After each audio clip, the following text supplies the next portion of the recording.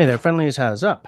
Welcome to the 19th of August episode of my fantabulous beer, blades, and bushcraft live stream, or bevies, blades, and bushcraft live stream, where we have bevies, we got blades. We may talk about something bushcrafty adjacent. I kind of want to give you guys a sort of a post-mortem of my recent little quickie Alberta tour with my band. But we can talk about some bushcraft related stuff as well, because I had, in fact, put into my agenda for today, which is upstairs, so I'm not going to get it. I think I wanted to talk about like why we're attracted to the outdoors. However,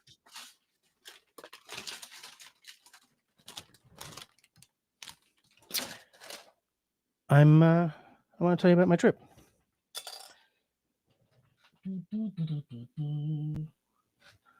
What's Jesse doing? He's looking for a battery that works in the little lamp that you guys are so good at helping me to pay for with your memberships. This is what it looks like. It's got a gel on it. So it's got 160 LEDs in it. I really hope you guys are hearing me, by the way. Yes, good.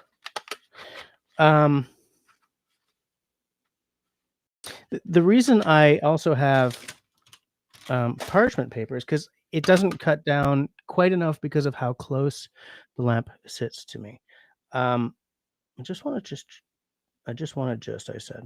check something. I'm just turning off the volume on the YouTubes. So, turn it on, and then I sort of drop it down as much as I can, and then it goes off, and I do this a few times to sort of get it to where I want it before coming on. I realize this looks like I'm completely not prepared, but I actually did this on purpose because of that one time when I was like rushing to get on, and I sort of came swooping on camera late and sat down, and I think it was Destiny said she kind of liked that, so I figured I would actually show you guys a little bit of what I do to set up for this. Unopened a drink, but I will now continue my opening monologue. So welcome to the Bevies, Blades, and Bushcraft, blah, blah, blah. If you're listening to us time shifted to tomorrow or something in the future, thank you for that. It makes me happy to know that you're out there and you're engaging with the content, even if you can't engage real time. I'm going to take my watch off because I'll be straight with you guys. I hate wearing a watch.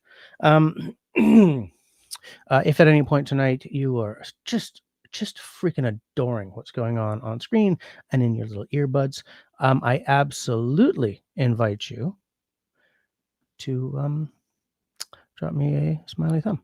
And if you really don't like what's going on, you kind of hate it, that's okay. You can drop me a frowny thumb, and that works just as well. And if you'd like to help keep that light going, as so many in the side chat already have, then I invite you to investigate the join button.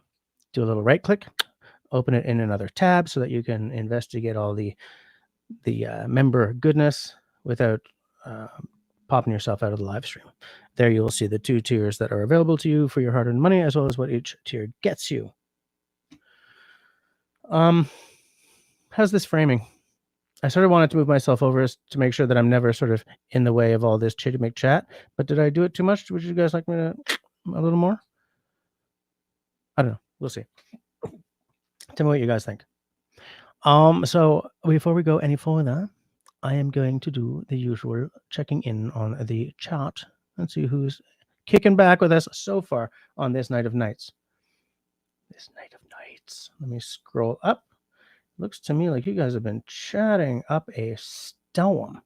So I was, I think, 2 minutes late because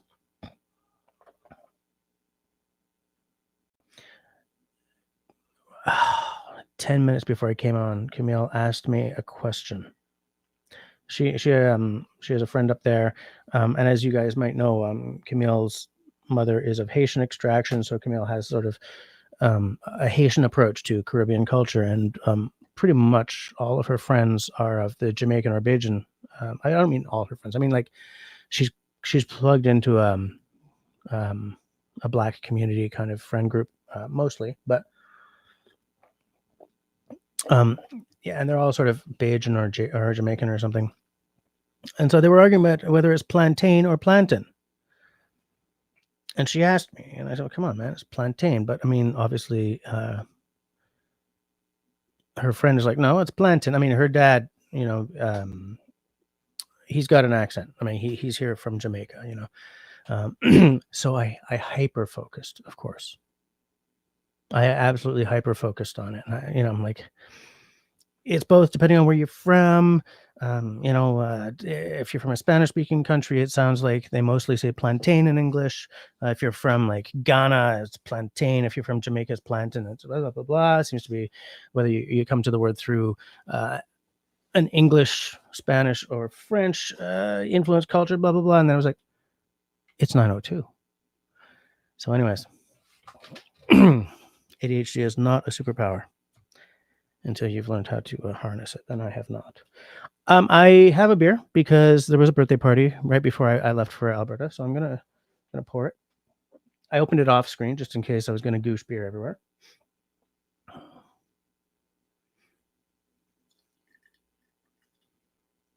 I'm gonna run the pour if I don't move that over a little bit. Whoops. Yeah,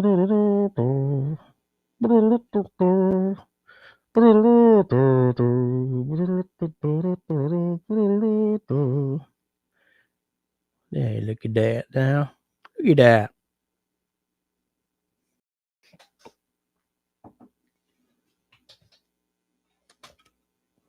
So this is a brown ale, Darling brown ale from Vagabond. Get my face out of the way.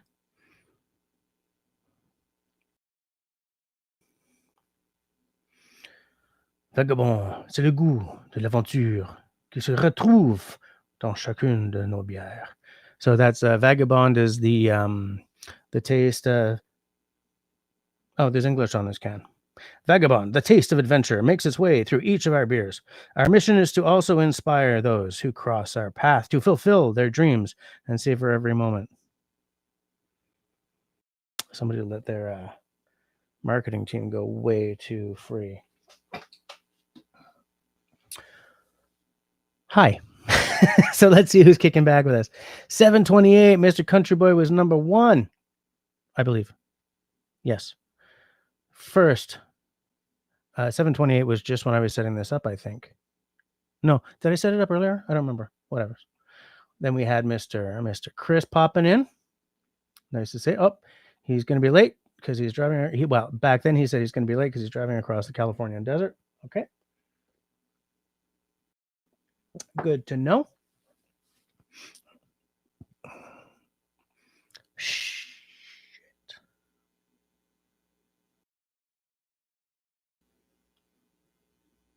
I was supposed to have started dry week yesterday. I guess I'll start next Monday. I'm going to write that into my agenda. Just let me, there, okay. Next week is dry week. Oh, well. Not exactly a win on my part. So far, everyone should know that Country Boy is a channel mod and a channel hero. Chris is a channel mod, and Russell is both. David Evans popping in to say, this was at what time? 8:45. Word of advice: don't splash chili in your eye; it stings. Fair enough. I will. I'll take that under advisement. Tell you later. David Evans, by the way, is also a channel member. Boop boop boop boo, and a channel mod. We got Serge popping in. Early for Serge, but I'm glad to see him. This was also, again, we're talking 8:45, so I'm not even on yet. Saying hi. Serge is also a channel mod. So many mods. Russell agrees with David, as do I. Don't go splashing chili in your eye. We have Kristen popping in. Kristen is a channel hero. She's also a number 2, the little crown number 2. Number 1 was Country Boy. I'm guessing that you get extra points for being the absolute first to comment. So Christy is number 2.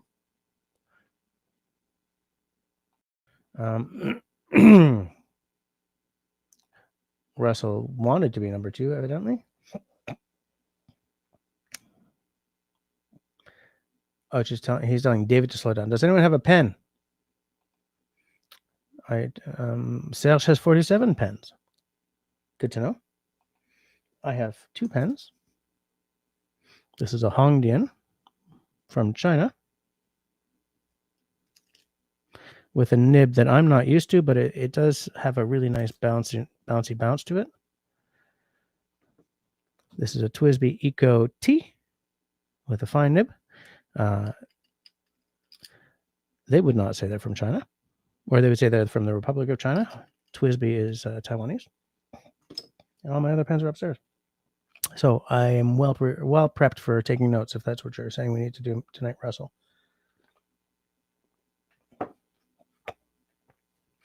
Okay, everyone's saying hi. Yeah, Christy says, that's a lot of pens. Yeah, I agree. I don't know. Maybe he just really likes pens. David's asking Christy about the weather, and she says next week it will be above 110. The week after that, we dip into the 90s. So I was leaving, low to mid 30s here in Montreal when I got on a plane last week, and I got on, and I mean, I came out of the airport into like 16 degrees, going down to 7 kind of thing. I was like, kind of wish I'd brought a jacket, especially because up in the mountains it was cooler. On Sunday morning, I got up and it was 7 degrees. And I was just like, please get warmer by the time we go on at 11:30, because that's tough on the fingers. But it did. It went up to like 11. Mark Davidson popping in. He has no pens and it's too hot in here for chili. Hello, everyone. Kind of hot here too, but not bad. Not like it was. Not like it was. Mark Davidson, by the way, is also a channel hero. I'm just saying hi. Serge says unto Christy that one cannot have too many pens. That's probably right. I mean, whoa, Christy cut 11 inches off her hair. Isn't that like a foot? No, 12 inches is a foot. Whatever. It's within the ballpark.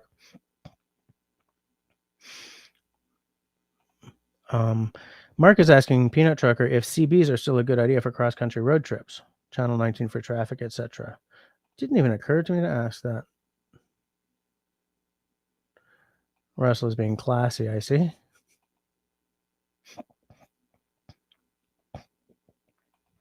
Okay, so Peanut Trucker says, yeah, except there's not many people that have CBs anymore. So what, are they just using cell phones or something then? Because like there was a whole CB culture back in the day. You know? Codes and stuff like that.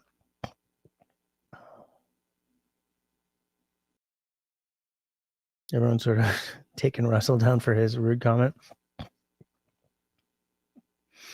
That must be crazy, Christy. Like from down your back to above your shoulders. How does that feel? I mean, it's probably amazing considering how hot it's been down there. But like, I bet that's a bit of weight off too. I remember when I cut my hair. I used to have very long hair, and I cut it to a bit above my shoulders as well.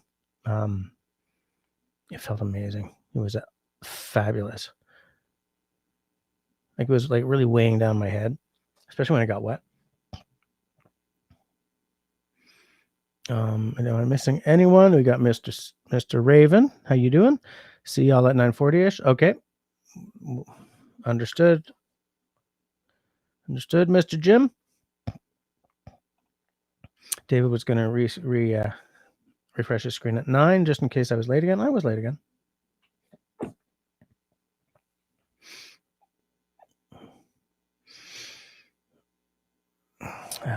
Mark says to Chris, assume everyone's using Waze or such, or GMRS, FRS radios.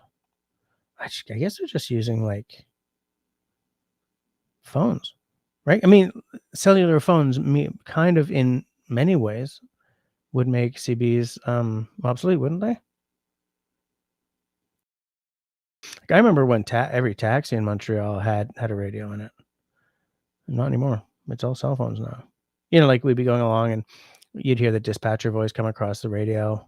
Need a unit for 123 South Street, corner of Northeast and Southwest. Whatever. I'm just trying to make up an address here. Hey, Grace is here. How are things with your boy, Grace? I forgot to say that tea is a good drink, by the way.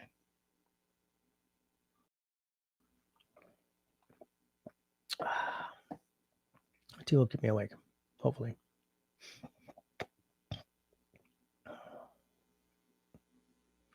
Just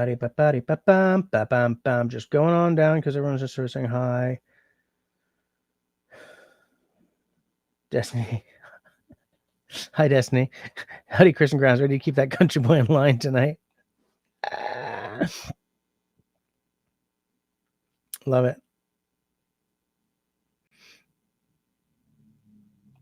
Country boy needs to have better aim with the hammer. You having some trouble tonight there, country boy? Are you having a drink with us? Beto's here. How you doing? I'm just gonna see if I can keep the two chats sort of in line.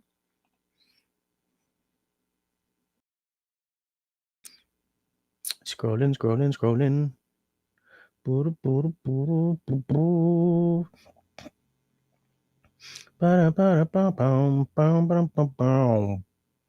Boom.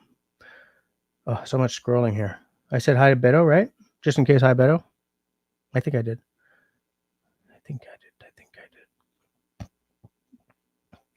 Peanut Trucker said he would be back. Curves in a mountain ahead.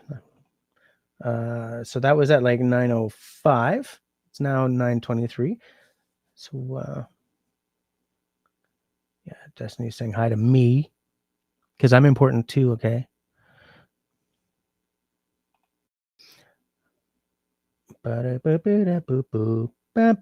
got Hike with Mike in the house. How are you doing, Mike?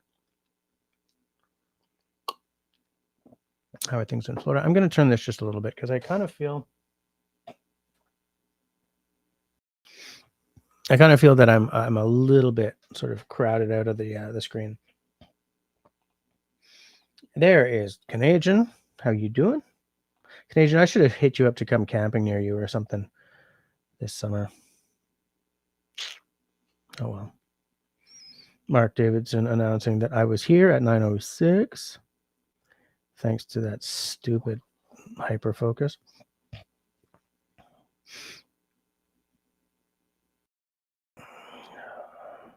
Uh-oh. There's a Bass Pro across the street from where Canadian is. Keep your hand on your wallet, buddy. Hey, there's Raptor Ranch. How are you doing tonight? How is it at your place?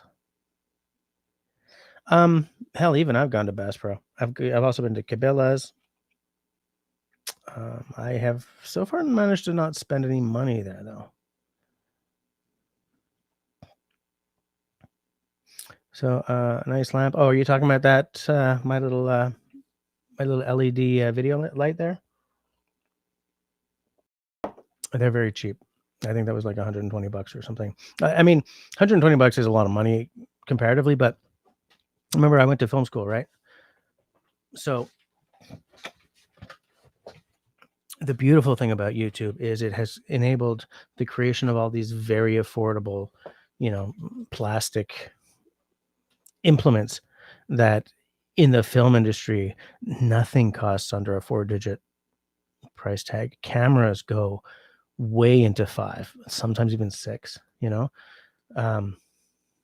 like to me, I think it was $120. So it's just under $1 an LED kind of thing. And I love LED because it has brought down the prices of so much stuff. You can get very pro results without spending Hollywood or even Bollywood level money.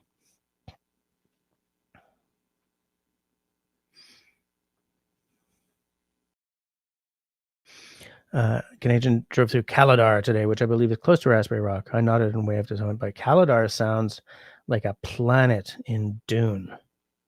I mean, I know it's Caladan, but I mean, Caladar is like It's like a Klingon outpost or Darth Vader's country house or something. Kaladar. It's probably Kaladar or something. Because these towns never sound quite as cool as they look on paper, right? Does anyone know what the pronunciation of Kaladar is? I'd love to know the story behind that name. Country Boy says, I'm drawn to the outdoors because there's fewer people. I'm not a peoply person. Me neither. But I had to be a peoply person this past week, let me tell you. It's exhausting. Christy was fine with the framing. Damn it. And I've gone and moved it. I'm sorry, Christy. Forgive me.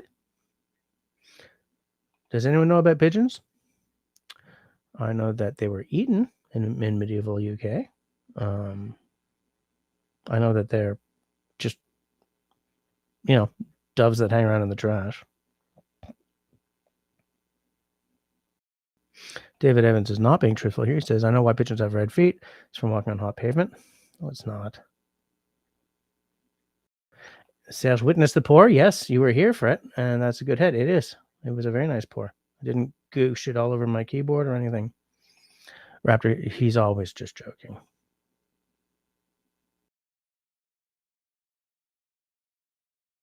Hike with Mike is so overwhelmed with work that he needs some time in the woods. And that's because you're starting up school now, aren't you? Or have you just started school? I know it's early for you guys. And I think I saw Marcel's kids are already in school too. They've been in for like a week or something.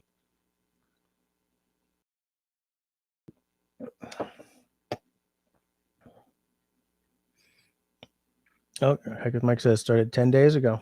Yeah, I can see why you're yeah, my sister still isn't back from Cuba. I mean, the kids do not start school this early in Quebec at all.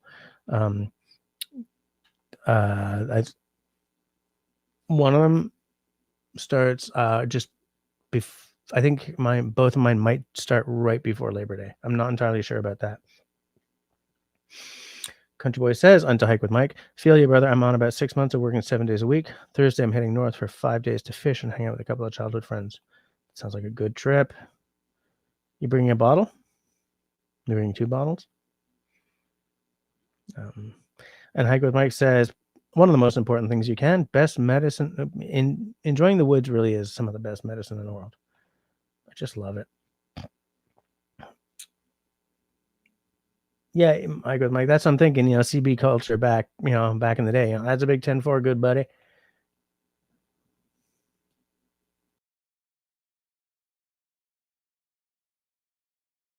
Yeah.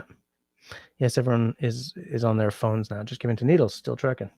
Yeah, that's what I was figuring. Serge is surrounded by the forest, but you don't have the time to take advantage of it. Even just a 5-minute walk a day is good for your head, mister. Because Mike had some long hair back in his metal days. So when I was in a metal band, I had already cut my hair to about here. And I realized that, thinking about it now, no one in my metal band really had long hair. I should try and find some old pictures of the metal band. Thanks, Aquanet, says Christy. Yep, absolutely. Yeah. David Evans will be driving by close to Trucker's home in December. Yeah, it's hard to get the hair past that ugly face for sure. You kind of have to, I don't know, slick it back or something until it's long enough.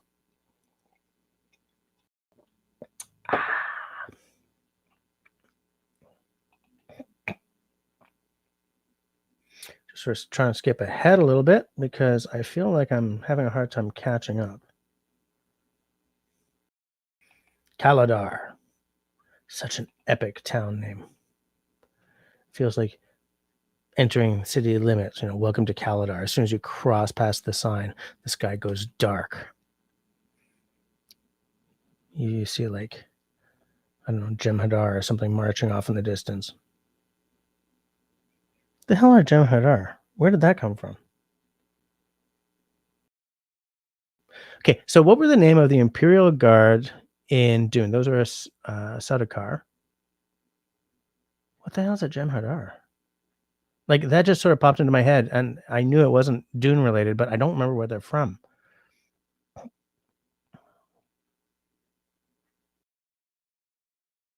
hell are Jem'Hadar?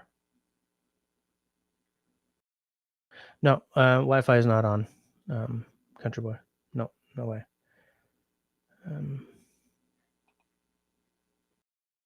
David Evans says Star Trek DS9. Okay. Charles Nanny, only in for a minute. Heading to Cebu City this morning. Lovely 3-hour drive. All right. Well, thanks for popping in. I'm probably too late to catch them, but you know. David Evans says buffering. Yes, buffering. What the hell's going on? I'm ignoring it. I mean, so long as you guys, yeah, with the verbal typos. So long as you guys can hear me, I'm just not going to care. I'm not going to care. There's nothing I can do about it, right? So let me know if you guys can't hear me, in which case I'll do something, but I don't know. Okay, Canadian is out. Canadian was out a few minutes ago. So have a good week, Canadian. We'll speak to you next time.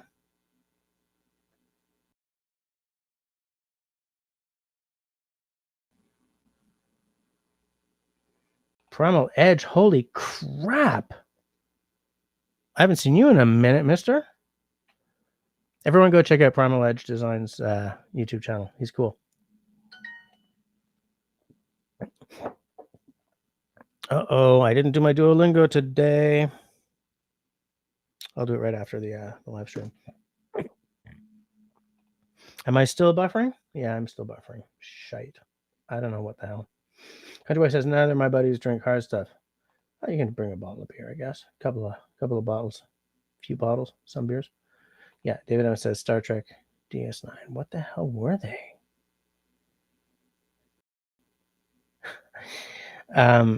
Serge says, I spent 45 minutes bringing in wood fire, firewood this morning. I like the heat of a wood fire, but my back is aching. Yeah, I can see that.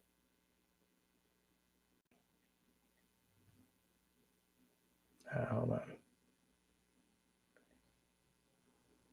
Okay. Okay, so it's 9:30. All right, we're good to go. So I want to tell you guys about Alberta. I'm still really buffering. Please, somebody tell me, is the sound okay though? Like, do we just not care because at least you guys can hear what I'm saying? Or should I stop and start a new live stream and have you guys all sort of find it? Let me know. Sound is okay, says Destiny. Okay, so in that case, if the rest of you are okay, I'm just going to keep going and I'm going to ignore this stupid buffering issue. I mean, I don't understand why it's happening. Okay.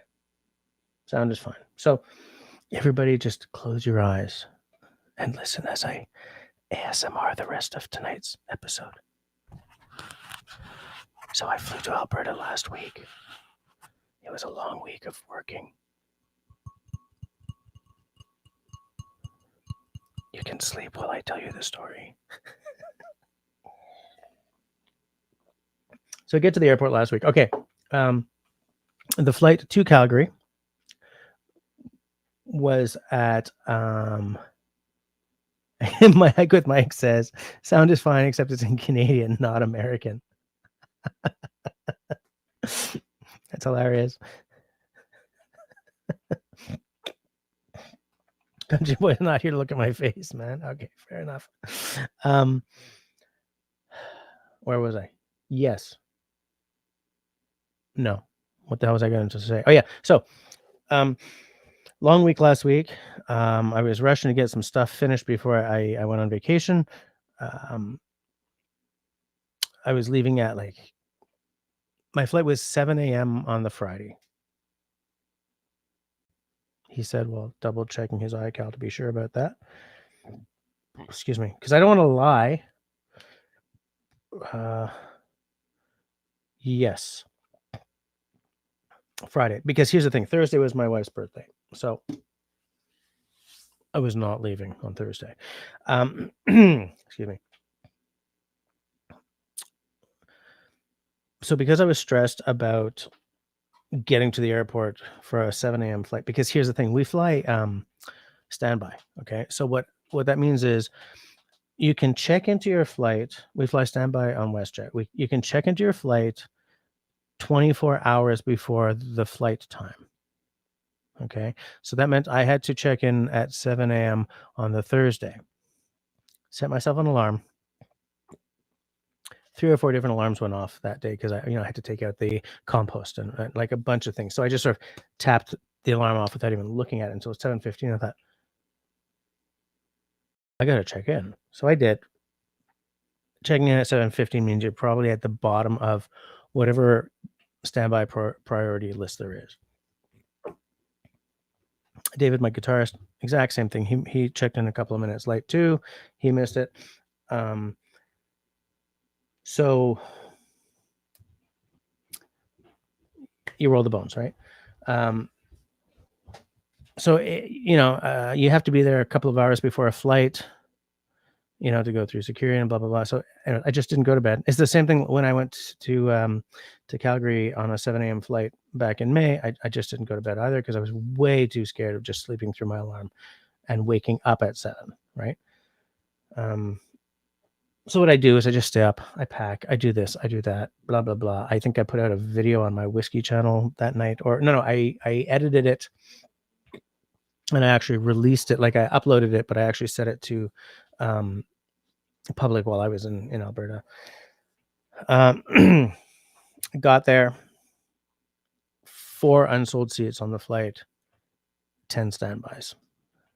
But we show up anyway. Always show up. And I had decided I shall be optimistic. Hold on a sec. Hey, Cody.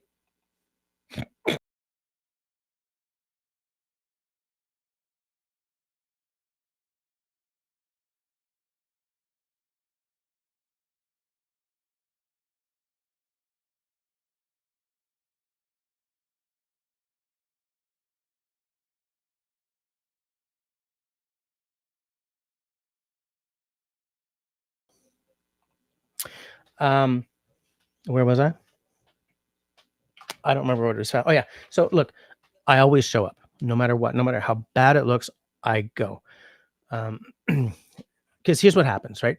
When you're flying, 45 minutes before the door closes, they check they check who's checked in, like who's in the airport, right? Because it's listed on the computer against their manifest. And that's when they decide whether these seats are going to be filled or not, right? Like you can have a ticket, but if you show up 5 minutes before the door closes on the aircraft, chances are you're not getting on. Technically, if somebody's flying standby and they're sitting in that seat and you show up at the last minute, they could punt that person off the flight. But generally, like, there's a cutoff, right? So anyway, yes, okay, I'll say happy belated to the missus for all of you. So we're there, we're waiting. It's like, and then when that 45 minutes hits, Dad, yeah, where are they? They're not on the seats, like your mama's seat next to the table. No. Oh, I know why. Because they're right here next to me. Can I come say hi? Sure. You're not gonna be able to hear anything. Oh, it doesn't matter. They're gonna. Oh, like I need to hear anything. Yeah. You can come and say hi. Where's your camera? Oh, it's right there. Where? Right there. Oh. Hi. Hello, everyone. All right. Hi, Dad.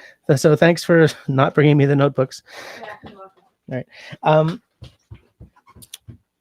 So when that 45 minutes hits, suddenly I went from 4 unsold seats to 10 unsold seats and 10 standby. So everyone got on. I'm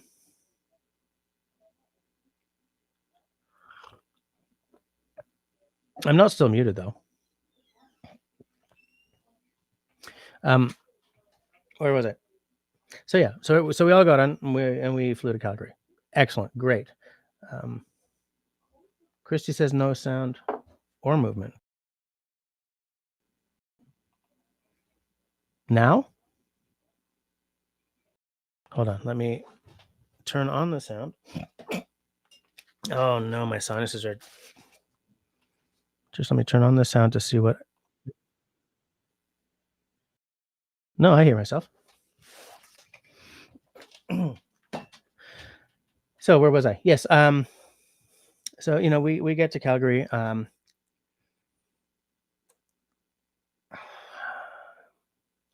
The Saturday we were playing a gig at Saturday. Yes. So the Saturday we were playing a gig at the Calgary Polo Club, which is actually in Okotoks. It was a charity gig. I think I told you guys this when Peter and I were streaming, and I told you guys that I just like just sell me this cheap ass bass off the wall. I'm tired of dealing with rentals. Um, and so we sort of did that, and we had our week. The boys were working, I was not, so I took the opportunity to sort of explore Calgary a little bit. Peter lent me his bike, went downtown, bought some fountain pen ink, stuff like that. Excuse me. And Wednesday, yeah. So we live streamed on Tuesday. So we'd only done one of the gigs. Wednesday we played. The city of Lacombe does music in the park or summer music series. We played that every year. It was raining, so we played in the church next to the park where we usually play. Went well, sounded great. That bass and I still weren't getting along, though. I still had to stare at my fretboard. And we got through it, and the people liked the show.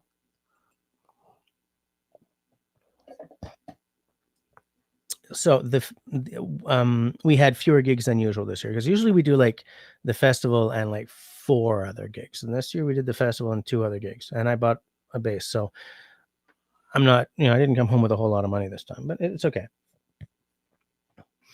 So on the Friday it's about a 3.5 hour drive up to the festival. On the way there, I think those of you who are on Russell's Discord saw that I was texting you guys what's with all these Mountie SWAT vehicles swooping past us? There was 12 of them, and they're these big sort of F-150 type. I think they're F-250s or something, with boxes on the back with equipment and stuff, all black with flashing lights, and they're just boom, boom, boom, boom. So I don't know what was going on, but something was, and it, knowing Alberta, probably had something to do with a gunfight somewhere near Red Deer. So it took us a while to get up there, but we did have time to get up there, throw our stuff in the room, and rush to the stage for our sound check. Because what they do is they sound check all the bands, and then when it's your turn, you just go and they just hit this band's preset kind of thing. So we did that. It was a little rainy, whatever. And then a little later than that, I'm not sure exactly how long, but then we sort of went on. Right, we did our show. It went okay. I'm still staring at the fretboard. It's a friendly crowd. They love us. They keep inviting us back because the crowd keeps writing into the little comment card. Make sure Squidjigger comes back. And then we got to watch some bands. There's one band there that I wish was there but wasn't. It was the Dorina Harvey band. We hang with them every year, but this year they were actually playing at a festival near Quebec City. It's their first gig in Quebec. So I made sure that they looked up a couple of my friends who I knew were also playing that festival in Quebec City, and they sent me pictures of them palling around. So I was like, yes, kind of wish I was there. Hold on a second. Like with Mike says, I used to work for Delta in Tampa, Florida. It was great to have free flights. I flew to Alaska, stayed until I ran out of money. Yeah, that's the nice thing about working for an airline, for sure. David Evans, David Evans says, I could never fly standby, too much stress. It's very stressful. It really is. If the festival paid us enough for us to just buy tickets, that would be, in fact, I think for me, the red line in the sand would be, I don't know how to put it. I don't want to come home in the red, right? If they paid enough that I did the gigs, I came home and it was kiff kiff, you know what I'm saying? It's like a zero-sum game, and like, okay, I didn't bring any money home, but I didn't pay anything. I could probably do that because I enjoy the gigging. But like, I don't want to pay big money on, you know, full price tickets just to do it because we don't really make enough to pay for that, you know. Okay, hold on a sec. Hey, Cody. Yeah. Come back here for a sec. I kind of hurt myself on the side of the mouth though, so I might have a little red spot. You hurt yourself, how? I was trying to do that, you know, like the. Come and say hi again because the camera was frozen. Oh, there. Oh. No, like you know when you do the water sounds like that. Yeah. Like that. Yeah. I can. Yeah, you can't do it. That, but... Wave to the friends. Hi everyone. How do you do? Oh my god! Wait. Look at my dimples. Are you about to blow yourself some flowers again? Okay. Get thee hence, child. They only came here for me. You're such a brat. Oh my god. Hi. Anyways, they're all saying hi. I bet they are. I'm popular, Dad. What can I say? I have to live with that. Okay, so Friday night was fabulous. So what happens is, and I think I told you guys this last year, it's kind of an obligation for the bands to do the pub night after, like, last set ends like 10:30, 10:45, and then the pub night starts at 11. And now when I say pub, what it is it's like an outdoor kind of, like, it's covered, and it's got like low walls, picnic tables. There's like a little quasi kitchen on one side. Sometimes they do a cowboy breakfast in the mornings, right? And so they got this big sort of hot plate or something, and there's a little bar. So, you know, the band sort of get up, play a few songs, another band gets up, plays a couple of songs sometimes, and then they sort of mix it up, or sometimes they just immediately start mixing. Great fun. Very often you'll end up with members of 5 different bands, you know, chewing through songs. It gets very rowdy. People are dancing on tables. In fact, it's rowdier than during the actual sets, which I hadn't really thought about until just now. But and then after that, either little, like, once that's done, like after last call, whatever it's at, like 1 or 1:30, 2 in the morning, something like that. Very often what will happen is like little knots of musicians will go into each other's rooms to play into the night. This year, it just sort of moved to, like, there's a fire pit right next to the pub. And so just whoever was left just sort of went there, and, you know, a couple of guitars, couple of fiddles, whole bunch of voices kind of thing, like, until we crawled into bed around 3:30, 3:40. We were not on in the morning on Saturday, which was nice. I think we were on around 2:30. You know, we went down a little early to listen to some of the other bands and stuff. There were a couple of bands that we'd never seen before. There were a bunch of bands that we've palled around with a lot. And we went up, did our set, went well. Then we got a burger. There's like a little barbecue at the back of where the shows are, and they're selling burgers and dogs. And there's it's a trailer, but it's been sort of built into this wooden thing, so it's there permanently. You know, that's where they can sell some beer and, like, I don't know, White Claws for the Suburbans or something. Good time, listen to some great music. There's a band there called Tiller's Folly, which, you know, it's these guys who are sort of in their 70s. They've been doing this a long time, and they're like, yeah, we've been playing in this group for 28 years. And I was kind of impressed by that until Peter, the fiddler, looked at me and said, that's only 5 years longer than us, dude. It's like, huh? We're older than I seem to think we are all the time. And he says, yeah, we really are. But, you know, they were cool. Nice guys. At breakfast the next morning, the bass player and I sort of sat and talked shop a little bit. He was playing a 1969 Fender P bass that he had bought to play at his high school dance. And he's just been playing all this time. It was great, nice sounding instrument. And I love the look of instruments that have got a lot of road wear on them. You know, it's like every scratch and every chip is a story, right? And his bass had some stories on it, let me tell you. So then, you know, it's pub night again, another fireside jam session. But like we were the first band on the Sunday, right? So Peter and I sort of looked at each other and did an Irish goodbye at about 2:30. So that first gig on Sunday, like everyone is feeling really dusty, right? The audience, the bands, like, but we seem to get a better turnout than some of the other bands do.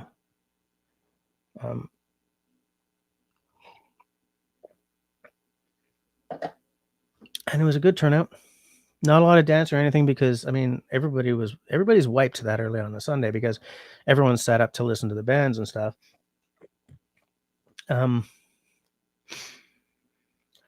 And you know, on Sunday what we do is we get up, we play, we pack, and we bolt. We don't stay for the rest of the Sunday because I mean it's a long drive to Calgary, and David and I have to pack and be ready to fly home the next day. So we went home, and that's what we did. We sort of tried to do an early night. Like there were no so Sunday night there was no nightcap. The Tuesday night there was no nightcap, but we did sort of finish off a couple of Peter's bottles in the time we were there. Also, I made a lot of margaritas for the boys and Val, Peter's wife, which was cool. I like making the drinks. So we were supposed to fly home on a 10:15 flight yesterday in the morning. That one was sold out, totally packed. But we looked at each other because we were dealing with our friend at WestJet, and she was sort of telling us what the loads were looking like because Air Canada was shutting down flights, right? So like Porter Air was bookings were up by 300%. WestJet bookings were up by about the same. It's like, so we said, look, we're just going to try for that 10:15. If we don't get on, we'll just try again for the noon kind of thing, and we'll get home at some point, you know. But of course, it looked like that Air Canada strike was just going to keep going. So, you know, Tuesday was suddenly booked all up, and then Wednesday, you know, anyway, whatever. We got up yesterday morning. We went to the airport, and we were like, at least this time, out in the mountains, David and I each found a little spot of signal. And at exactly 10:15, we both just checked in. So we were number 1 and 2 on the priority list. Plane was booked solid, and there were 4 standbys. As I always say, show up, be optimistic. And sure enough, 45 minutes before the door closes, a connection flight didn't connect. There was a flight coming in that was late or something because there were suddenly 11 open seats. And so they gave us a seat number. And we're like, this is good, but we know up until the door closes, you can be plucked off a flight. So we got on the plane, we sat down, and then we heard the door close. And we're like, yes. And that's when we texted, you know, our families and stuff and saying, okay, door's closed. We're actually coming home now. So I came home and it was dead in the house because the girls were off at Grandmama's place at the lake, and their mom was at work. Last night she went to get Cody, bring her home. They got home sometime after midnight, but Clem is staying there for a few more days, so I'll see her later. I've been FaceTiming them all week, so now I'm home. I'm grateful to be home. I die a little bit every time I fly standby. And you know, the reason I bought the stupid bass is just because I'm tired of that stress on top of everything. Because 2 years ago, I called Long and McQuaid an hour before my flight. No, an hour before I was leaving for my flight to check to make sure that the base that they'd had to order, had to have shipped from Edmonton was actually there. And they said, it's not here. So then I had to very quickly pack my base and pay an extra $90 to WestJet to get it to Alberta, So just buying that by the gig, by our set on Sunday, the base and I had worked out a relationship. I wouldn't say it's an absolute friendship, but we were getting along. I wasn't staring at the fretboard anymore. I was free to just play. It's our last set. It's always an extremely friendly audience for us on the Sunday morning, because it's people who are just, we're going to go see Squid Jigger at that point because nobody else is getting up. So it's a low stress set. The bass and I were working together. I could just sort of let loose, tell a few jokes, be the social person that I'm really not.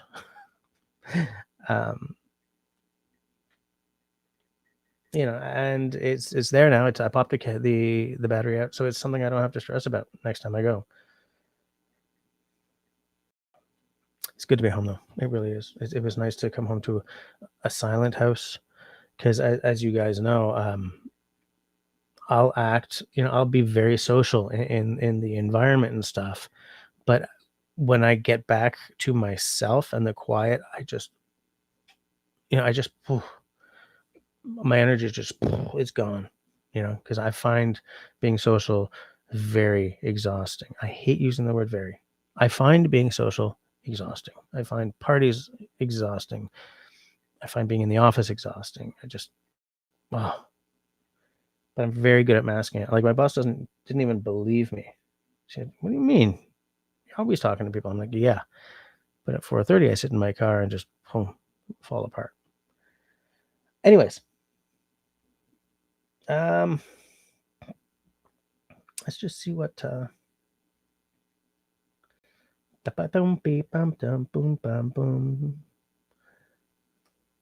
Cody's right. Yes, she certainly is. In the great ways and the not so great ways. Do we finally have a quotable quote for the night, Destiny? Primal. I can't believe you're here, man. That's so cool. Primal and I were going to try and do some co-content at one point a long time ago. I don't remember what it was. But anyways. Nice guy, good channel.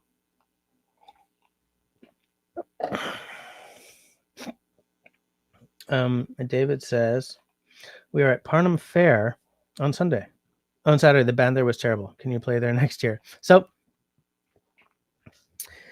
last year, up at the mountains, there was a band playing that was a very young band.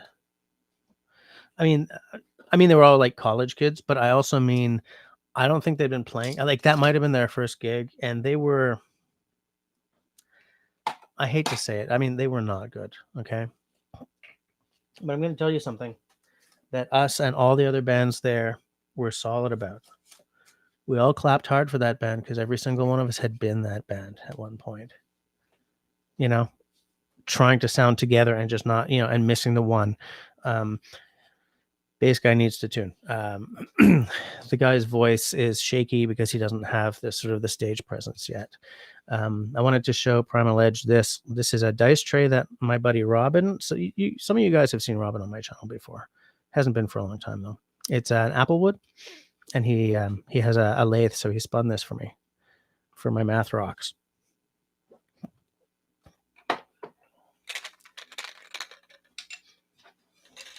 Which I almost never use, but it's terrific. And it's my first dice tray. I thought you might like that.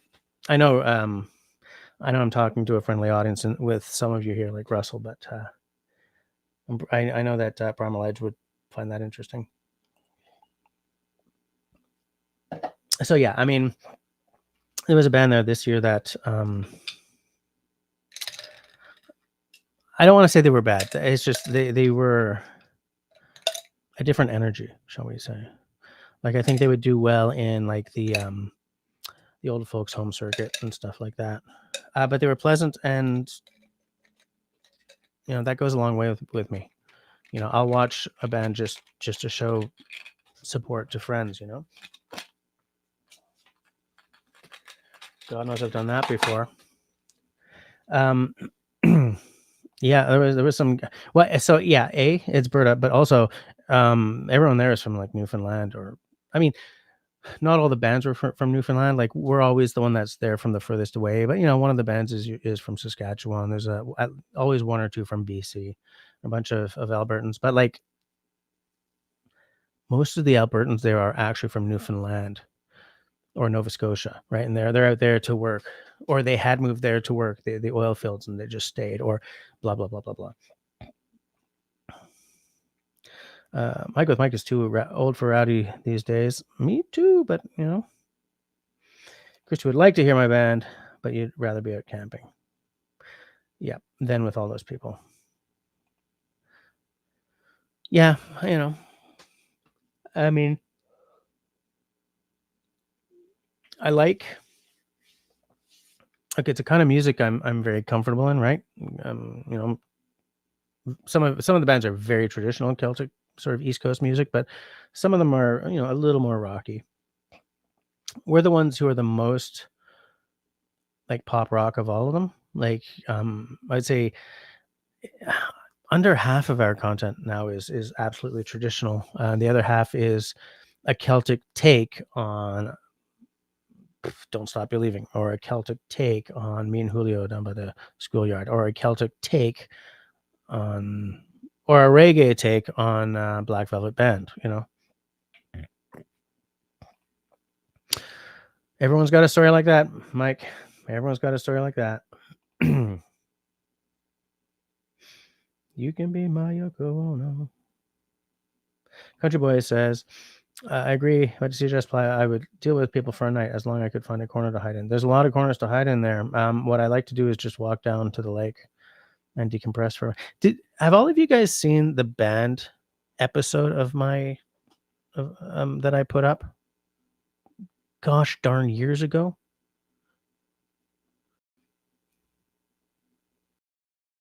On YouTube, I am currently using the wrong account. Not the wrong account, but like not the account I was supposed to be using. So I'm about to pop myself out of, yeah. Turn burn it all. Let me see if I can find it. I mean, it's years old now, but it does show sort of the area.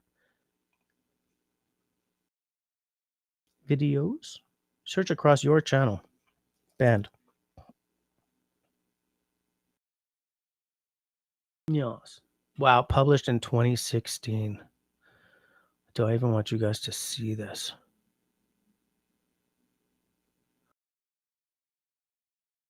All right, I'm going to share it anyway, but I don't want you guys ripping on me, okay? I just have to find the share button. Fool, what are you doing to me here? How come? Why you got to be hating? There it is. I have copied the video link, and I shall put it. Oh, it's after 10. Oh, geez. Oh, yeah, and Kristen was even telling me to. Sorry, I'm late. Okay. I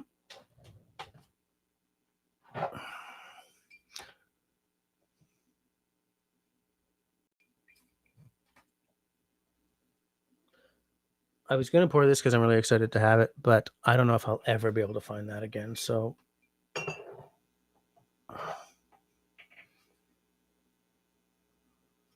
let's do the Offerman because he's an outdoorsy guy. I'm an outdoorsy guy. Most of you guys are outdoorsy guys. When I say guy, I mean that in a unisex way.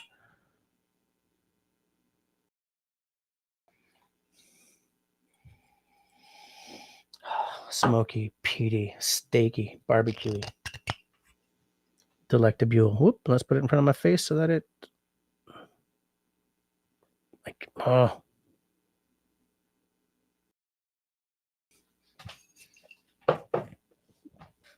Thanks for the reminder, Christy. Even though I I goofed it.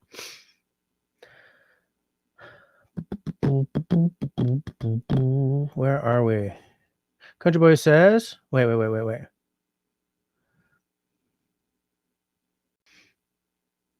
I'm just looking back a little bit here.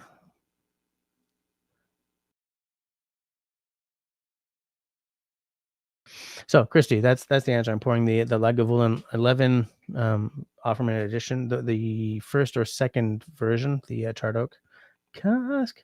Country Boy, talk about adding stress, playing a guitar. Yeah, okay, so here's the power move, right? I bought it, and then 6 hours I pulled it out on stage without even having played it in any meaningful way, aside from a couple of notes at the store to make sure that it was functional, you know?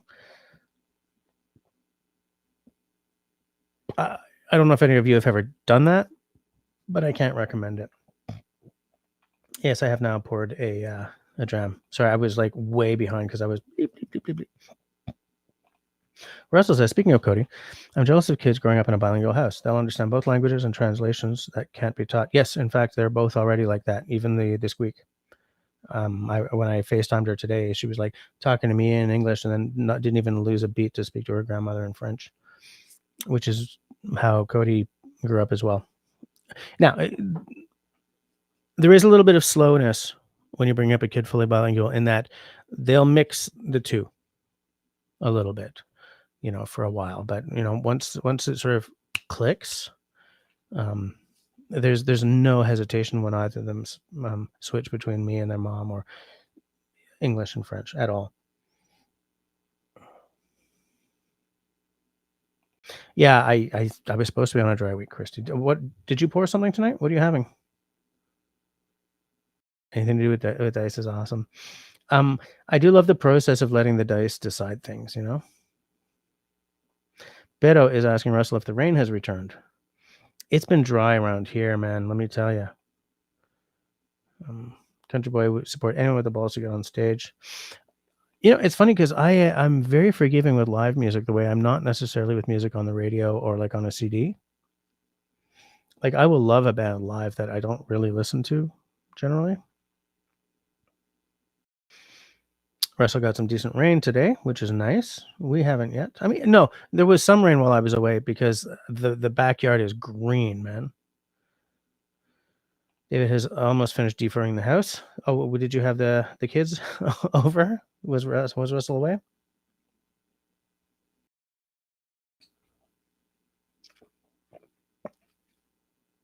Oh, I didn't finish the beer. I'm just going to try to scroll down a little bit. Country Boy says, a willow and Junebug quilt. I'd buy one. That'd be amazing.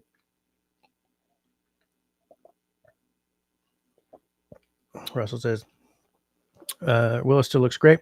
I should brush her more often. We're taking to calling Junebug the pig pen because she likes to lie in the dirt, then come inside. Little clouds of dust following.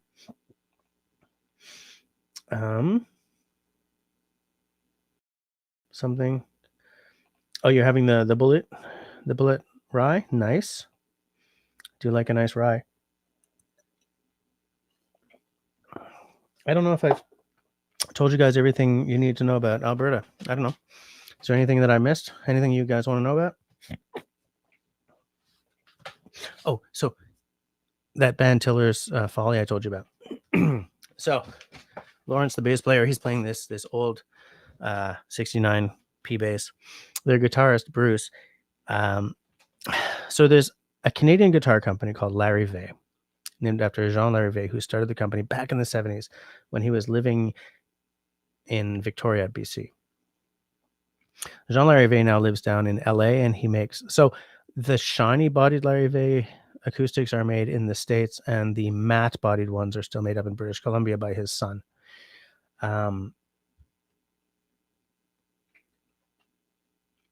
So Bruce has one of the first Larry Vays made when Jean Larry Vay was still trying to get his name out there. So, the guitar is like 50 years old. Sounds like a 50-year-old guitar. It's got the warmth and everything that only decades of use can bring. It's got 2 holes worn in it now. Kind of like Willie Nelson. What's that guitar called? Trigger, with that huge hole worn in it from decades of playing. Oh, yeah. So So good. So nice. And then, like, when I got home, I FaceTimed my dad, and so that was a Vancouver band. One of them lives, the Mando player lives in Washington. He's moved back down to the States. He's landed immigrant up here, but he's moved back down to the States. I think he went down for work or something. But they're a Vancouver band, so they do sort of that circuit. So when he got home, I FaceTimed my dad, told him about it when I was gone. I said, "Yeah, met these guys, Tiller's Folly," and my dad's like, "I remember those guys from when I lived in Vancouver." That was cool. I'm just looking for Country Boy. Can't find. Oh, the Bullet Rye. No, you can't find it there because BC did what Quebec did, right, and took all the U.S. liquor off the shelves. Ah, what I did not bring home. Okay, so I bought 6 bottles of whiskey over the last year, but I could only fit 3 of them into my luggage. Okay, so I brought home this because this is probably the most unicorn of the whiskeys I own. Period. So I was like, I'm getting it home and I'm opening it because I have not tasted Springbank in so long that I didn't even know what I was looking for, like taste wise anymore. I brought home the friend who gave me the buddy pass to fly to Alberta had also picked me up a bottle of an Arran in Scotland. I paid her for it, and then there was an independent bottler. But what I couldn't fit into my luggage was I had bought a cask strength Bridgeland Tabercorn bourbon, right? Which I think I showed you guys. I think Peter and I showed you all these bottles in the last live stream. I kind of wish I brought that home because it absolutely tastes like a cask strength bourbon. It is a cask strength bourbon. It's just not bourbon because it's not made in the States, but it's the same mash bill as, it's very good. It's very,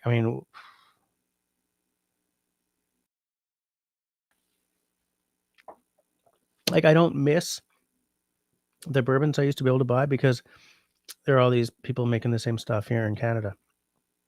So it's not hurting me.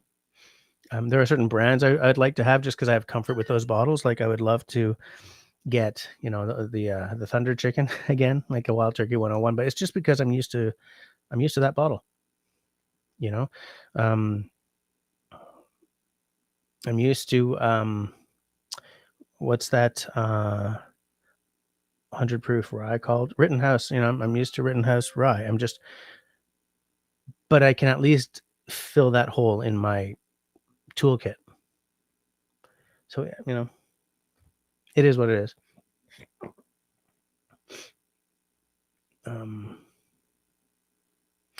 Country Boy says that he loves finding new Canadian stuff, but you miss your Bullet 10-year, Woodford Small Batch, and your beloved Rabbit Hole Derringer. The Rabbit Hole is what hurts the most, I think. Destiny says Tabercorn for the win. Yep, Tabercorn. It's absolutely fab.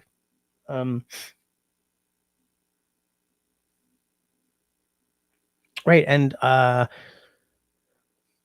when we went to Kensington Wine Market, they had a Shelter Point cast strength single malt on sale for like $50. So I was like, yoink.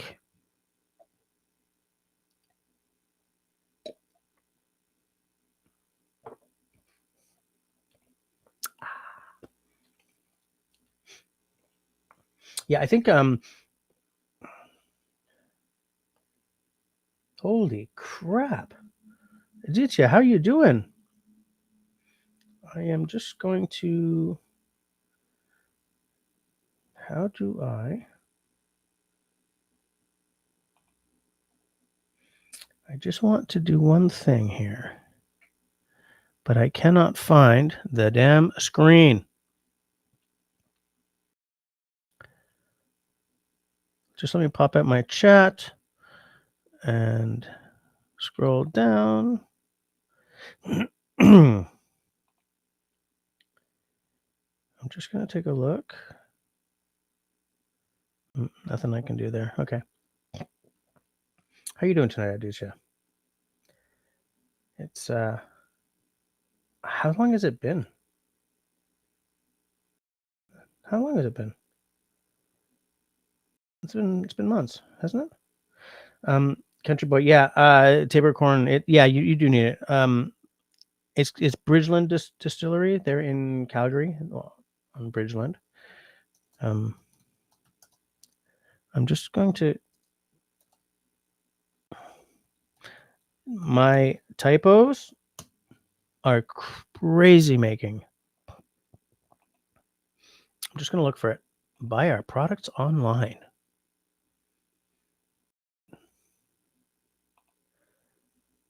So I'll just. Boop. No, this is not the site I want to show you. I'll just show you the actual Bridgeland Distillery site, and there you can see all their little products. There you go. Excuse me. I'm looking for wow, 2021. Yeah, it's been a while. Yeah. We're talking about whiskey just because I was just in Alberta playing music up in the mountains, and get a bunch of Celtic bands together, and the whiskey really flows. Like, it really flows. We buy a band bottle every year to take up and enjoy ourselves and to share with the other bands. Because, as I always say, whiskey needs to be shared to be enjoyed to its fullest. What time are we at? 22:17. We got all kinds of time. Jim is back. How you doing, Jim? Welcome home. Glad you got home safe. Evidently you did, because you're on. We got Homie Omi's here. He of the fantastic bushcraft tool purchases. I haven't bought a knife in a long time. I have given myself a challenge to spend as little money as possible for the remainder of this year. So I probably won't buy one this year, but maybe I'll mark the new year with an unreasonably expensive purchase. Maybe. I don't know. I'm just talking out of the ether here, but I could see myself needing to reward myself in January. So I hope all is well in your neck of the woods, homie.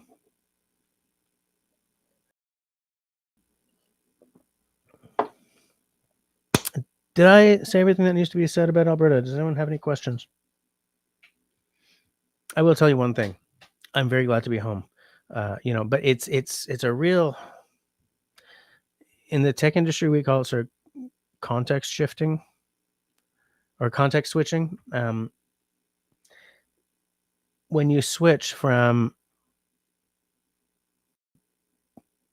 known band member, rocking and reeling, surrounded by bands with, legit fans across the country one day, to doing your own laundry and cleaning up the house the next day, it's a real, like, kind of wish I was back on stage right now, kind of thing, or palling around with my band buddies.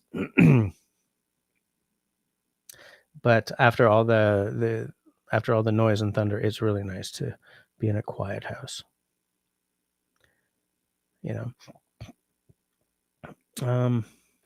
Jim says, my challenge to myself is not buying any knife, but making what you want. You've made a couple of knives. You showed me some pictures of knives you made for your offspring, right?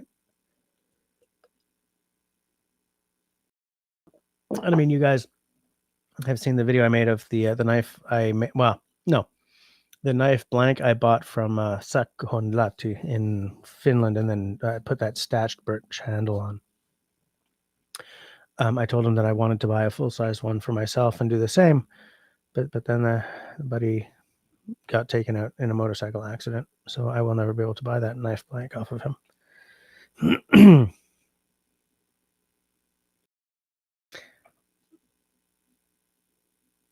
I said that statement at a moment in my life when cancer has or is in the middle of taking out multiple people in my life. So it just feels like everything is death right now. But we're not going to talk about that. But yeah, so I really like that knife I made for Cody, but like, she's a little too big for it now. Like, she's a full-size person now. She's only 14, but I've only got this much on her, and I'm not giving that up. So I'd like to make her another one. She couldn't believe it when she opened that, and so because I made the stacked handle, excuse me, and then I made a sheath. It's not like a traditional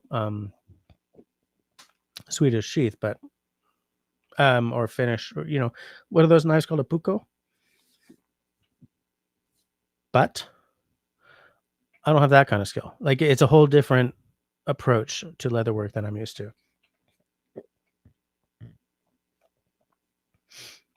How you doing, Skip? Longest quest in the house. I hope you're having a good night.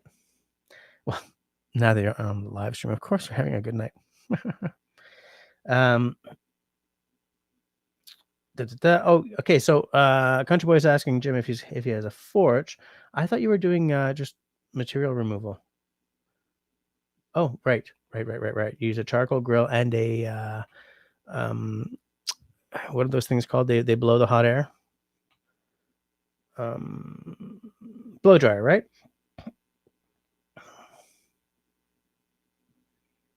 Yep, and my wife's blow dryer, right? David made himself a list of his fall chores. Better get started. I have so much to do. Absolutely so much to do. Mark is out. Okay, good night, Mark. Have yourself a great week. I hope to see you next Tuesday. Hey, Cliff's here. How's it going, mister? Fox at Outdoors in the house. Just got home from work. That's okay. I mean, you're not showing up at like 11, right? That's fine. Don't worry about it.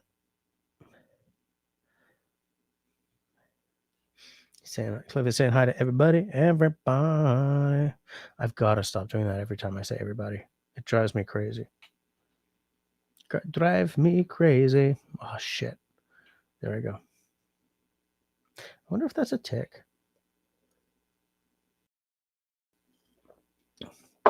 My earth. That's where I keep all my stuff.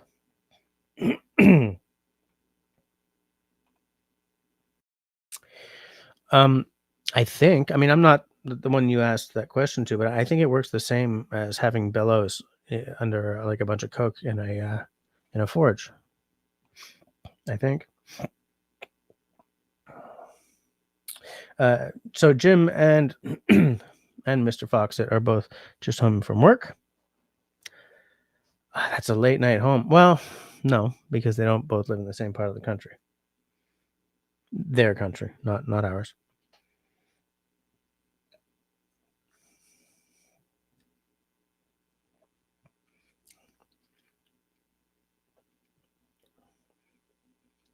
So good. Like there's so much peat and smoke and barbecue and like meat, but there's also like a little bit of brine, some big sort of citrus notes that hit just a little bit after. Sweetness.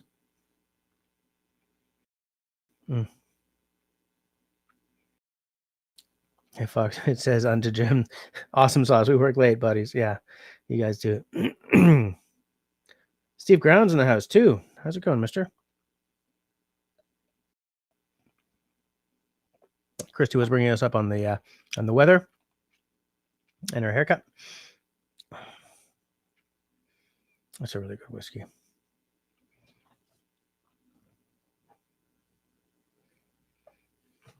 But this is an exquisite whiskey.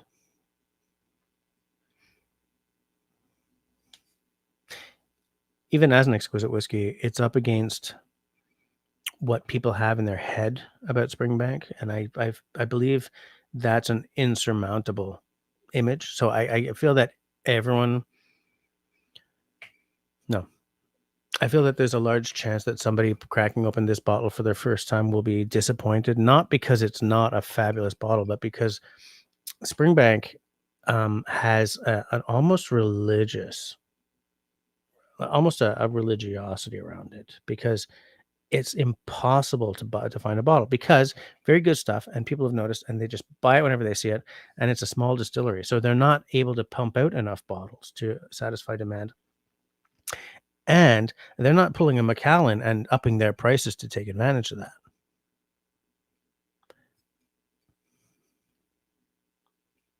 So I had to get this on allocation, as you would say in the States or Ontario, or by lottery, as we say here in Quebec.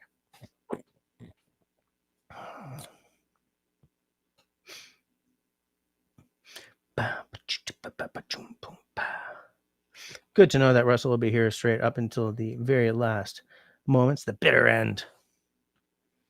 The bitter end. I would like to make a video about axes again. I would like to make a video again. I have one that I need to sort of edit.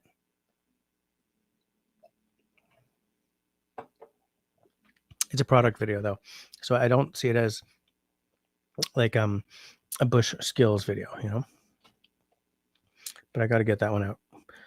It's massively late, and the company that sent me the item sort of said, "Where's our video, buddy?" Right before I left for Alberta, so I'll get that out.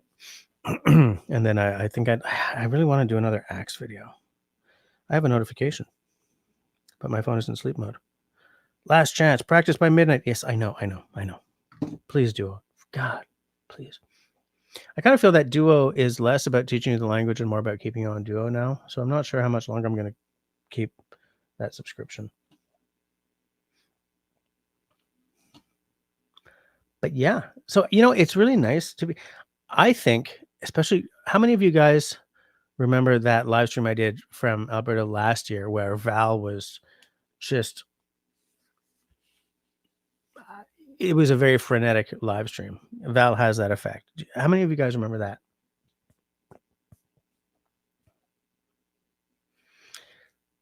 Engage with your audience. Yeah, fudge. Hold on. Start a poll. Do you remember the live last year from Alberta with Val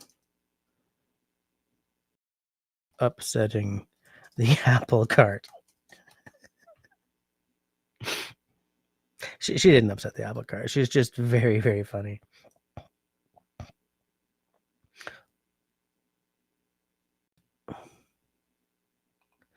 I'll leave that poll open for like 5 minutes. Oh no, Serge is out. Okay. I mean, I'm not surprised. It's cool that you stuck around as long as you did, actually, Serge. So everyone say goodnight to Serge. I really enjoy those streams from Alberta because, you know, I have Peter on, or I have Peter and Val on, or I don't know if I had Peter, Val, and David on last year, but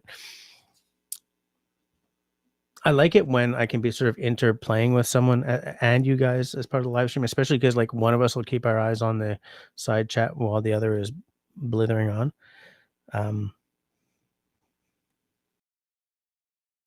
I'd really like to have a guest over for the live stream again one night soon, but like it's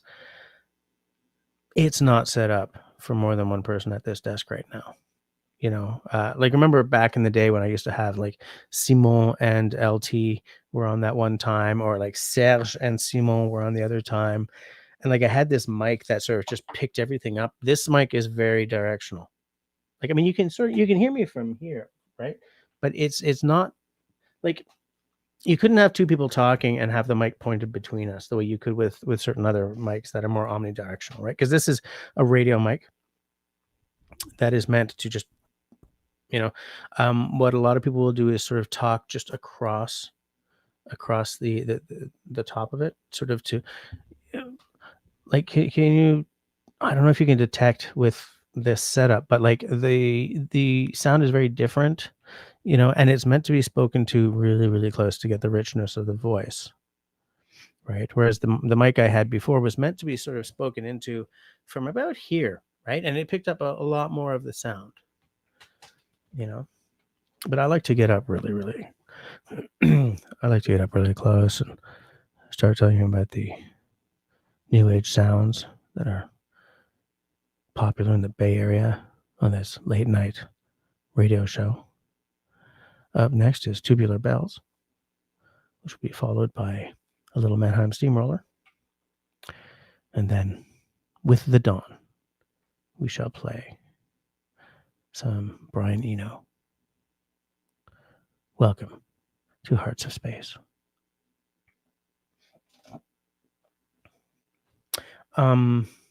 all that to say that, I mean, it's not really set up for two people at this desk anymore.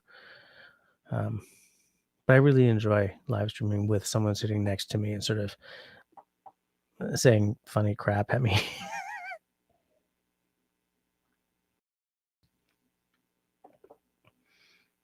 David Evans is out. He's going to go sleepy. Dude, there's 29 minutes left.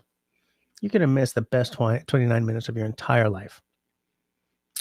But that's okay. Hey, before he goes, has everyone hit that little smiley thumb or the frowny thumb? Because, it hurts my feelings if you don't. Know what I'm saying? You got my 411. But anyways, bonsoir, David. À la prochaine. Fais dodo. Sleep well. Why did I ask Camille to bring me down these notebooks that were already down here? What the hell is that about? Oh, so I was going through my stuff today. So this was my Alberta journal. Okay, I journaled the entire trip. Okay, this is my Alberta 25. I don't know if I showed this in my last live stream, but like here's me getting to Alberta.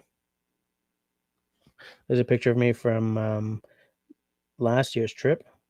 No, the trip before, because that's my base instead of a rental. Because that was the time when an hour before I left for the airport, they said, no, the base isn't here yet. So I was going through and sort of putting in my last entry last night / this morning. And what I've done at the last 2 pages so far, because I've left a few pages for like last notes as things pop into my head. But so this is the recipe of the margarita I made for the boys and Val, and then Val, and then Val, and then Val for the next couple of days.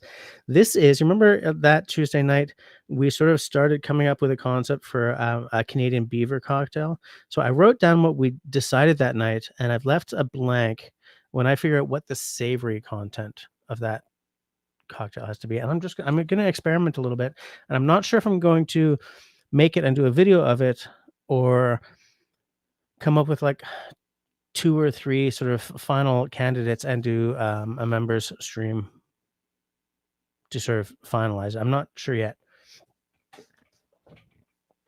But I did absolutely. Oh no. I've gone all buffery again. Did you guys see the notebook? Here, I will just hold this up so that you can see if it ever bloody. Oh yeah, it's totally frozen, eh? The what's the word I'm looking for? The buffering is really tough, but I believe that what I need to do, because what's probably happening right now is that Camille is upstairs on her, streaming something on her phone, and her friend who is sleeping over tonight is streaming something on hers, right? Whoa! Did you guys see that? I'm just looking. Yep. Even with the buffering.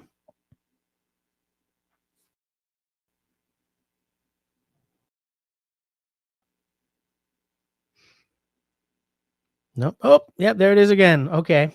All right. Don't do that anymore, Jess. Okay. Hold on.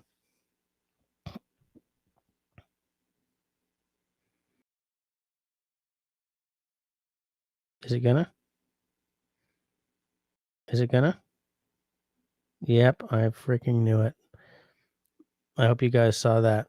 I mean, I know it's frozen on the balloons right now, but let me do that again just to make sure. Why? Oh yeah. So what I was gonna say is, hold on. I didn't. I'm just gonna. There we go. There we go. Please stop buffering so they could see the stupid hearts. Like what else can I do? Like what else? What other silly little signs can I do? So, like, peace sign is balloons for some reason. What if I do this? What if I just put a thumbs up? Nothing. Oh, no. Okay, so I just gave myself a thumbs up. What if I do a thumbs down? Are you guys seeing this? No, it froze right before the thumbs up appeared. Oh, no, there it is. Okay.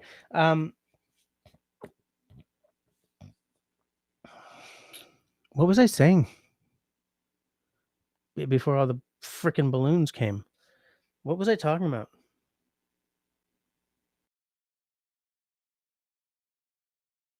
What the hell was I talking about? I had said, what the hell was I talking about before all these freaking balloons and hearts happened?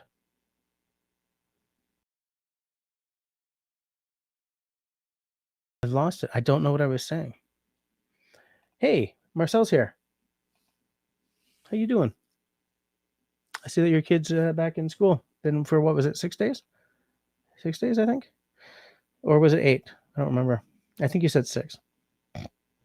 Yeah, Destiny. I was like, and the only reason I know this is because when I did this sort of the whatever I did, 2 or what, I don't even remember what I did, but suddenly all these balloons appeared. I was like, oh, well, so what else works? Can we do a little heart? And yes, you can do a little heart. They didn't tell me about that. But anyway, Marcel, my picture is buffering hard, but apparently my audio is fine. So whatever, right? Okay, what if I do this? Nothing, eh?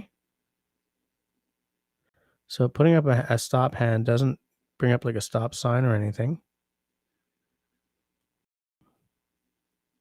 What if I salute? No, just kidding. But what was I talking about before that all distracted my bad self? The hell was I talking about?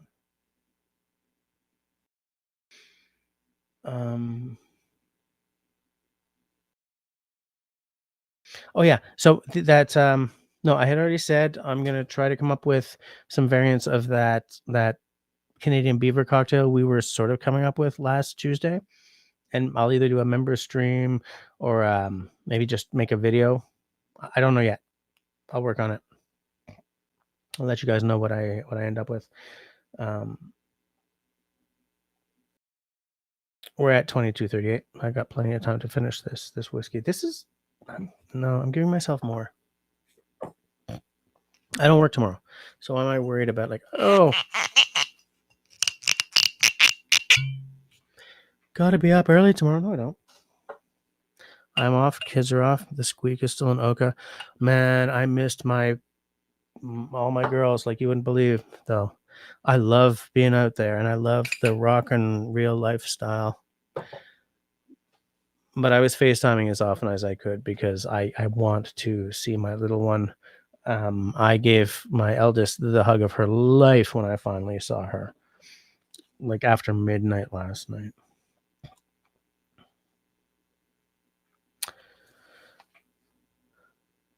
I don't know why I said that either. It's just freaking. Oh, so here's my second. It's gonna freeze. Oh, the poll. Thank you, Peanut Trucker. I will close the poll. So this is my second watercolor in about 30 years.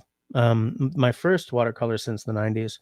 I did a card for my wife's birthday just before coming to Alberta. But this, I'm going to hold it up so that even though I'm buffering to shit, you guys can still see. In this little watercolor, very simple little thing, it actually shows one of the reasons I stopped painting. And it's because due to the dyspraxia, I can't draw a circle to save my life. And I was just frustrated before I knew what was wrong with me. I was just frustrated. Like I can't do like a straight line, like I do a line and it always ends up, sort of, or, if I'm doing it up, it always, can't do a circle. So I'm on a waiting list for occupational therapy to solve the dyspraxia. And I am very hopeful that I can. Raspberry Rock says, The buffering is almost certainly due to other people in your house using the internet. It absolutely is. Okay. I'm with a company called Fuzz, Fizz, They're green. Anyway, they do have a higher speed internet. There's a noticeable difference in price, though. So I don't know.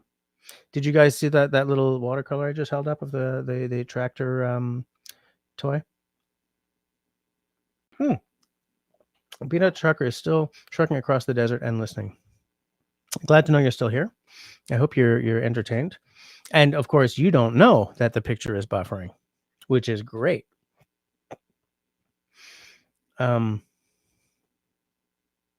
You saw the watercolor. Okay, perfect. Did you guys see? I put a picture.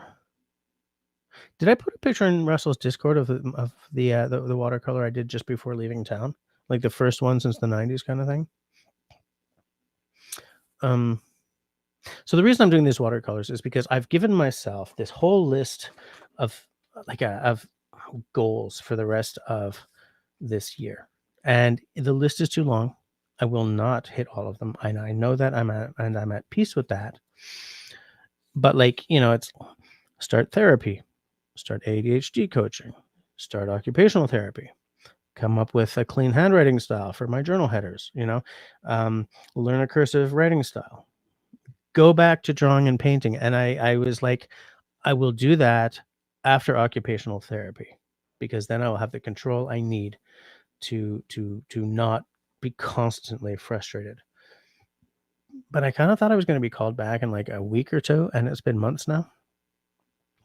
So I got kind of impatient. And I see a lot of watercolor stuff on my FYP page on TikTok. And so I felt inspired, And I think that little tractor with the crappy circles on the tires is going to be a good, I forgot to shut down the poll, even though I was reminded to. 67% of you do remember the live stream with Val. 33% don't. I mean, you guys might not have been hanging with me yet by that point. I think that little tractor picture is going to be a very good sort of yardstick to measure myself against after I've done the therapy, which is why I was like, you know what, let's start now so that I can look at what I'm doing now, which is kind of worse than what I did when I was doing watercolor all the time in school, because I haven't done it in forever. And then just see if things improve over time. In prep for getting the dyspraxia under control, I have what is called an octave mandolin, which is a mandolin, but an octave lower. Years ago, like 12 years ago, I bought it. I started learning, and I snapped the nut on it while putting new strings on. I took that in to get repaired and set up, and as I get better control over my hands, I hope to take that up and learn how to play it. So I got it set up. So I told you, like, I took it in to get fixed up, and it's going to be, I'm going to pick it up this week. It's going to be ready for me to start plunking around on it. I'm not going to hit all these goals. There's like 20 things on here. Oh, learn octave mando is on here though.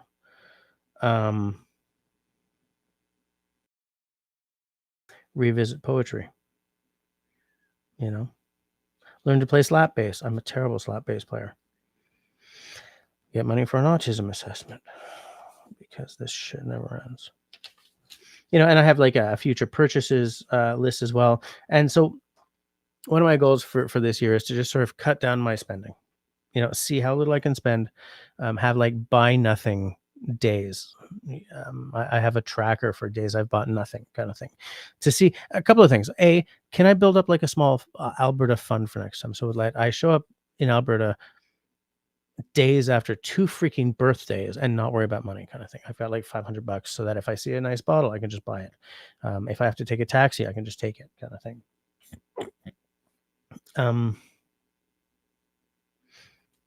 Why am I talking about this boring shit? Chrissy asked me, why am I... Oh. Little Daft Punk, yeah. Why did I post nothing there? Kinder Boy says imperfect is called abstract. Abstract's a little different, but you know. Yeah, so I took this week off from work because my wife was supposed to be off, but something changed at work, and so she's at work. So I thought we were gonna have all this family time, but we don't. But I'm still really glad to have the time off because it gave me time today to declutter my bookshelf.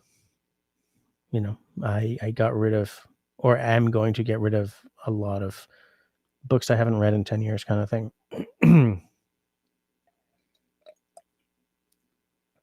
So there's a lot of little things that have been sort of at the back of my head that I'm just going to do this week and get them going.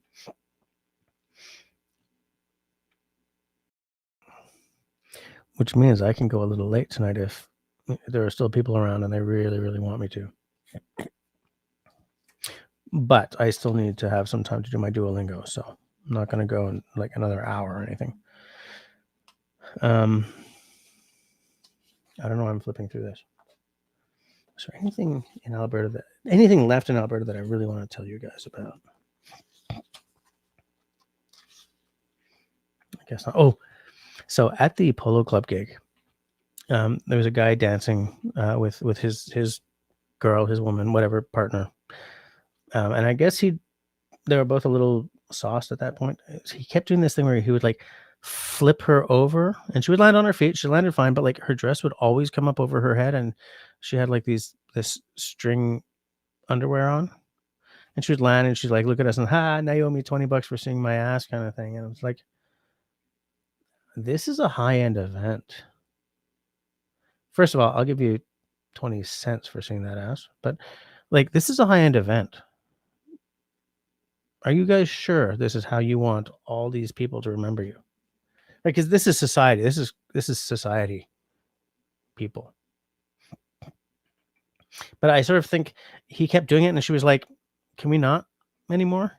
kind of thing. But anyways, and there was this band on us ahead of us that was also on ahead of us last year called Genesia, which is sort of a bit of a variant of the lead singer, the woman's name.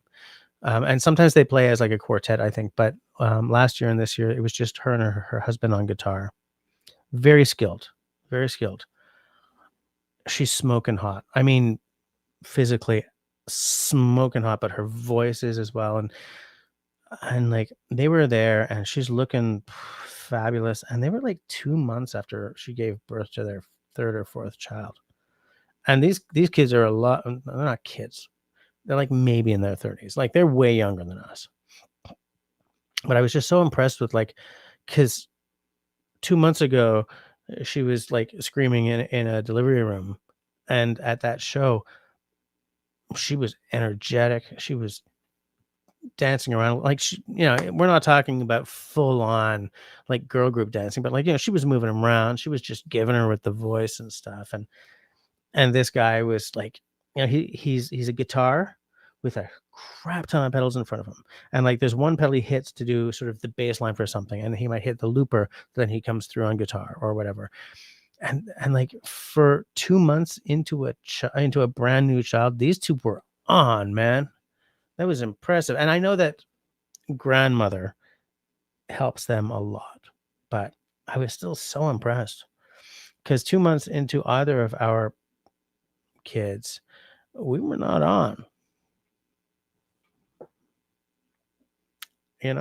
But it's funny because I almost said her name. The madame gave me half of her maternal leave as my parental leave. I don't know. I think paternity leave is 5 weeks, but if you take parental leave, you can take up to half of the year. And I will tell you, I took it both times so that she could get back to work. But I have never felt as fulfilled as I was those 2.5 years where I was just dad to an utterly helpless, tiny life form. I really feel that I got to feed something in myself that a lot of guys don't get to. And I would be a stay-at-home dad like that. Absolutely. It was good for my head. It was good for the soul.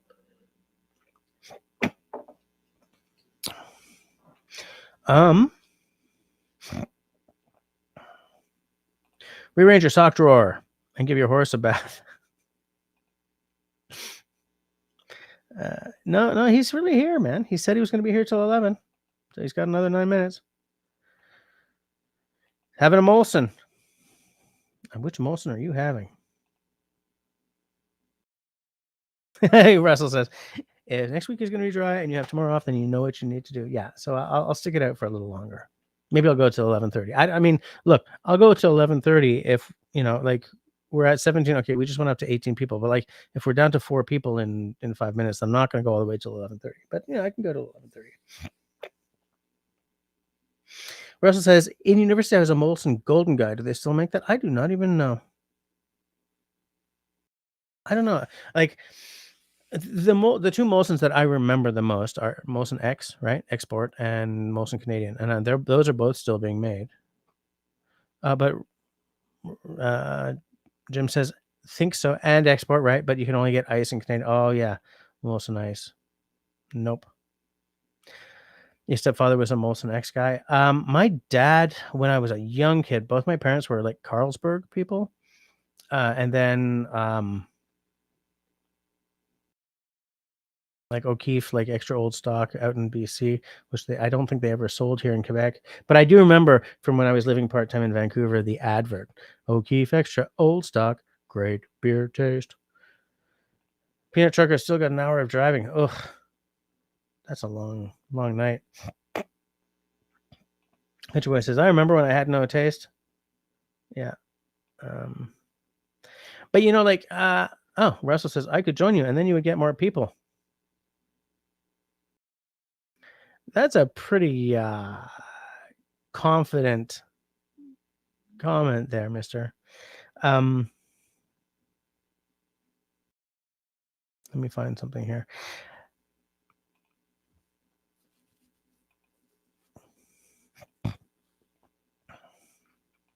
But like, it's funny because I didn't grow up loving beer, right? I discovered Guinness and thought that was fabulous. And that was like my beer de choix for a long time. It still kind of is, but I never went through the Molson or Labatt Blue or 50. I used to know someone who was like, I'm a 50 girl. I'm like, ooh, okay, that's fine. I'll still look at you, but the relationship is off. I mean, I never stood a chance with her anyway, but I mean, it was just funny.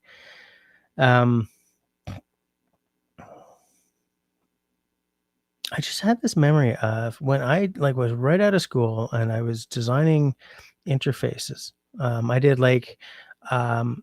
the first website for a radio station in, I believe, Vermont called 99.9 The Buzz. That was so painful.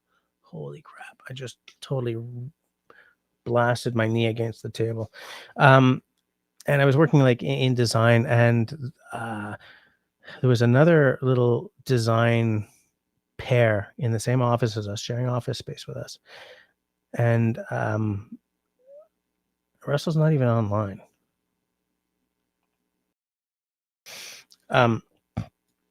They were doing the label for a small beer company from like Mont Tremblant that was trying to go national. And I remember so they designed these labels, and there were 2 versions of the beer, and they showed up at the office one day, and so we all tasted it, and it just tasted like 50, man. It's like this was way before sort of the golden age of craft beer and stuff. Like, they were not a craft brewery the way we think of it, or craft brewery, right? I was like, good luck, guys, and they didn't make it. Like, they were doing gangbusters as a small local brewery, and then they tried to go national, and nope, gone. It's because everyone's too damn big for their britches. Do you know that of which I speak? Russell's not answering my text though. My DM in Discord. It's because he's a great big jerk. Yeah, I said it.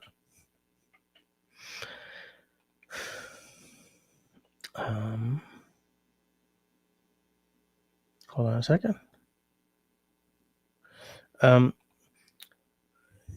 Russell says his first Labatt Blue was skunky. Never drank another Labatt beer since you were 19. I kind of feel that a lot of domestic beer gives me that kind of, Molson, Labatt, Coors, right? Because Molson Coors, headquartered here and in the States now. Raven says, I can't afford the craft stuff every night. Canadian is your go-to. Yeah, that's the thing, right? Like I've opened a couple of beer on this live stream that were like $9 for the bottle or the can, and not all of them have been terrific, right? Craft beer is can be a very high dollar purchase for sure. I understand that completely. Destiny says, Pilsner, that brings back memories from decades ago. I only really drink craft beer. That is such a bougie thing to say. God, that's awful. Look, I don't drink beer every night. Okay. So let me just backpedal a little bit. I'm not backpedaling, but I'm clarifying. I don't drink beer every night. When I'm buying beer, it's always local or craft in some way.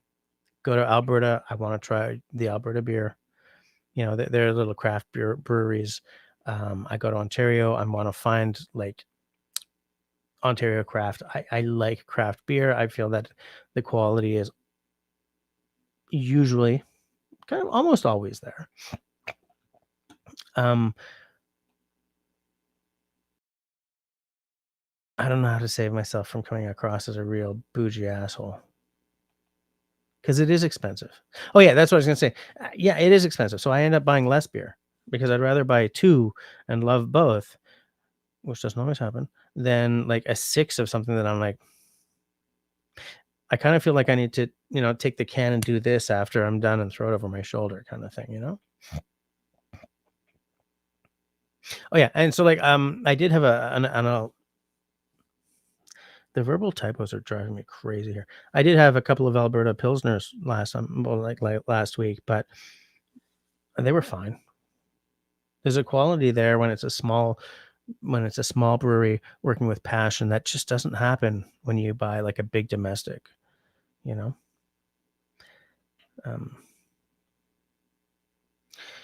Country Boy says Lucky Lager is the king of beers. Bud can kiss my ass. I don't know it. I know Peter, my fiddler, has had the real Budweiser, right? The one from the Czech Republic. And he says it's completely different. Much better because it's a European beer. Excuse me. Jim says there's a Czech style Pilsner brewed on the west side of Michigan, the best post lawn mowing bevy. And okay, so Russell will be around. That's the thing, like a lot of my tastes are context. Oh no, my tastes are season related. In the winter, fall, early spring, I want a dark beer. I want a stout. I want a porter, a red ale, like a brown ale, a cream ale, like what I consider to be the winter tastes. That's when I most want like a peated whiskey. Like this is a winter dram for me. It's just this particular one I love so much. I'll drink it anytime. But when the weather gets hotter, I want to make a margarita. I want a flowery or a lighter whiskey. I don't want like a big peat bomb. It's not a hot weather whiskey to me. Guinness is not a hot weather beer to me. I want something lighter. I'm not going to drink like Dos Equis or Corona necessarily, but I might have I don't like IPAs that make me dry heave, but just like a hazy pale ale, not an India pale ale, or a blonde or something like that in the hotter months. Jim got his butt chewed for buying a $10 Pilsner last weekend at Boyne Mountain. Christy says Meisterbrow is what we drank in college. It was cheap, and Mickey's Big Mouth. I've never heard of either of those. Hold on a second.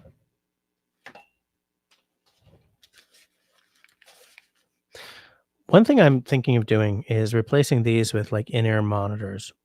By the way, we're Yo, bringing you online, and I'm going to do this. can you hear me? Yeah, yep, I can hear you. Can you hear me? Nice. Yeah, I can hear you. Yeah. Yeah, I don't think you need cans. I don't think you need expensive cans for this sort of thing. No, it's just I don't want to buy another set of headphones, right? Like I've got these. I'd like to get a nice. Just earbuds, man. Just like simple, cheap earbuds is all you need. Like you're not listening to music if you're listening to somebody else talk. It's so we want to see the whole jack-o'-lantern, but just... don't you think this makes me look like a real radio guy? Hey, welcome to Drive Time.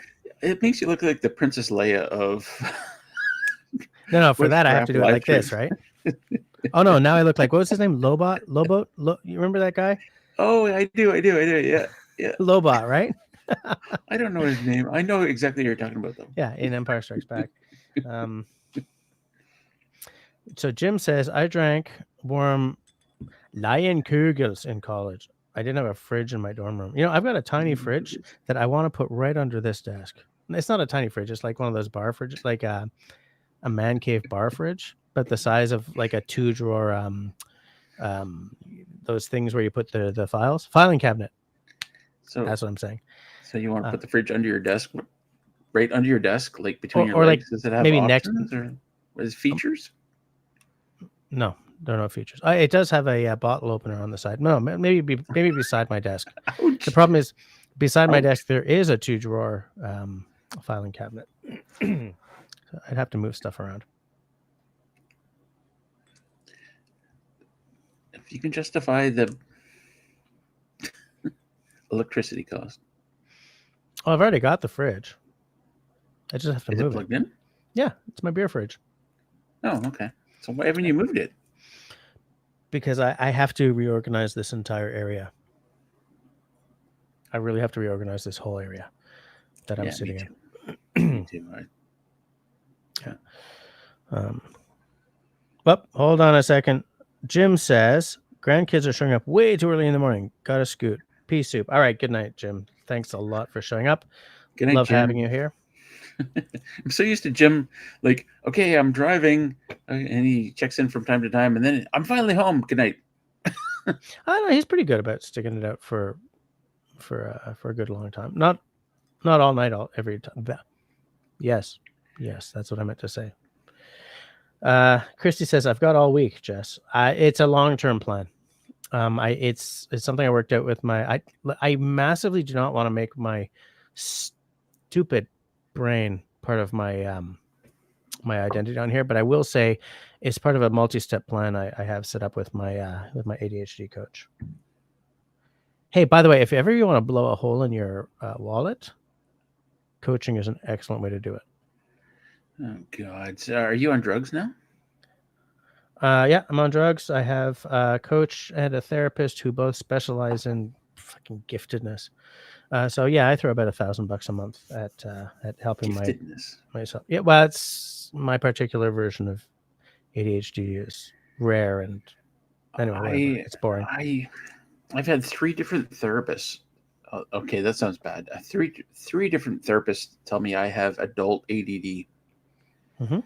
And I face the same thing that you did. It's like there's no test for ADHD that doesn't cost a stupid amount of money. I just spent it. So look, I spent it on my daughter. There's a oh shite. I just way overpoured this. We're okay. Oh.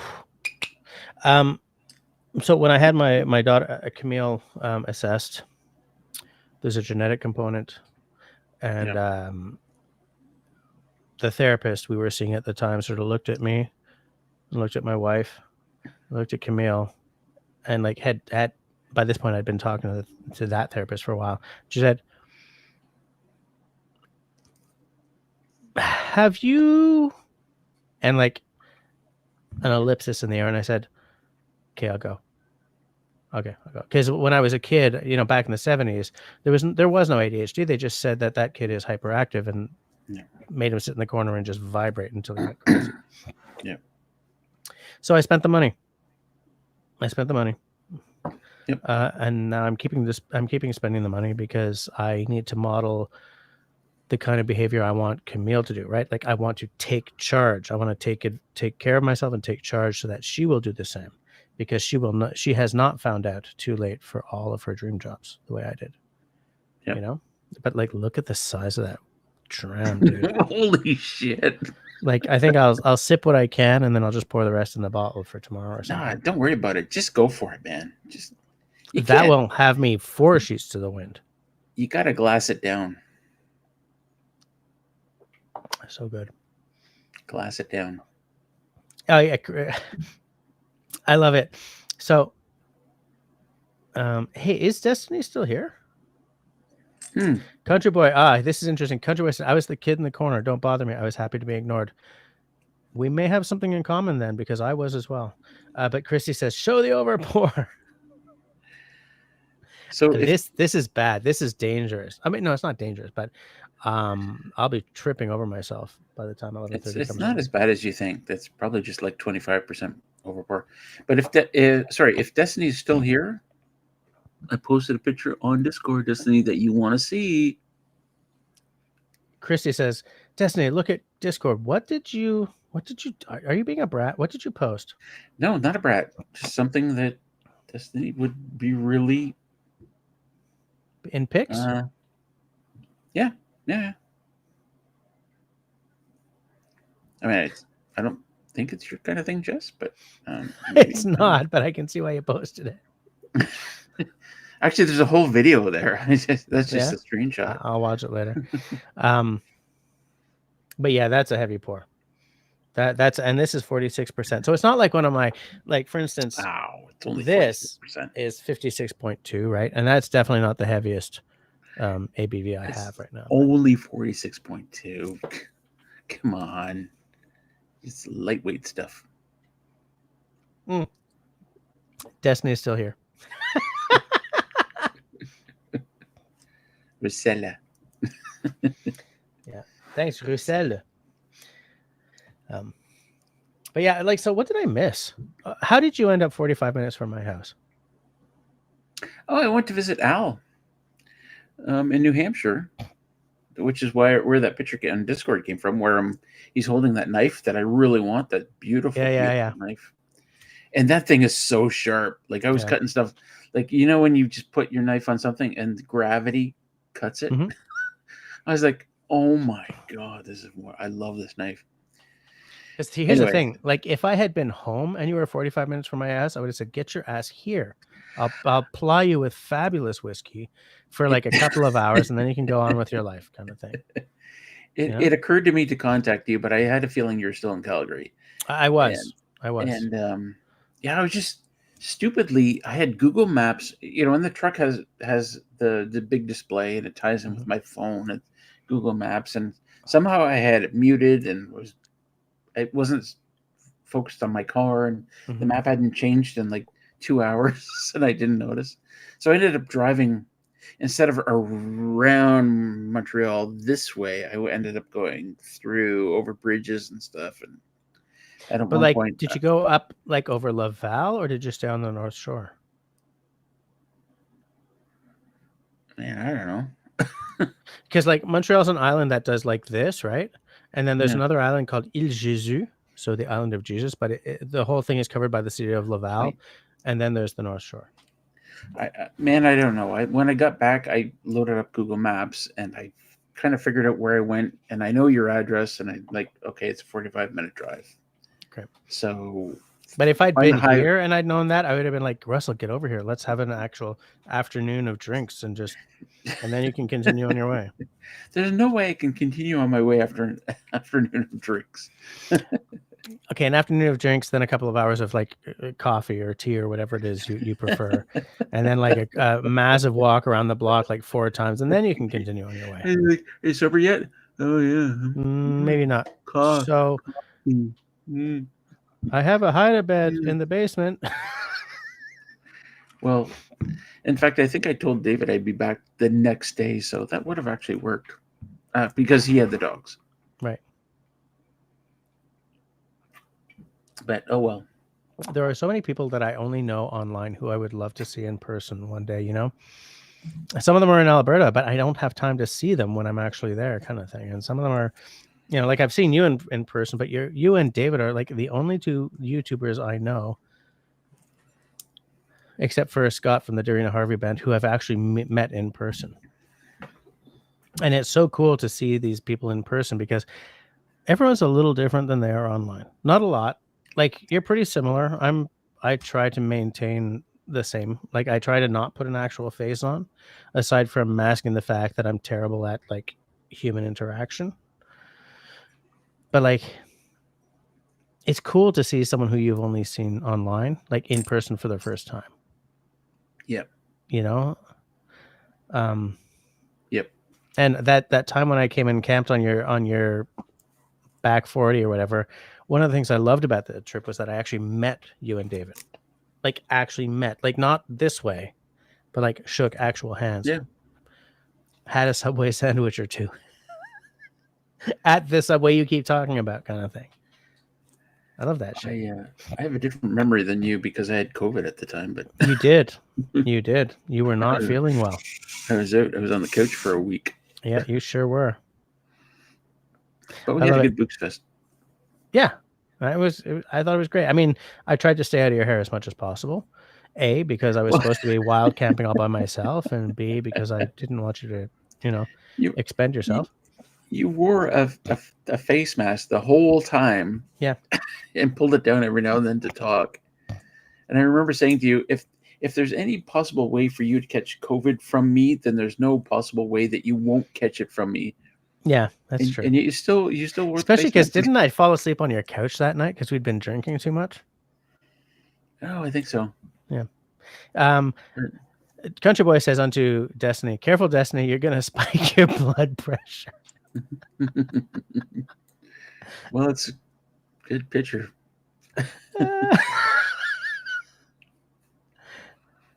I mean, it makes me feel fat, so I don't think it's a good picture. But, Ray's one of those guys you want to hate because he looks great. Yeah. He looks fantastic, but he can do anything. Yeah, and that's the thing, right? He doesn't look good for his age. No, he just looks great. Yeah, and he can do anything. You know, try him on something. He taught survivalism for the military for a while. He was #1 ranked in rifle shooting for 5 out of 6 years in Canada. You know, he can build homes from the ground up. He can, you know, build. And he seems like a nice guy still. Like he seems like he's still a down to earth kind of salt of the earth guy. You know, well, he is, so you want to hate him, but I feel that 5 minutes after meeting him, it would be impossible to hate him. Which is worse, by the way. Well, I gotta pour another dram. Be funny for a minute. I'll work on it. I love how Russell used my own line against me. Just there. So man, there's still 17 of you. Like we were down to 14 people at one point. Who joined us late? Sound off. See, I told you. Man, I told you. Russell's a brat. I mean, but he's right. We've gone from 14 to 17. Who's late? Who's hanging with us? I want to know. I mean, especially because I'm not supposed to be on anymore at this point. But I mean, I'm not working tomorrow, so I figured I would stay till 11:30. Well, I put it on Facebook and see if anybody will show up. Did you? What did you pour? No, I could. The whiskey you can never remember. At Grant's. Nope. I didn't remember it, right? Nope. I keep thinking it's Grant's because you've had Grant's before. So it must I've be. talked about Grant's before. Christy says, use the name Sandy. Hey, so I used to know a guy named Sandy. He was a bass player for one of the bands in Calgary. I used to see him. I'm going to start that whole fucking sentence again. It's okay. We're after I'm not going to get demonetized for that. I used to see Sandy up at the festival every year. He was the bass player for a band called Morrissey's Private Stock. Great bunch of guys. Love to hang with them. Oh my god! What the? And one thing I loved about Sandy, first of all, he was a good bass player. He built his own bass out of it was like a kit bass from Carvin, left-handed, fretless. So I never got to play his bass, but all the social anxiety that I have when I'm actually face to face with people, he just cut through because he had this real sort of like low key way of just talking to people, like real quiet. Whereas everyone else around him was like, "Fucking yeah, man, you're great, man. Let's have another fucking pint," and all this stuff. He was just like real down to earth and talking and stuff.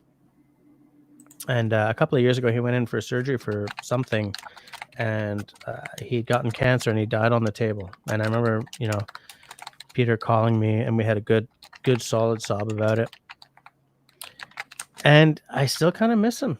I was there and I felt his absence this time at the festival, And it's like cancer is just chewing through like the musician set of the people I know right now. It's just so weird. Like, how it seems almost like it goes in cycles. Like you have all these years where everyone's fine and everyone's healthy and everyone's whatever, doing yoga and stuff. And then there's a couple of years where everyone just sort of drops off. Boom, boom, boom, boom, boom. And I'm in that sort of halfway through that boom, boom, boom part. But like, even though I lived like 4,400 kilometers from this guy, I still, at the festival, I really felt his absence, It's shite. Absolute shite how this thing... We need a vaccine against the cancers. I have no idea how realistic that is. It's just something I would like. So if anyone out there has a lot of money to throw at pharmaceuticals right now, vaccine against cancer, do that for me, will you? I tell you what, I've woken up with migraines every day for like 3 weeks, and I never get headaches. So I might need that sooner than later. So people, come on, get checked, man. Put the money in the. Where do you put the money? Pot. In the whatever, GoFundMe, like, what the hell do you do? No, not a GoFundMe. Cancer research. Yeah, like donate your money. Put the money in the basket. That's it. Or something. I don't know what it is. I know what you're saying. You know what I'm saying. Everyone here knows what we're saying because everyone here is friendly with us. I love it. Country Boy says onto Destiny, Bad Civilian won't kill you. No worries, because she's having a bit of trouble. Probably because of the picture. Country Boy says, cancer is a massive moneymaker. There will never be a cure. So, no, but also yes. Like, I know somebody who is in that field. He works for a small company, and he's actually working towards a cure, but there are a lot of companies that are working towards, like, palliative care and stuff like that, because it's true. As long as there's cancer, they will make bank off of the care element. So they're not concentrating on the cure element. And he works in a small company in Boston working for the actual cure element. That's kind of like the internal combustion engine being like obsolete for decades, right? Yeah, the internal combustion engine is over 100 years old. Why are we still using that? Well, because there are a few industries that require us to still use it. And I don't want the internal combustion engine. No. I was about to make a sort of a really black and white statement. I don't ever want a vehicle again that has only an internal combustion engine in it. I think I'd like my next one to be a hybrid or a plug-in hybrid. And we would like, say, my wife's next car to be full-on electric, so that just bombing around town, we're on electric. But if I want to go and see Russell, I'm not stuck suddenly outside of fucking Peterborough with nothing to plug into, right? So, that's like, fair. For me, it has to be a hybrid so that I can just boom. But, like, it's hard to unseat something that rules the roost. But also, here, let's face it, how many of the old, like, Hanson companies successfully transitioned into automobiles? Right? Hansons were horse-drawn cabins. I may have had a lot of whiskey. How many horses got converted into cars? Like, no, how many of the old sort of horse-drawn buggy companies, okay? Hanson was like Kleenex. right? It was sort of a term that came to mean that market. But how many of the Yeah. big horse-drawn buggy companies transitioned into automobiles? I don't know. Bupkis. Not a single one. Because they held strong on the belief that cars were just a fad. They didn't, and so like the guys at Ford know that. The guys at Chrysler know that. The guys at Mercedes, at I was going to say Rolls Royce, but no. But like, the guys at the car companies know that. And so they're trying to sort of adopt electric in a certain way or hybrid in a certain way. But the Japanese companies are just going to wipe the floor with them the way they did for hybrids, right? Like the first electric cars in the world were in California, right? So the American car companies called their lawyers and got those things shut down. But in the meantime, all the Japanese car companies were like, we want to sell cars in California. And so then the Prius came out specifically because of of the electric car. Not every car company we know and love today is going to make it into the future, but some of them will. Some of them will. I kind of feel that Ford's going to be one of them. I don't even know why. I think it has a lot to do with the F1 Lightning, the F-150 Lightning, though. I don't know. I know, City Girl got a Toyota RAV4 hybrid, and it's such a wonderful car. It's got like incredible mileage on it, and it also has some features, like some basic features that are built into Toyotas that, so I have an F-150, got 2 years after she got her RAV4, and my F-150 doesn't have features that she has in her car that are standard in Toyotas now. Mm-hmm. And, yeah, no. My next car will be a Toyota for sure. Toyota's my number one car company for me. Absolutely. Like I love Jeeps, I love Land Rovers, but I'm not going to buy them. I'm not going to buy them. Your wife's car is my number one purchase, right? Like if I had the money, you got to be practical.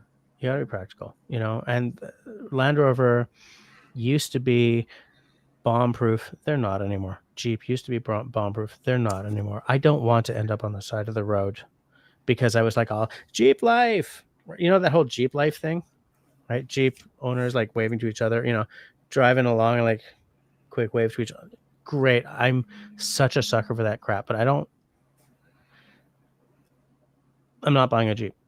I love them. I'm not buying a Jeep. I love Land Rovers, not buying one.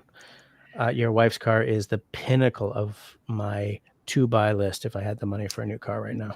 And she loves it. She loves her car. My brother-in-law has one, but it's the plug-in hybrid version.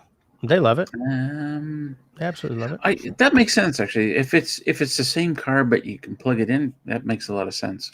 Oh, okay, but I do want to wait. I do want to start that sentence again. I do want to say one thing though. The plug-in hybrid is ideal in Quebec, because many of the restaurants have the plugs outside, and because our electricity comes from hydropower, not coal-fired plants, right? Yep. Like, so to us, it's a no-brainer. And Hydro-Quebec has said that they could handle like 200,000 electric cars without even ticking over on Quebec roads, right? That's because they've dammed every major river in Quebec. But if I was living in like, say, Alberta, where it's mostly natural gas or coal fired, it's not an automatic ecological win, right? And it's not cheap. It's not cheap. Remember, Russell, so those of you who are watching, one night after one of my live streams, Russell and I sort of ran the numbers because I would love to solarize my house. And he looked at what I pay per kilowatt hour because Hydro-Quebec, and he's like, why? And I said, because solar is hot. And he said, no, look at what you're paying. Your, what's it called? Your return on investment is so much longer than it would be in Ontario, right? Yeah, in Ontario, typically it's 6 years kind of thing. Which is not great, but it's pretty damn good. If you plan to own your house for like 20 years. And what did we figure out it would be in Quebec? Like 12 years, something like that? I don't remember, Jess. It was 12, 20, something. It was really, really long, Your electricity is pretty cheap there, so. Absolutely. By the way, Marcel says that she's glad that we're on a little late. I'm glad we're on a little late too, because sometimes I'm like, okay, good night. It's 11. Click, and I was like, I wasn't finished yet. You know what I'm saying? Well, sorry, Marcel. Her husband is on a business trip. Her daughter's in bed, and Marcel is looking to get drunk tonight. So Evidently, so am I. I mean, because remember how much I poured of that? Oh, you have a good healthy pour there too, yeah. I have an ice cube in mine, but oh, you have an ice cube in there? Okay. Yeah, you can see it. Yeah. Yeah. Wow, you can see the reflection of my screen there. Weird. So Christy has a wine glass that fits an entire bottle of wine. That's a hell of a wine glass. Country Boy says, horse-drawn cabin, the RV of the 1800s. You know, it's funny because I often say, and Grace says, and a horse-drawn cabin might require wide loads. Did I say a horse-drawn cabin? That's how it was written. Oh yeah, because that's I said cabin and then I sort of dropped it back because I was talking about Hanson's. Oh yeah, I see what you're saying, Russell. Husband's on a business trip, daughter in bed, so it's quiet around here. So let's just keep on going till 1. So Marcel is going to get drunk and watch Magic Mike tonight. Get a little happy. Destiny says we only have 2 plugs in our city. Okay, so here's the thing, right? Like Hydro Quebec. Maybe get a little friendly with the washing machine there. Why you gotta be like that? Country Boy says, Jesus, I'm still working on your first small dram. But that's the thing, you know, that's why I never open a bottle that I truly love on these live streams, because I'm not paying attention, right? Like I'm not, if I'm just sort of like having this by myself, well, first of all, it would be a little smaller, but it would take me like a half hour to an hour to finish this dram because I just spend all my time. No, hold on. Oh, I do love that caramel. I think he's bullshitting because this live stream started 2.5 hours ago. I don't believe you're working on your first small dram there, Scott. He might have powered. What? He might have poured it at like 10 when I usually pour mine, though, right? But that's still an hour and a half ago. Fair. But you know, for true understanding of whiskey, it takes time to be like. This is Scott we're talking about. The ozone, that's American oak. Actually, that is American oak. I was making fun of myself, but then I was like, no, that's actually what it is. Oh, I just get so much like lemon drop. I get, is that like a marzipan? Because you have to say marzipan when you're doing whiskey, right? It's not marzipan. I've got road work on a July hot summer day. Oh, yeah. And, yes, and the sign is stop. A touch of road tar. Yes. The person with the sign looks bored. A little bit of pledge, little pledge on the furniture. Wiped down 4 times by someone who is left-handed. Left-handed. Absolutely. The person with the sign is voting conservative. There was a fiddler there last weekend. Gonna start that whole sentence again. And take 2. So there was a fiddler there who was phenomenal. This guy has like this really like tiny right arm, like half an arm, like completely, you know, what's the word for people who are like have half an arm?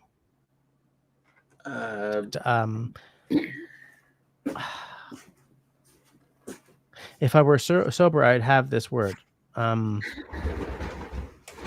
like, you know, he's got like this tiny little arm. Okay, he's got like a hand on it, but it's only about like as long as from here to here kind of thing. Okay, a little bit longer, about there. Fabulous fiddler, absolutely great fiddler. And I don't mean great fiddler for one who was born handicapped. I mean great fiddler. And he gets around in a right-hand drive standard car. Obviously right-hand drive because he can't do the shifting with his bowing arm, which is his right arm. So obviously a right-handed car was a no-brainer for him. I just think, man, that guy's so cool. His name was Jared. He's a guy who Peter knew because Peter lives in Calgary and he's an Alberta fiddler. And he's like, I can't believe he's here this weekend. I can't wait to jam with him, kind of thing. And down to earth guy, so nice, so freaking good at fiddle. And like watching him just burn with this like half an arm with this claw of a hand, I was like, there is nothing we can't do. There's nothing we can't do. Because like there are two kinds of being good, right? There's, oh, you're so good for the hand you were dealt, and then there's, oh, you're so freaking good, right? And he wasn't good for the hand he was dealt. He was just so damn good. I had a girlfriend in high school very briefly who she had something wrong with her fingers. Her first two fingers were, her thumb was fine. Her first two fingers are fine, but the second two fingers were like not even half the length they should have been on both hands. So on both hands, it was kind of like this, you know. Okay. And I forget what the condition was, or she was born like that, right? And she got into playing the piano when she was pretty young. Like her mother got her into it, and she played the piano. But it wasn't because their mother thought she was gifted or anything. It was more because you need to do this to show you that you can pretty much do anything, even though you've got two fucked up fingers. But she wasn't, as you said, just really good at it. She was good anyway. Yeah, I get it.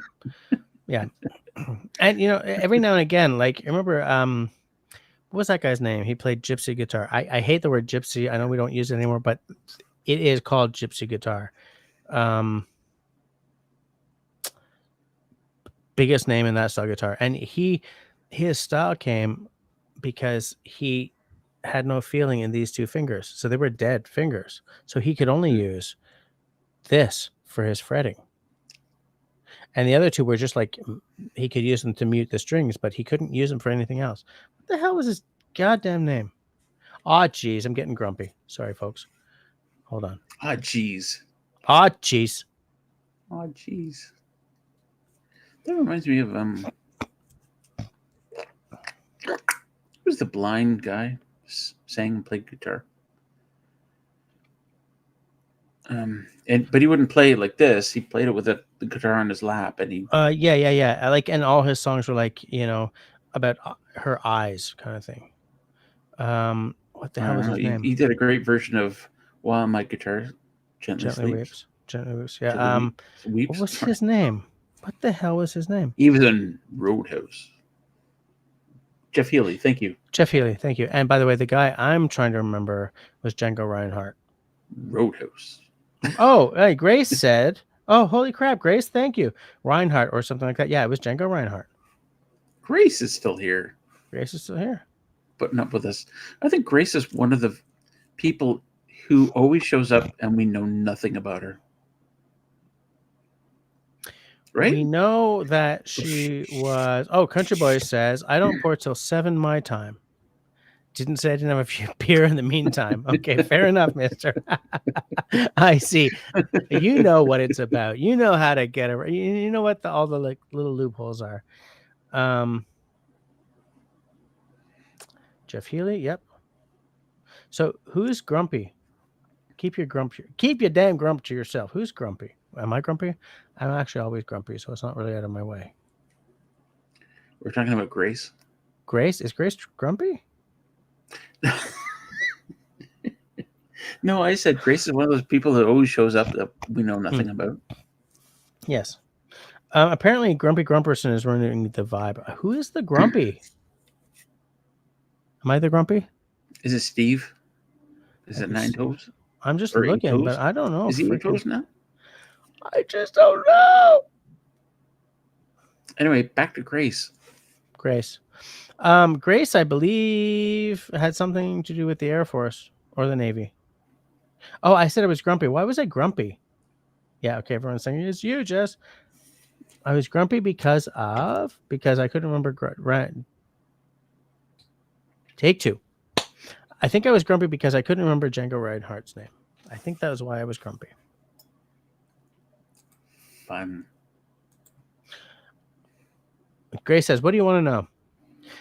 Okay, Grace, am I right that you were Air Force or your husband was Air Force or was it Navy? I think it was Air Force, right?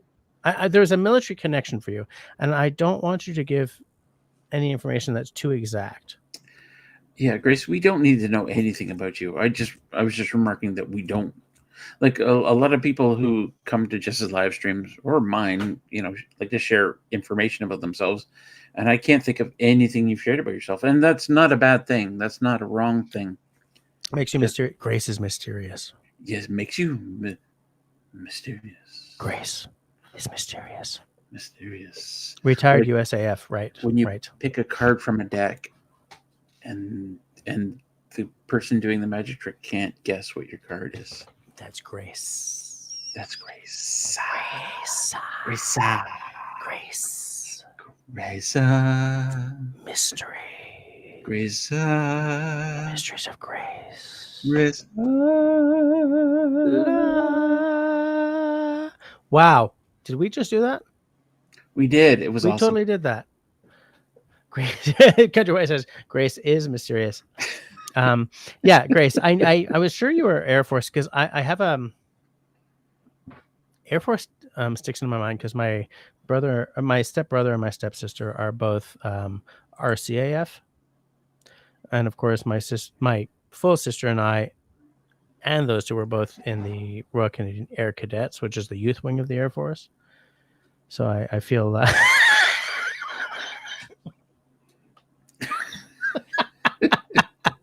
country boy. Come on, that was awesome. Come on, we did a great showing there. Come on, we was on, man. We can do that all night long. Like just kind of I'll sing something and then you sing something, you respond, and I'll sing something. Because you can't here's the thing about the internet. When you're in a band and you're standing next to the person playing next to you, there's really I'm talking about the speed of sound, right? There's really nothing between you two. You can play the same, and even a band member that's 30 feet away from you, you're playing in bing. But the internet, oh my God, I'm not explaining myself very well. Bing, whatever. Ba-bing. But the internet, there's a delay between stuff. Bada bing, bada boom. So if I started singing something and just started singing along, there's no way we're going to be in time because of the internet delay. It can't happen. And any video you've ever seen where people are playing along over the internet with their instruments, fake. It's never live. It's never live. Fake. And totally it's funny the way we learned that. When I say we, I mean my band and I. During the plague, the One more dram. Sorry. One more.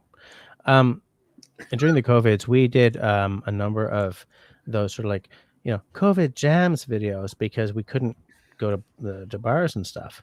But you can't do them live because there's so much lag. So what we had to do was, okay, David, record your part, and then we'll just record our parts, and then Jesse will just edit it together into a video. When you think about it, when you're playing with somebody in the same room, the delay is like 0.01 milliseconds. When you're playing with someone over the words, over the net, though, in the internet, it's like 30 milliseconds. It's like 100 times delay, which doesn't sound like 30 milliseconds is really freaking faster if you're playing a video game. But when you're trying to match up, but when you're all trying to play on the one, it can be bad. It's always bad.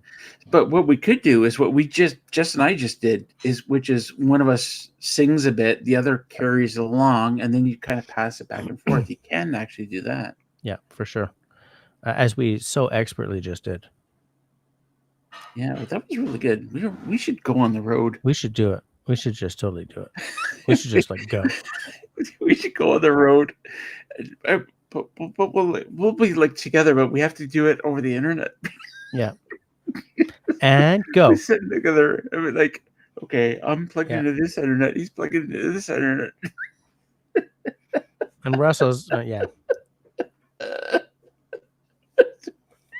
That's so fucked up. Christy, in answer to your question, I wasn't really pouring more. I was just pouring the last few drops out because the bottle's empty. We've killed the bottle.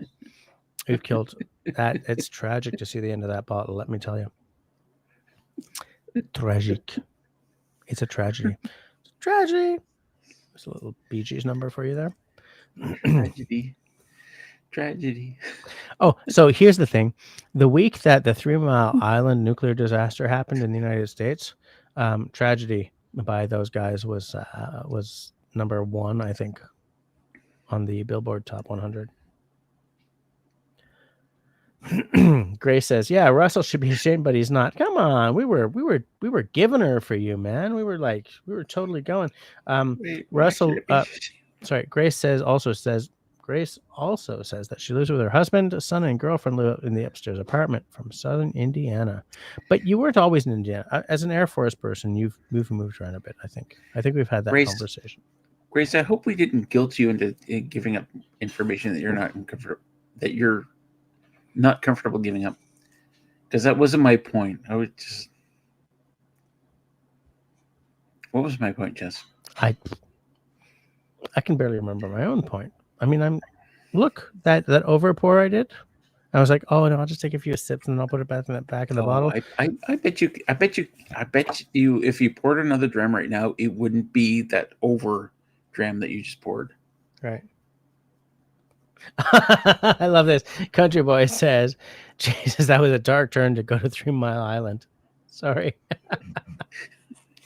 And it's because we said tragedy, which reminded me of that old song, which was on the, at the top of the charts when the 3 Mile Island happened.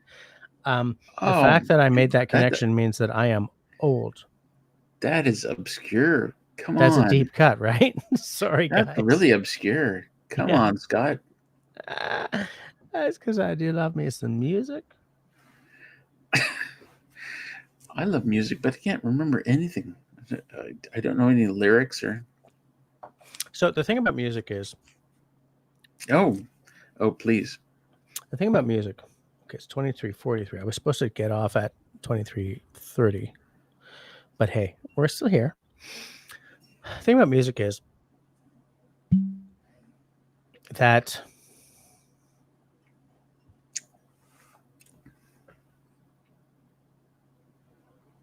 it's gone. It's absolutely gone. It was going to be fabulous, but it's completely gone. Oh, I was so ready. I was like, okay. So you have a thing with lyrics, right? Yeah. You said you have a problem with remembering the lyrics. Yes. No, not just remembering, just understanding the lyrics. Oh, so okay. What I was gonna say is not actually. It's terrible. It's stupid. It's dumb. But what I was gonna say is, hold on, Old and Dark, Mountain Man. Yeah, it's a brain fart. What I was gonna say is that the reason I have a lot of trouble with lyrics is that they don't register. I almost like someone once said something about that, and he was, I don't know, autistic or something related. And he said he hears lyrics almost as an instrument, and I do as well. So learning a song, like to sing it, is terrible for me. It's awful because I don't register lyrics. I hear them almost as another instrument. So they don't pop out and sizzle on top of the song for me the way they do for most people. Oh, we've had this conversation before. No, have we? It. I think we have. I might have remembered that two drams ago, but it's a major thing for me because I'm in a band and I have to learn some songs. Well, okay, so I played a lot of trombone and community bands and whatever, and so there's no lyrics, but I mean, it's not like I'm not musically inclined, right? I'm a pretty good trombone player, but when it comes to lyrics, you might be right. I mean, there's songs like I want to say Def Leppard did Photograph, right? Okay. And I've listened to that song 100 times, and it was only until recently that I kind of paired the title of the song "Photograph" with "Photograph" in the song. Otherwise, but I don't know. I don't know any of the lyrics of the song. Right. I can't understand them. There are certain lyrics that stick out to me, but like it'll never be a whole song. Like, sometimes we'll be on stage, for instance, like I'll be with the boys on stage, and someone will say, "Welcome back," and so obviously in my head goes, so that "Welcome Back, Cotter," the theme song for that old show. So I said, Welcome "Welcome back. back," right? And I got that. And I welcome back. But like my fiddler and the guitarist know every freaking lyric. And I'm like, Oh yeah. what? How? And that's like whenever somebody knows every lyric to a song, unless it's something that I really, really, really, really worked on, I'm like, how do you do that? How? Grace says, Texas, New York, Georgia, Germany, Florida, Italy, Japan, California, Spain, Switzerland, Austria, Liechtenstein, Korea, Hawaii, Mississippi. Thanks, AF. Who's AF? Thanks as fuck. I took so long, it took me a while to recall them all. Yeah, so that's all the places, that's all the air bases you've lived on, right? So I'm gonna say Korea is probably South. Oh no shit! You've lived in all those places, Grace. Wow.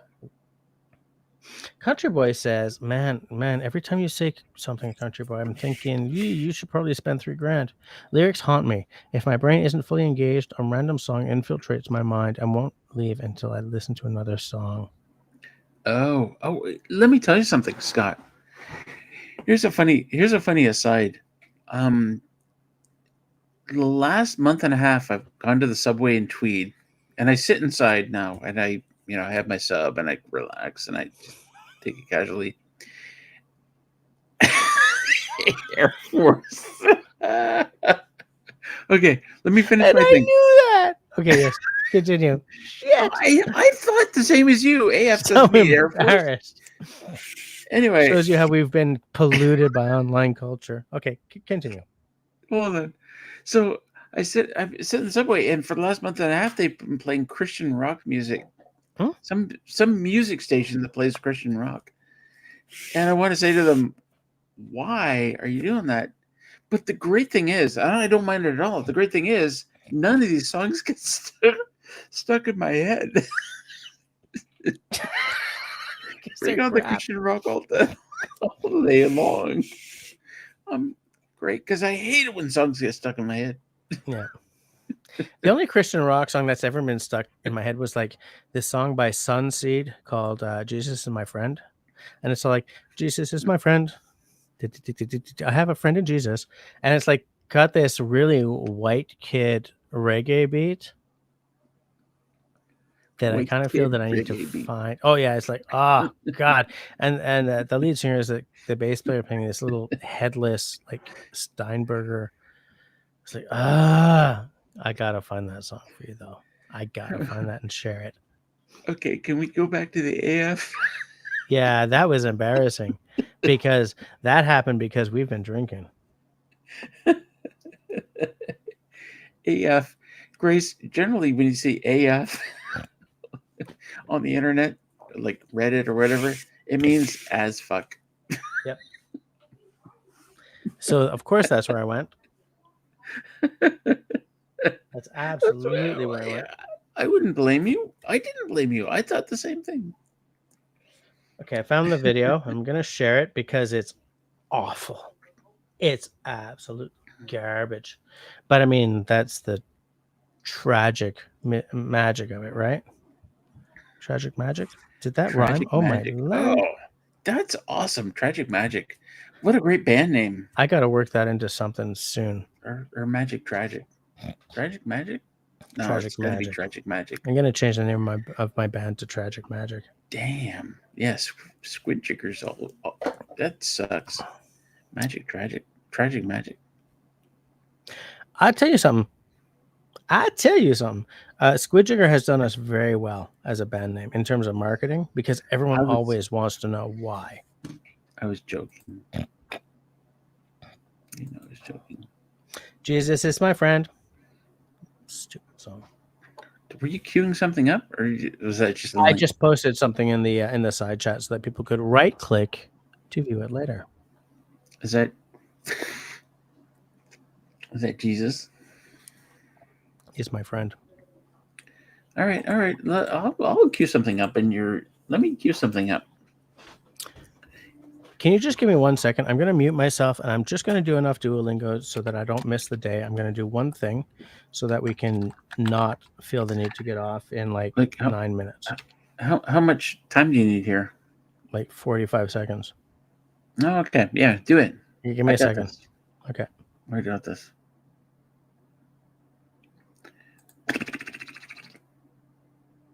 Okay. So we're going to talk about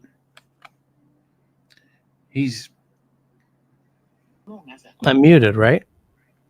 Well, I can hear you say I'm muted, right?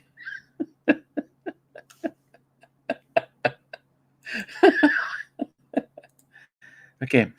Here's the horse video. I'm pasting that now. Abbreviations and acronyms. Yeah, of course they do, Grace. Tragic Mike. Guess I have to make another guitar strap. Steve is here. Anytime Justin Russell live streams, is Tragic Magic. We're gonna start a band. Me and Jess. I will sing, and Jess will accompany me.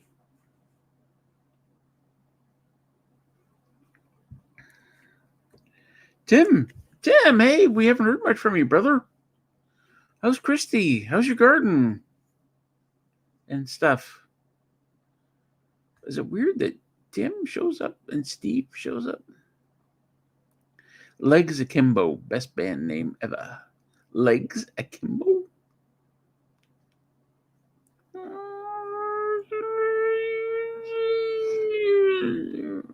I have saved my streak, my 15-day streak, my 18-day streak.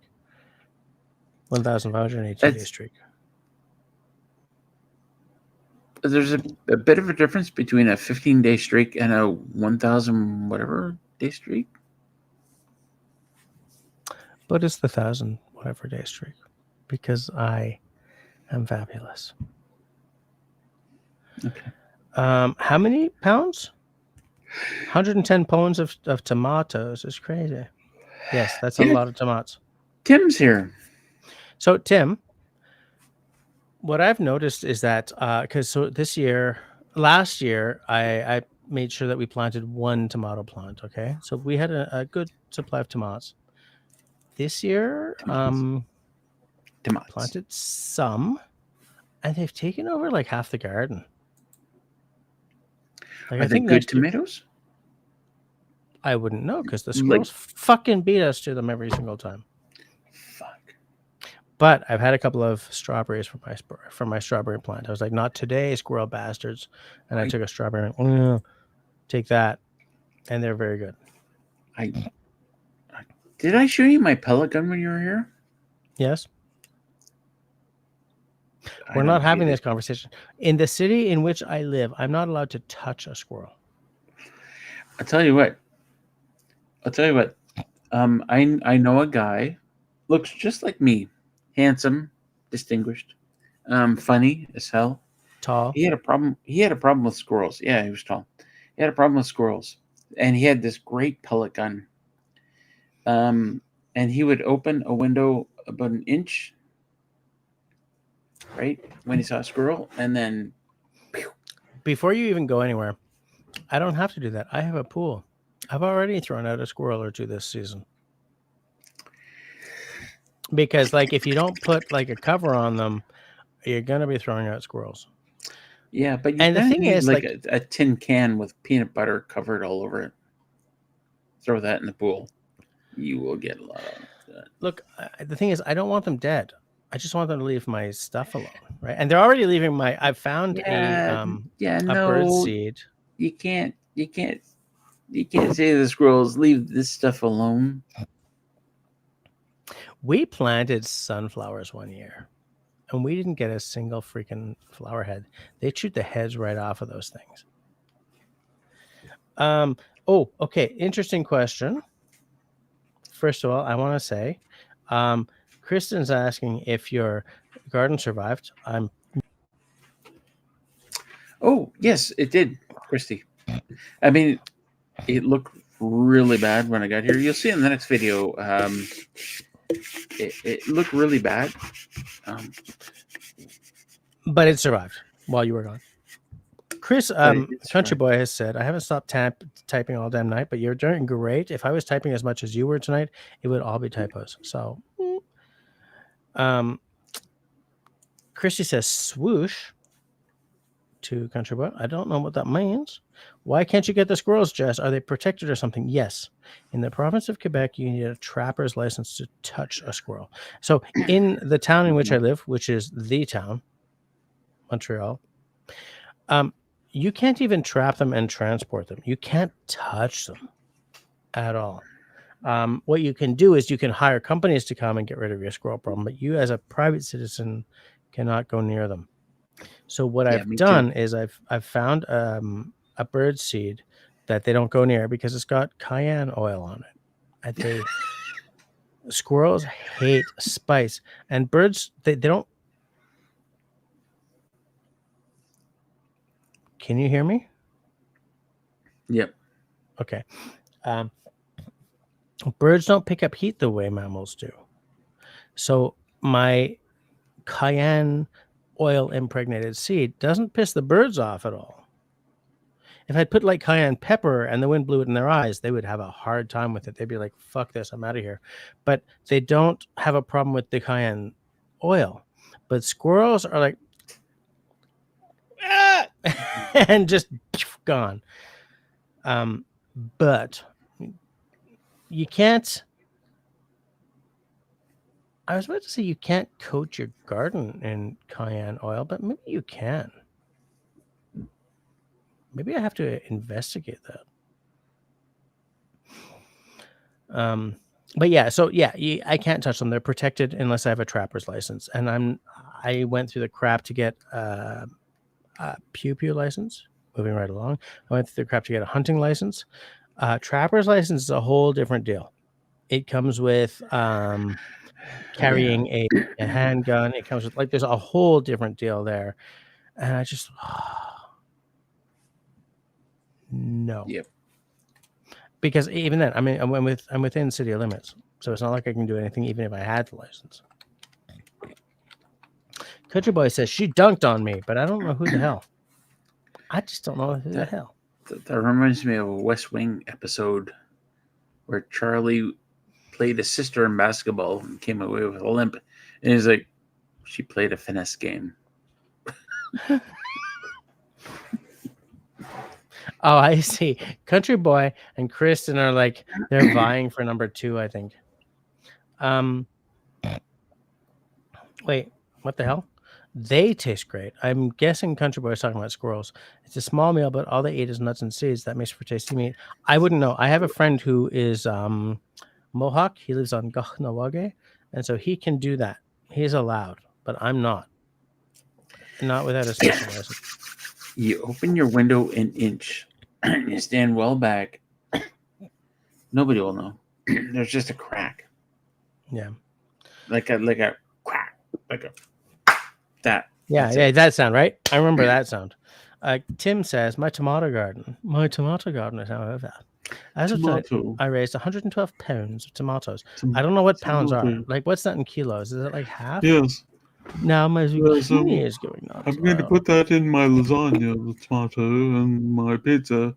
Well, my pizza, of course, starts with the grains of an ancient historical people. Now my zucchini is going nuts, as is all my spices. Christy is great, Russell. He's talking to you. Thanks for asking. I think Tim's Yes, but I garden take my gives me zucchini. hope. If I put my zucchini in a pot, that's overdoing it. You have to take your zucchini and bless it. So the First, way I bless the show zucchini, it to the thing, and then not do it. the way I bless my zucchini is by cutting it up and putting it on a Barbie in a like a basket with a bunch of other veggies like onions and peppers. In fact, it's almost always onions, peppers, and zucchini. Because here's the thing. I keep trying to find a way to cook zucchini where it doesn't turn to mush. Like I would love to have a crispy breaded zucchini, Well, what but I don't know how to do it. I slice my zucchini and I throw it through the air like a frisbee. If it comes back, then I'll cook it. But if it doesn't, then it is a gift to the gods. Right, Russell. By some miracle, the way I have the camera set up is not picking up the person who's walking down the stairs and to the back room. I don't know who the hell, and especially because, that's Camille and one of her friends. I'm bloody glad I have my camera aimed the way I did so that it didn't pick them up, because I think that, Camille's like, hey guys, hi, I'm fabulous. But I think I would be in trouble if I showed the friend on camera. Where you going, Russell? What's up with you? Country Boy says what Russell said. The sound stays inside. No one knows. I'm not messing with the legality. Tim says, unto us, have to eat the tomato with one finger in the air, Russell, preferably the pinky. Maybe a little cherry tomato. It tastes delightfully nightshadish. But So, okay, here's a really boring fact, but one I find fascinating. Back during like the Renaissance and all that, the tomato was considered to be poisonous. It was called a love apple. You would give it to someone you loved, but no one would eat them because they thought, as a nightshade, it was poisonous. Hold on a second. How are you two doing up, by the way? Cool. Is that what the tomato said? They're not even answering me. But yeah, so like, the tomato used to be something that you would give to someone you loved and put it on the table, and some painter would turn it into a freaking still life or whatever, but like they would never eat it. Russell's gone. Russell's bored with this stuff. Russell's bored with the information I'm disseminating. Hold on. Let me adjust my mic so that I can do the hi, welcome to Midnight at Hearts of Space, the show where we play unto you the sounds of new age music from the Bay Area. Tonight, Brian Eno, Mannheim Steamroller, some Tubular Bells action, and then as the sun rises, we will play Cat Stevens, Morning Has Broken.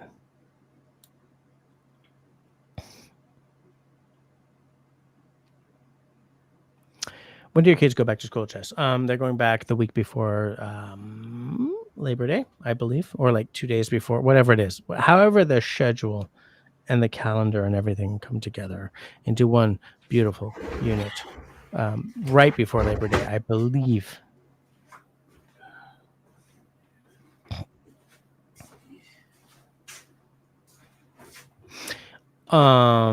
Marcel says, I wish mine started in mid-September like we did.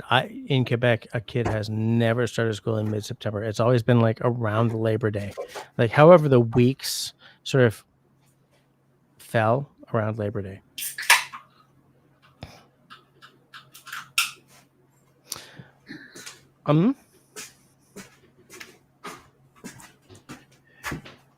Yeah, no. For reasons I cannot go into, the whole like it's only illegal if you're caught does not work for me. Will not go into reasons why. Trust me. Yes, Grace is absolutely right. Yes, they thought tomatoes were poisonous. They absolutely thought they were poisonous. They had this whole fear of nightshades because, like, tomatoes are part of the nightshade family, and several nightshades are poisonous, and they would use nightshades to kill each other. You know what's funny is like pretty much every vegetable that we eat, you know, thousands of years ago, they grew in like tiny little places. Like like now in the world, there's more carrots and potatoes and tomatoes and whatever grown than there ever was in history. You know, these vegetables used to be grown in tiny little places, and somebody came along and said, "These are good." Yeah, and like also, and especially for fruits. Hold on, I just want to say, Christy didn't know that about the tomatoes, and yeah, it's absolutely true. Tim says, I have 112 pounds of poisonous tomatoes. Oh, shot. No, you're okay. You're okay. We now know more about tomatoes than they did. Yeah, back you're then. about to have a shitload of great poison. Poisonous spaghetti sauce and poisonous chili. Chili. Oh, man, I could love to make a chili. I know like who likes poisonous chili. I would love to explore why Country Boy didn't do so well on the tomatoes this year. Oh, mine are crap this year. Mine are absolute crap. Are they? What the hell? Like last year, early growth tomatoes, they did so well. We had so many. Every day I was bringing in a couple of tomatoes for lunch, slicing them up, and they tasted so delicious. And I ended up not this year putting dozens in the freezer. But this year, totally different seed beefsteak tomatoes from a different supplier, and they're just awful. They're all awful. They all have the blemishes. They all have the blemishes, or they've been bitten into by creatures, or they. Okay, but like blemishes are bitten into by creatures. They're both pest related, right? It's not like your tomatoes aren't coming in. It's that my tomatoes are so fabulous that everyone in the forest wants to taste them, right? So it's not quite the same thing. Well, no, but still blemishes on the tomatoes. I don't know what they're from. Oh, I see. So it's not like it's not a visible pest. White spots in it. Well, I don't know, but maybe it's a phage. All I know is that last year's tomatoes were perfect, no problems, and this year's tomatoes are just deformed and shit. Christy loves that song by Cat Stevens, by the way. Just want to let you know, since I can't remember which Cat Stevens I did, but I did go for Cat Stevens. Russell, let me look through my my gardening book that I worked on as an editor. Okay. Of course. And I'll see what you said. They're white spots. It's blemishes. So I looked it up. It could be a few different things like stink bugs, or it could be. We have stink bugs like you wouldn't believe in my backyard. It's like it's bad. It's Chrissy. It's not brown spots. It's lighter spots. And I love how. By the way, I love how Marcel would listen to my ASMR channel. I'll tell you what. I don't want it. It's funny because I make fun of ASMR, but like some nights that's what I need to fall asleep. But it used to be better. I don't get the tingles anymore, so I'm like I don't listen to it much anymore. But Jess is okay. Here's Jess. I used to have 15,000 hairs on my head, and now I have 14,999.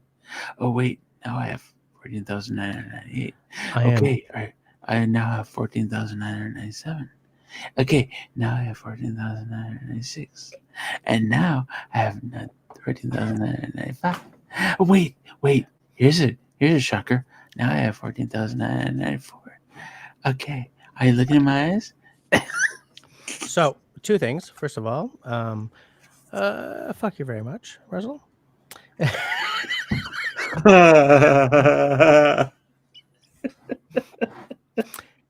Second of all, it's 15,498. No, but like seriously, I used to listen to like a little I was about to say I used to listen to a little HTML at night. I did actually used to listen to some ASMR to get to sleep at night. But the interesting thing about ASMR, so you can never get like sort of addicted to it because it stops working after a while. I don't mean just on me. I mean it does stop working. Like the tingles stop coming after a while. So I don't listen to it anymore. But I do have like ASMR moments, and as many of you know, and several of you don't know, I don't actually have any memories from before like about 2021, like zero, except like little flashes happen every now and again, little moments, little like a smell will bring back an image or whatever. But what I do remember is one night, it was around Christmas, because ASMR is a non-medical term, but it absolutely works with what it is. And I'm someone who is like a little okay and then not okay with that kind of thing. Like, for instance, as I said, with the whole neurodivergence thing, I don't believe in it until someone with a lab coat or a PhD tells me it's true, right? But I remember one night I was sitting at a Christmas. I had received like the Millennium Falcon. We're talking the 1980 Millennium Falcon, right? Not the later one. And I almost spent a lot of money to get that one back one year. And I would do it again. I would absolutely do it if I had the money and like the opportunity arose right now to get that original one, even though the later one was better. Oh, shut up, Jesse. This is boring. Okay, so Christmas time, I have this Millennium Falcon. We're a typical Quebecois family, so we go to like Christmas in Quebec, in French Quebec, happens on Christmas Eve, right? That's the Réveillon. That's when the big party is. And in my family, we always had this tradition that came from our grandparents in Saint Boniface is in Winnipeg. That's where I spent my formative years. Not related to this question. They were on the South Shore, where my dad came from, who were Anglo. And that was like, you would go to bed with one wrapped gift. And in the morning on Christmas Day, that's, you'd wake up and you'd open the bip. On Christmas Day, you would wake up and the gift that you'd chosen to take to bed, not from Santa, but from the family gifts you would take to bed, and you would open that one gift. Fuck, where was I going? I had a Millennium Falcon, whatever, and we were at the extended family's place, like the tante, whatever tante is, the aunts and the uncles and my grandpapa, who would bless us all every year, je vous bénis les enfants kind of thing.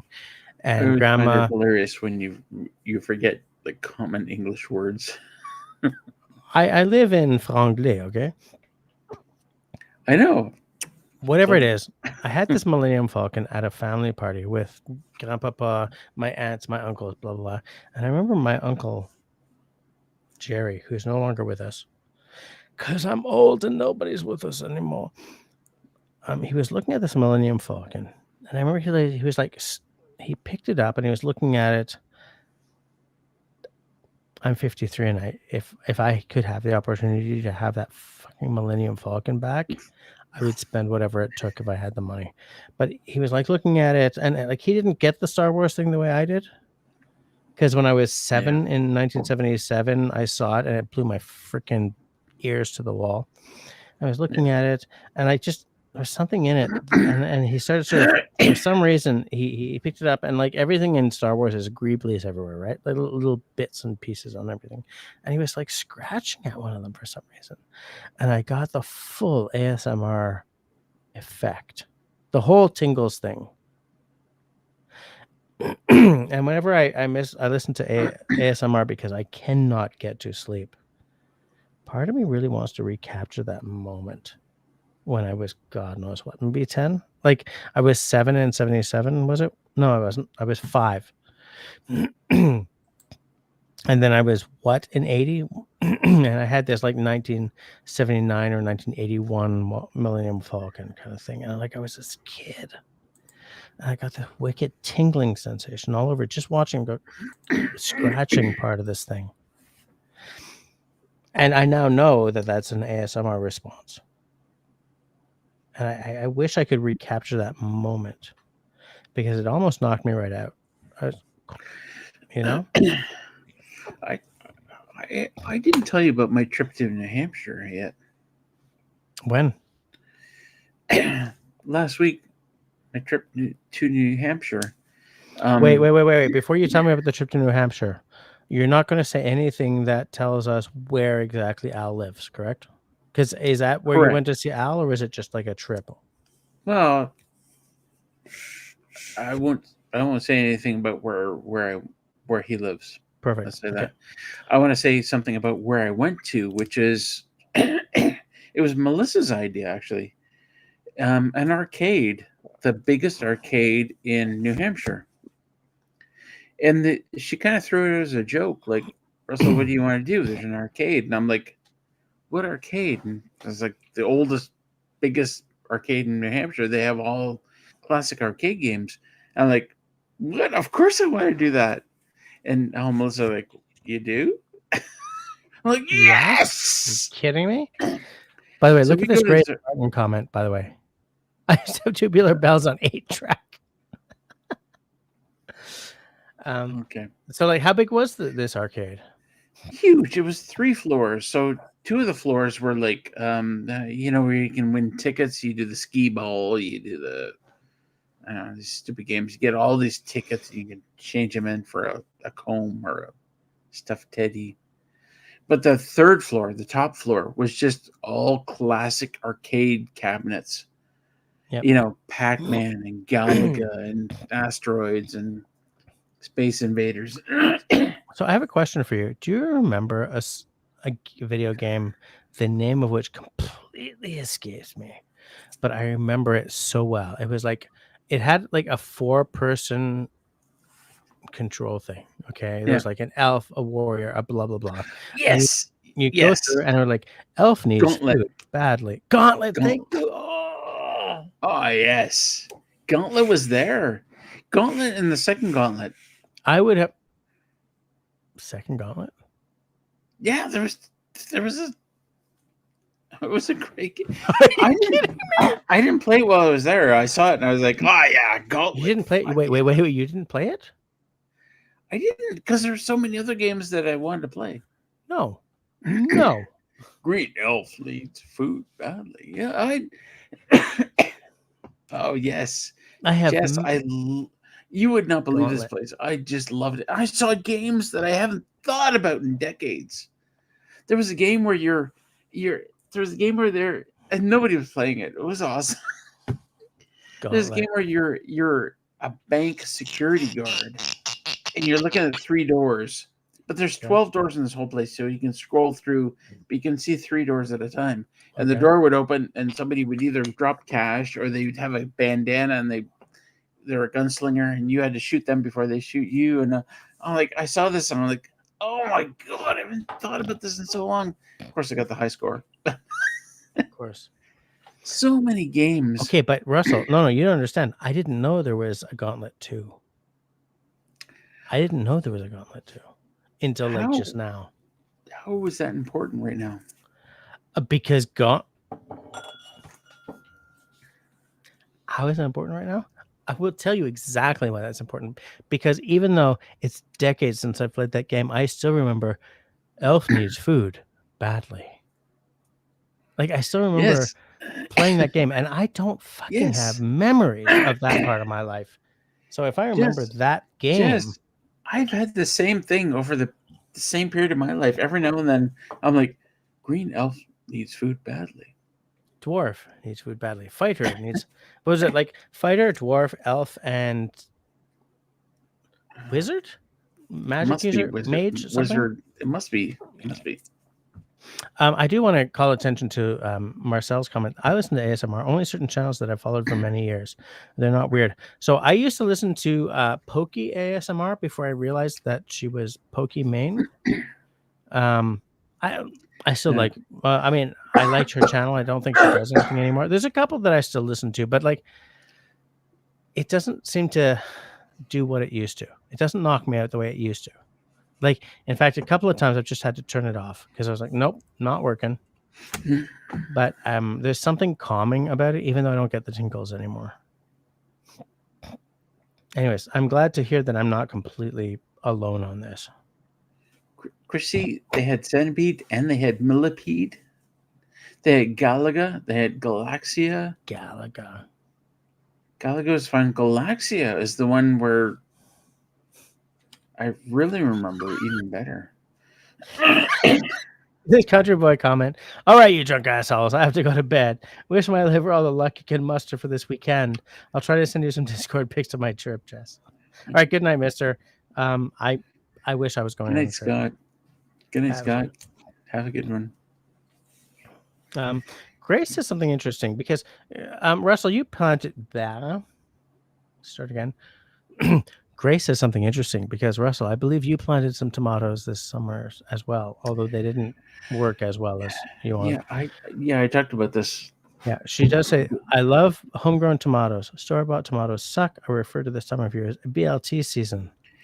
I agree with you completely. I do feel that we have a bunch of store-bought right now because our garden should be producing, but I believe that there's a bandit that comes every night. But I agree with you. I think that there's nothing that tastes better than a garden-grown tomato. Even our crappy tomatoes this year, like we've picked some and brought them into the cabin, cut them up, and ate them, and they're delicious. They have so much flavor. I can't stress enough how awesome homegrown tomatoes are. Like, yeah, absolutely, it's a totally different. Right? And I've saved seeds for like heirloom tomatoes that I bought, both here in Ontario and in New Hampshire. So, heirloom tomatoes are just amazing. They're they're super soft, but they're so juicy. I do find heirloom varieties do tend to be softer, for sure. I just want to call attention to Little Fish in a Kid. Marcel said, I put on certain ASMR channels during the day sometimes. I do not ever do that because I don't want to fall asleep during the day. And like, if I hit on a channel that really brings the tingles, I'm like, boom, done. It's out. I'm out. Well, funny thing. A couple of nights ago. A week and a couple of nights ago. Sorry, I blanked on the fact that I've been away for 10 days. A couple of nights before I left, I put it on an ASMR channel, and my wife, I guess, heard it or something, or she woke up during the night or something and said, "What was that big tits the woman you were listening to?" And I fucking have no idea because I don't watch the videos. I turn them on and close my eyes. But one thing I did, so I looked at some of the channels and like there's a lot of these women who are delectable, but like they really sort of go for the whole low cut thing and I'm thinking Steve Russell wants me to either stop or he's counting. Christy, good night, Christy. Oh, love you, Christy. And Steve, good night, guys. I'm just taking a look. Okay, good night. Good night. But like to me, I turn them on and I close my eyes, so I have no idea who she's talking about. So I'm like scrolling back and I'm saying, "Wow, that is a woman dressed for someone to be looking at her." But I don't look at them, you know. And there's like a lot of, and it's funny because ASMR shouldn't be like sexy. It shouldn't be like hot. It should just be like, "Hi, I'm gonna put you to sleep tonight. Here's a little." And then there's a little, and then there's a little, you don't want to go there. You don't want to go there. He goes, "Hey, do you want to see my thing?" But that's the thing. Like, I kind of feel that some of these channels, and I'm speaking specifically about female channels because it's what I've clicked on the most. Some of these channels are kind of meant to be like they're all about male gaze, right? And like, how the hell am I gonna get to sleep if I keep my eyes open while you're all like tits out kind of thing? Yeah, but if I get a mole on my back, I want to scratch it really good. And some channels are one person scratching the back of another. And I'm like, wow. Oh, that feels so good. So like, I understand what my wife is saying. She's like, what was that big tits woman you were watching last time? I was like, I wasn't watching anything. I have no idea. Scroll. Oh, like, I see the problem here. Marcel will listen to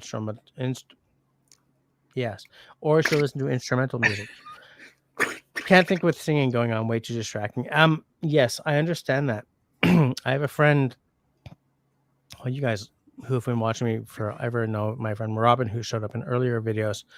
He does put some atmospheric music on when he's working, for instance. I put on forest sounds. There's a website that's called something that I can't remember right now, but it's like, here's my forest sounds, here's my rain sounds, here's my cabin in the rain sounds, here's my blah, blah, blah. He's got all these choices you can pick. And the soundscape that I've been using forever, like 8 years now, is a Swedish forest. Bird call, wind through the forest. You can raise or lower. You can raise or lower certain elements of the sound. And that's what I use when I really need to concentrate on writing something or whatever. Tim has frozen everything they made from the garden. Kristen has gone, I think. Kristen said I was centipede there and Galaga. Oh, I see. Yeah. But this is like, she's gone, right? Centipede and Millipede. I did play Centipede while I was there. I got a high score. You got a high score? Nice. Well, you got to realize a warehouse full of video games, arcade cabinets, and some of them aren't being played very much. Yeah. We went to, oh God, how do I tell this story without telling you guys what my wife does? We went to a house party at the house of people who did what my wife does, but have been doing it for 10 years longer. And they had, oh, wow, this is weird. They had an arcade system in their basement that had like 6 of those ancient games in it. And it was really cool to watch my eldest daughter, like, Pac-Man? What's that? And then like 10 minutes later, like, like, go away, Dad. I'm trying to kill all the ghosts. Little Fish, by which I mean Marcel. Fuck, No, stop. That's not the one I wanted to show. I only like the low volume speaking, whispering ASMR. Chewing, tapping, scratching make me crazy. Okay, so I will say this one thing. The one element of ASMR that still sort of gives me like an element of that tingling is the tapping. Whispering better than low voice for sure. I don't go for low voice. I like whispering, tapping, like a little bit of this. And I did some reading into ASMR at some point, and it is always a temporary element.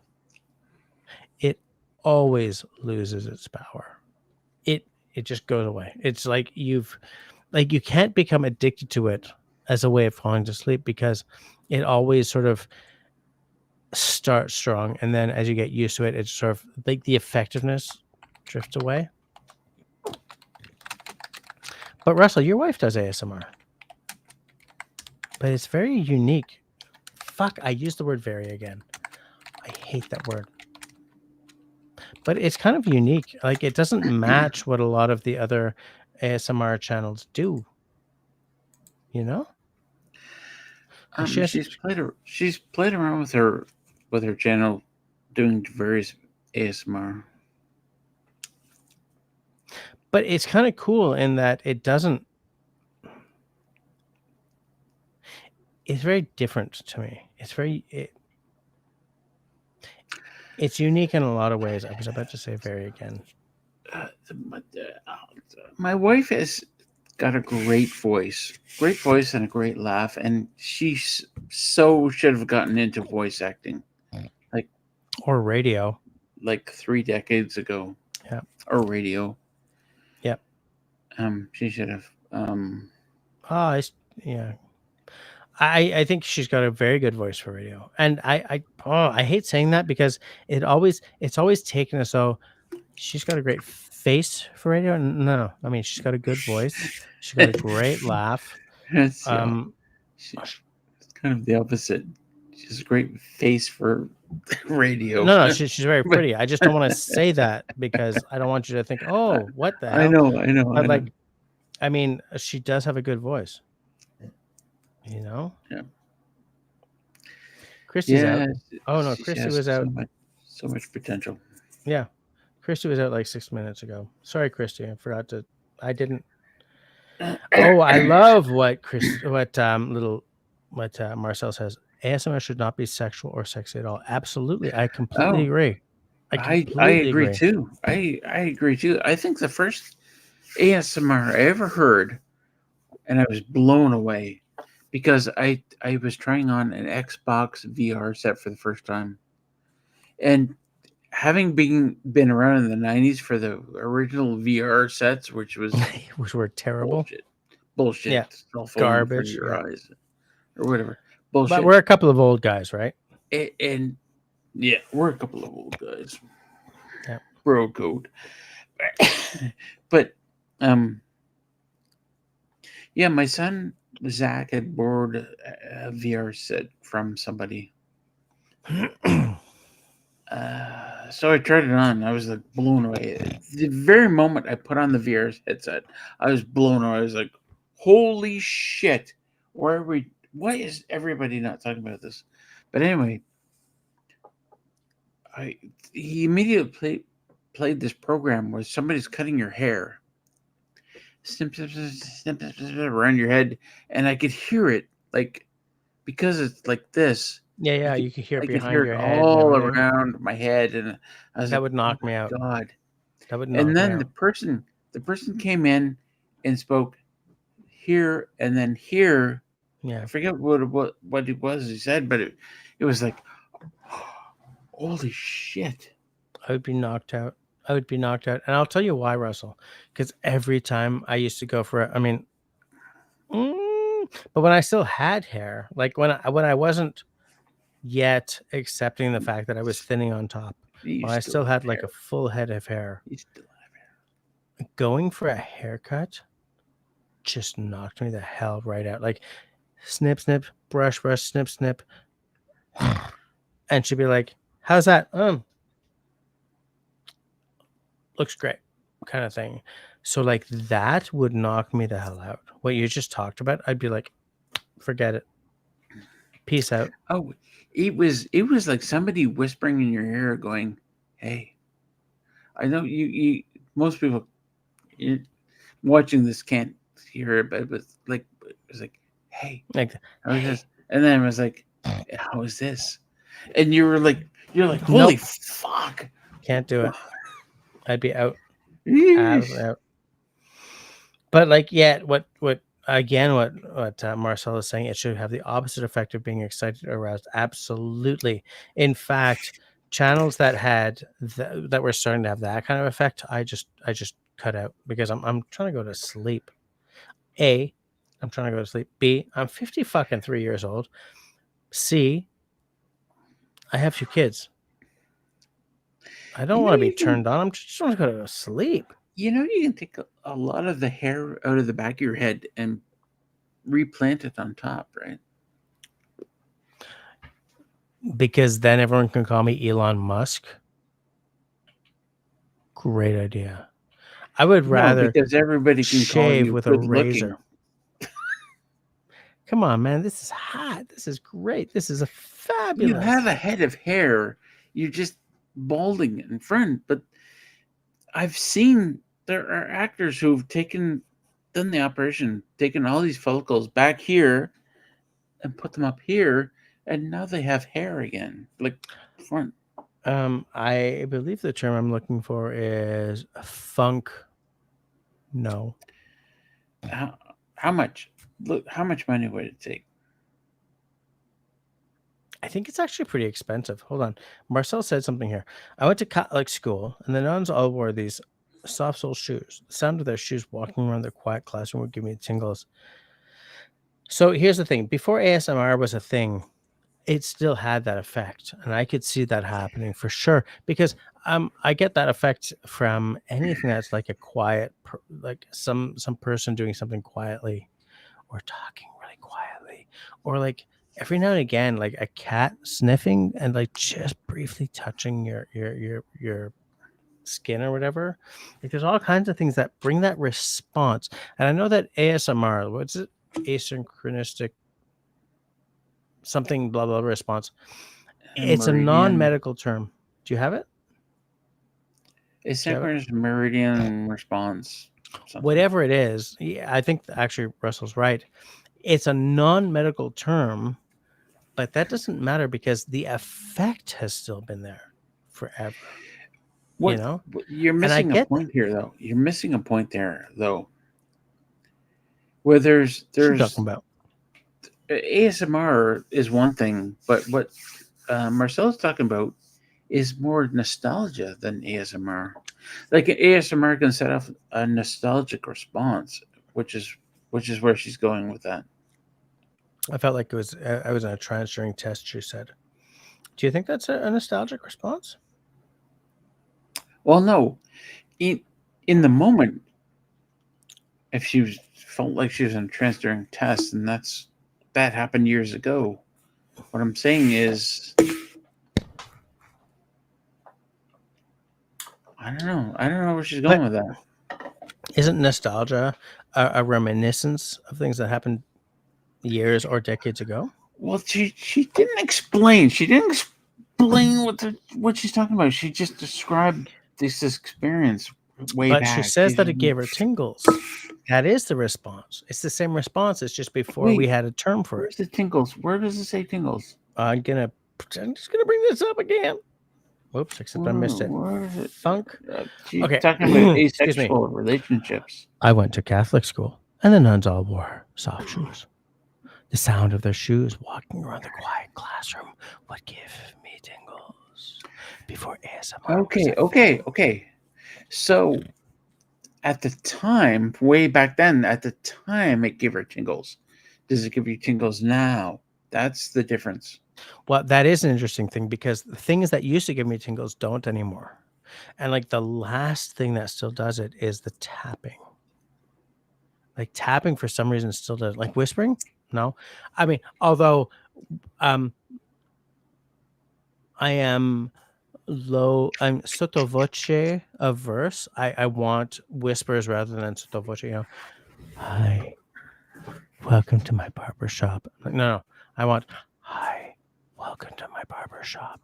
Even though I don't get the tingles from that anymore. But if someone starts doing like the tapping, that's like the last thing that still works on me. Which might be weird, might not be weird. Me, I don't know. But ASMR does not develop like a dependency. Everyone grows out of ASMR. He said, looking at her watch, trying to get it to come back alive. Checking all the stuffs. Oh, Russell gone. So I will be very funny from now on. Oh, although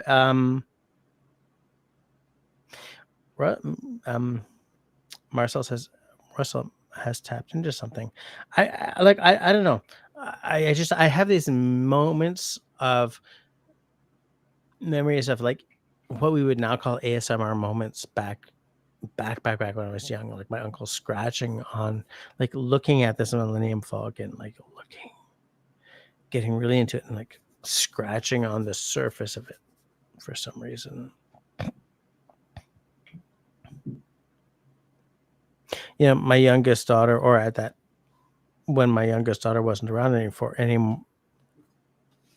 when my youngest daughter wasn't around yet, maybe my oldest daughter, like really looking at something.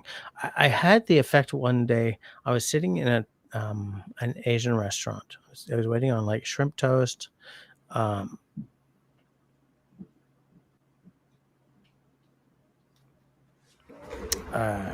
chicken fried rice, which is a terrible thing to order in an Asian restaurant because they know you're not knowledgeable if you order that. Something else. I remember at the next table over, there was a young couple. Granted, I was Kelly young at Flynn. the time, so who the hell says young couple when they're alone? What? Holy crap! Kelly Flynn popping in way after we're supposed to be. Wow, way after we're supposed to be off. Kelly Flynn. We haven't seen Kelly Flynn in like It's been a minute. a Flynn It's age. been a minute. It's been a minute. It's But, like, been a minute.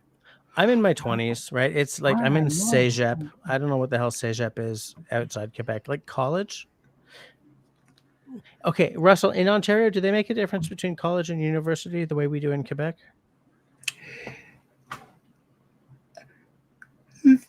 There's a difference between trade school and university. Okay, when I say college, I'm talking about Cégep, okay? So high school ends at grade okay. 11, Okay, it's French, so it's right? So you go to high school until grade 11. Some high schools offer grade 12 if they're sort of oriented towards Ontario or like New York or whatever. So they're private schools.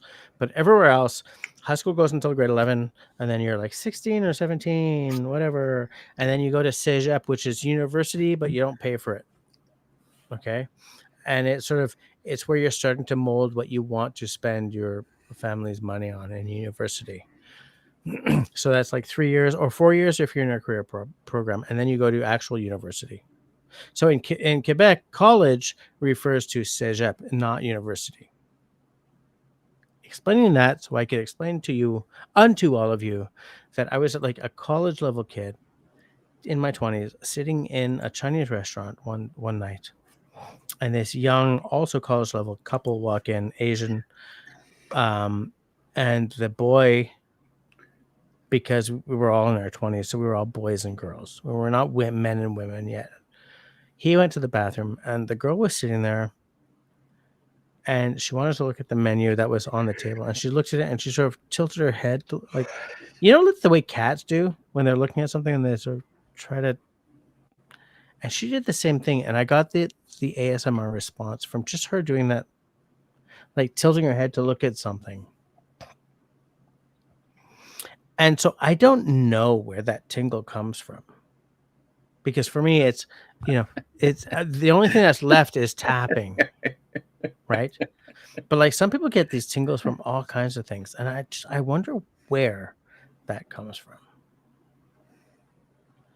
Since I'll tell you what, Jess. Mm-hmm. Here's the thing. Yes. I've read so many things on why cats purr, right? Mm-hmm. I know why cats purr. I've figured this out, and for some reason nobody else can figure this out. Why do cats purr? Why do cats purr, Russell? Because a cat, a female cat will have a brood. Do it.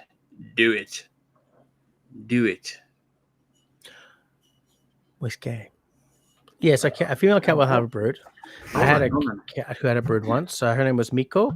She tried to eat some of her brood because female cats seem to go. Whoa, shite! I was like looking at the screen rather than the glass. Hold on. I was gonna go until 11:30, Russell. I'm pouring it. So I used to have this cat, Ukyo, Japanese name because I was into Japanese language. Ukyo. And I remember one night, so she got out, got pregnant, came back, whatever, was getting big. And one night she was like meowing and trying to get so I was lying in bed and she was trying to get under my knees. And I was like throwing her across her, just, bah! She was trying to get under my knees and meowing and stuff. And I was like, I didn't connect 1 and 2. And so I was just like, and I finally fell asleep. And then she gave birth on top of me. Like I woke up because there was this goosh of liquid on my crotch. I was like, have I finally pissed myself? I was like 23. And I woke up and I looked down and there was Ukyo. I just saw her from the rear, legs akimbo and dropping babies on me. And I was like, oh, thank God. It's just the cat giving birth. And I closed my eyes and then I opened my eyes again and thought, oh, it's the cat giving birth. That's why she was screaming and trying to get under my legs all night. So I scooped her up and the babies and put her in like this corner near the litter box. That's a I fucked just like, up. wow, miracle of birth. Okay, great. Fuck. You know, and so then there were all these little like these kittens. And I remember one of them, the one who became my cat Taro, who is black with one white toe.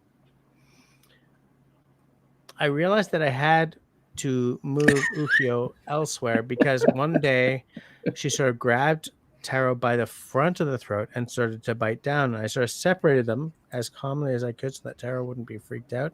I was like, Ukyo, I think you have to leave.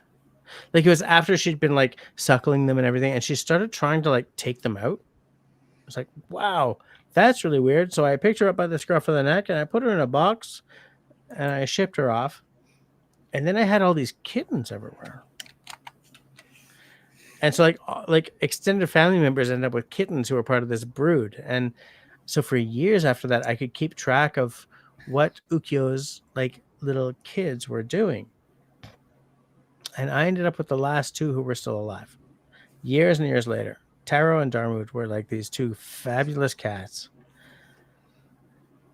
And I don't know if I'll ever get cats again because they were just perfect. They were just perfect. Like Taro, I had trained him from a young age to get into my arms and then flop onto his back.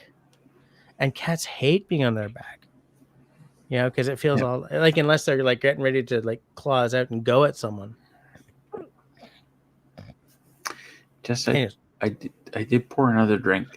that's a hell of a. Oh, but you've got an ice cube in there, right? There's a huge ice cube in there, so you gotta cheers. You gotta cheers that.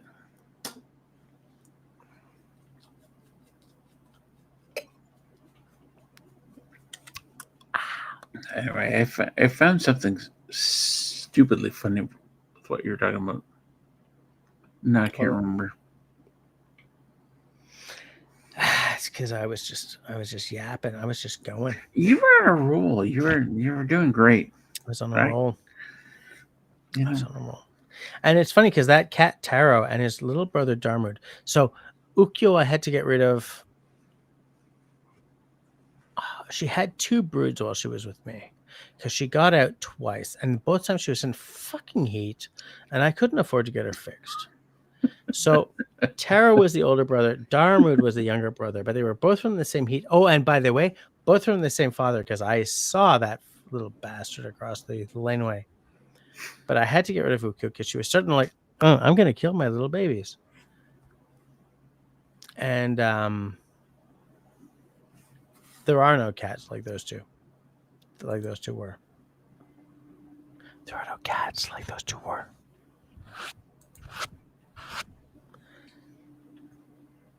Have you had cats, Mr. Fart Blaster Senior? We have a cat right now at the condo.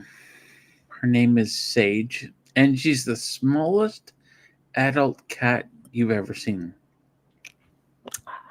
Taro and Darmood are huge. Like, I mean, 18 pounds huge. So how small is she? Like 9 pounds huge. Like, she's the tiniest little cat. What's weird is, like I go back to the cabin, or sorry, the condo with the dogs, like Willow and Junebug, and this cat will just like plop down in the middle of the floor. I'm like, you're gonna get stepped on, this tiny little cat. Sage. A Sage, good name for a cat. I like that. She came that way. And like, does she get along with the dogs? Because I'm thinking she doesn't, because she lives in Toronto and they live out where you are. The dogs come barreling in the house or the condo and look at her and then stop dead. You can imagine this huge dog Willow looking down at her. But there's an instinct in dogs. There's an instinct in dogs and cats. And that's all it can be, is an instinct to be like, okay, this is cool. Whatever, this creature is cool. Yeah. Because Willow, if it's a muskrat, which is not that much different than a cat or a beaver or something else along that lines, or a squirrel or I hold on. I need to ask you. So I'm trying to translate these because there's an animal that looks really like a beaver but without the tail. Is that a muskrat? probably smaller Okay, than a beaver without the big tail. kind of similar Mus- looking though, right? Muskrat has a long, thin tail, and it twirls. Okay, Otherwise, it swims similar to a beaver. A beaver will go and with this big flat tail right. going behind it, where a muskrat might just go and just a squirrely tail, but that does Okay. nothing. Okay then. Because I'm wondering, because there's something at the Mrs.'s mother's place, like on sort of Oka, on the lake, Lac de Montagne, and there's something that looks like a beaver but doesn't have the tail. And I'm trying to translate from what they call it, and I think it might be a muskrat. It could be like uh,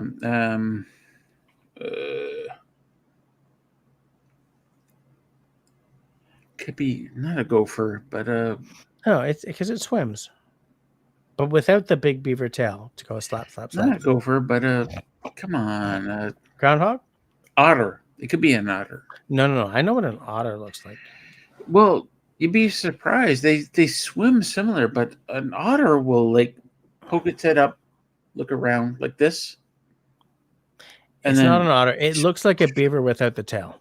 That's what it looks like. okay. And an otter does not look like a beaver. So It it's looks like so it's a beaver. beaver if it lost like 30 pounds. I was like I am sexy and slim. Muskrats.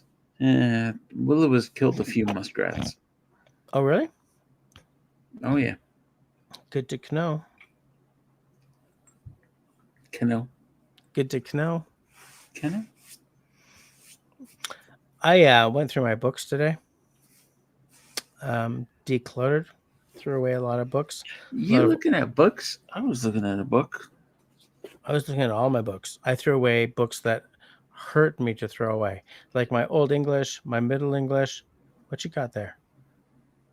Well, sorry, I didn't want to steal your thunder for throwing away books. You can take my thunder.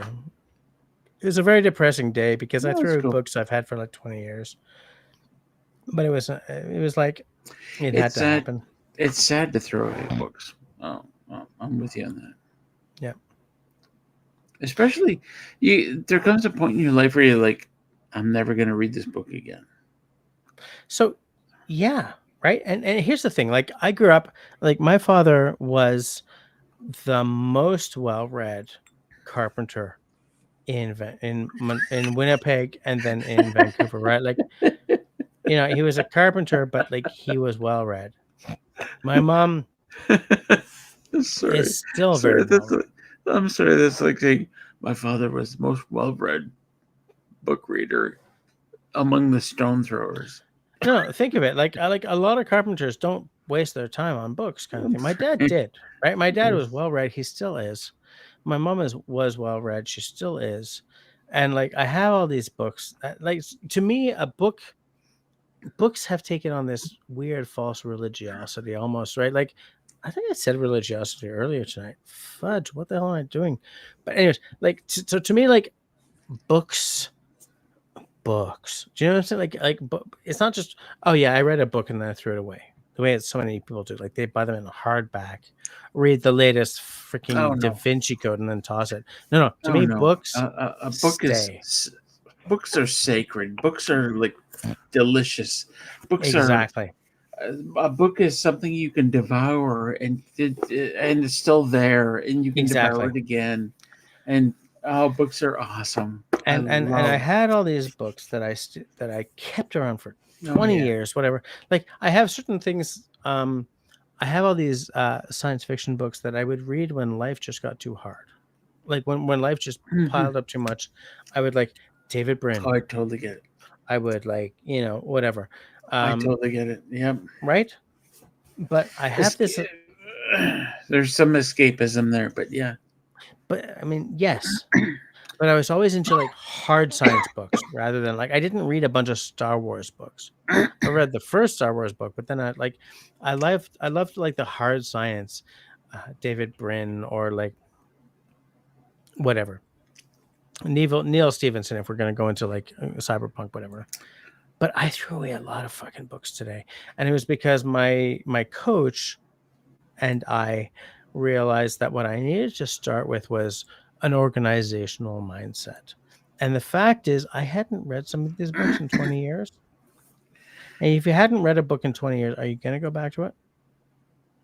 No, wait. We need to back up here. So you're talking to your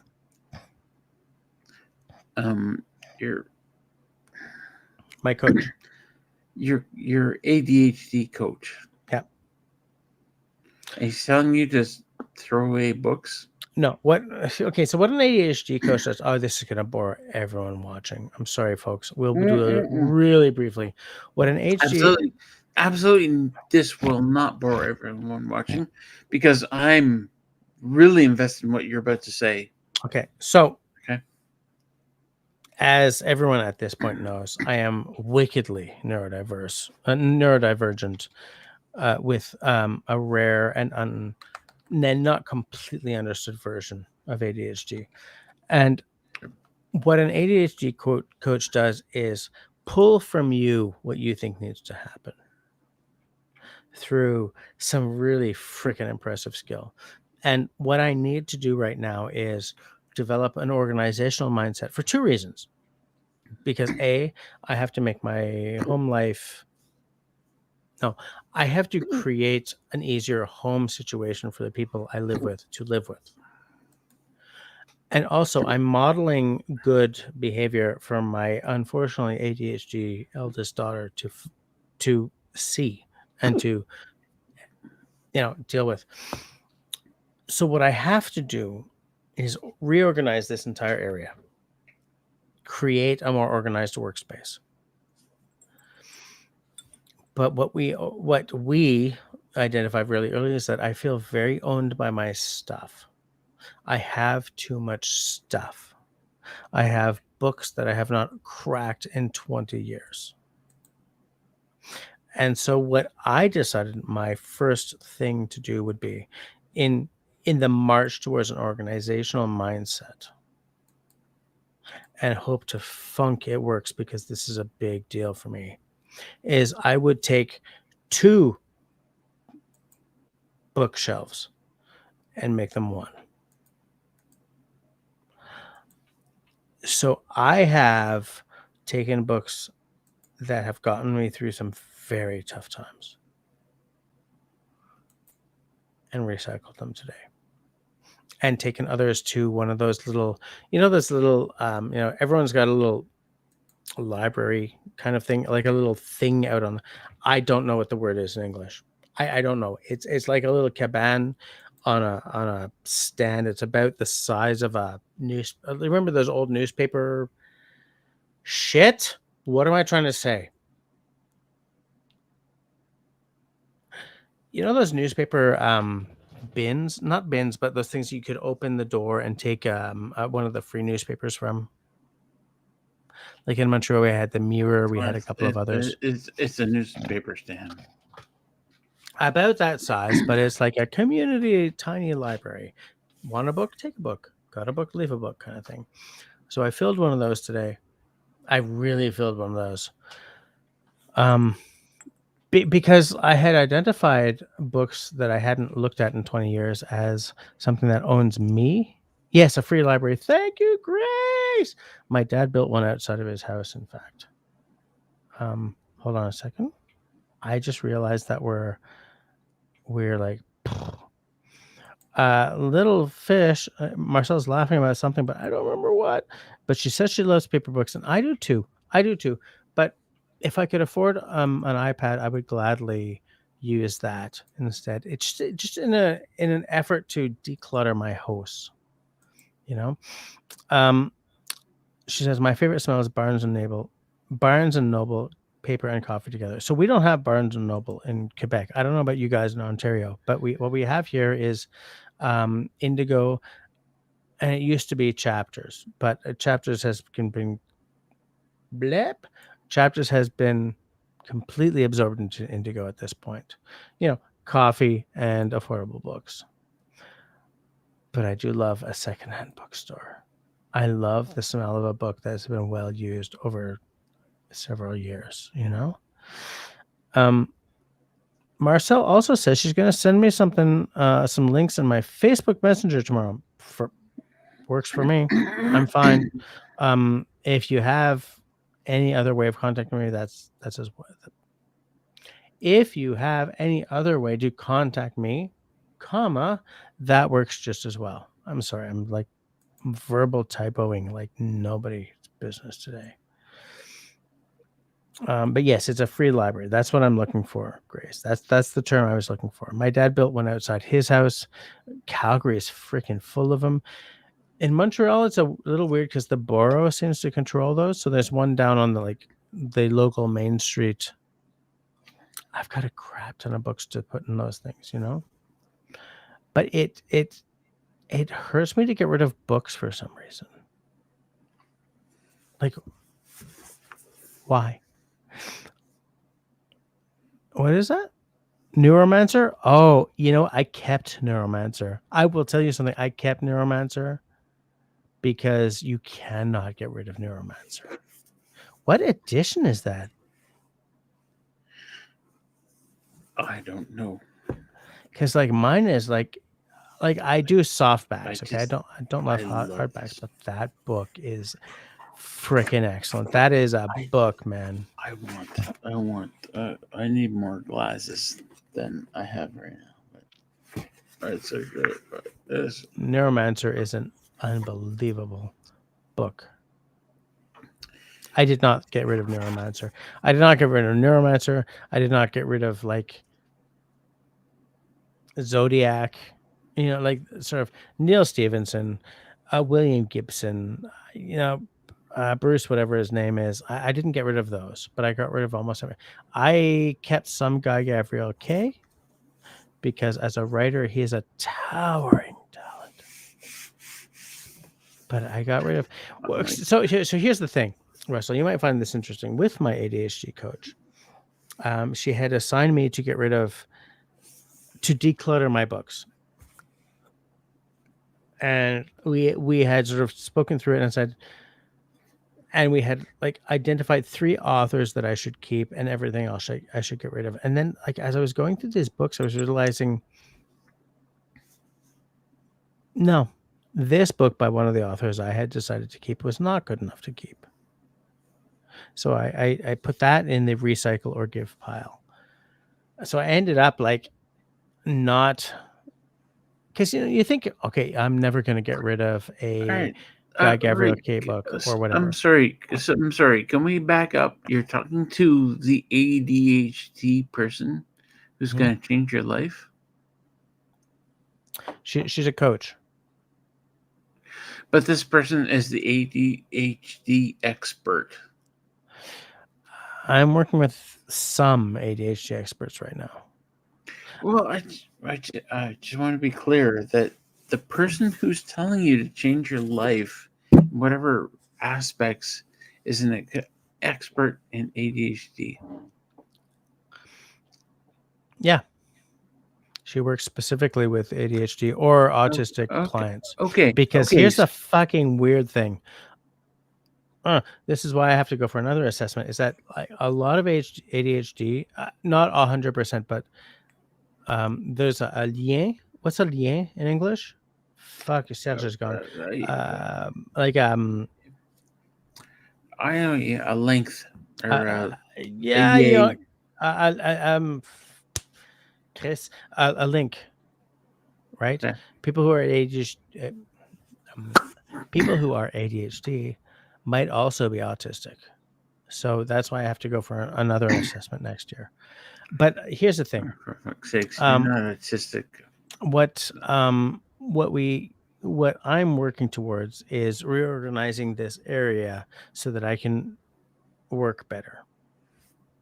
And part of that is decluttering everything. I had set myself in my brain book, my beautiful brain book. For fuck's sakes. This is bullshit. I don't think you're right about that. No, it's nothing about your workspace or your clutter. This person should be like delving into your psyche and saying, That's what my therapist is for. The ADHD. Okay. So like, here's the thing. This is why I'm like down $1,000 a month. By the way, therapist works on my mind. Coach works on developing new skills to deal with the world around me. So like the coach is not a psychologist. It's not, she's not helping me like. so your coach is like, oh yeah, hey, you live stream Tuesday nights? Let me help you. Oh yeah, no, you're cool. I would like to point attention at Marcel's. I watched a Finnish decluttering channel that's so good for letting go of excess stuff. And so here's the thing. I had said in one of my meetings that I feel owned by my stuff.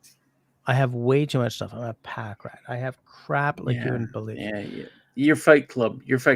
Finish what you were saying earlier. Oh yeah. So like, here's the thing. I don't know if you guys have noticed this, but this looks different than it used to. I put all my outdoors books here. I have gotten rid of a few of them. Like that, what was his name that I spoke about? Cody Lundin. I was like, I read this book once. I don't like him. Gone. You know, I'm sort of trying to empty what I can so that I can put like a work table here instead of that bookshelf.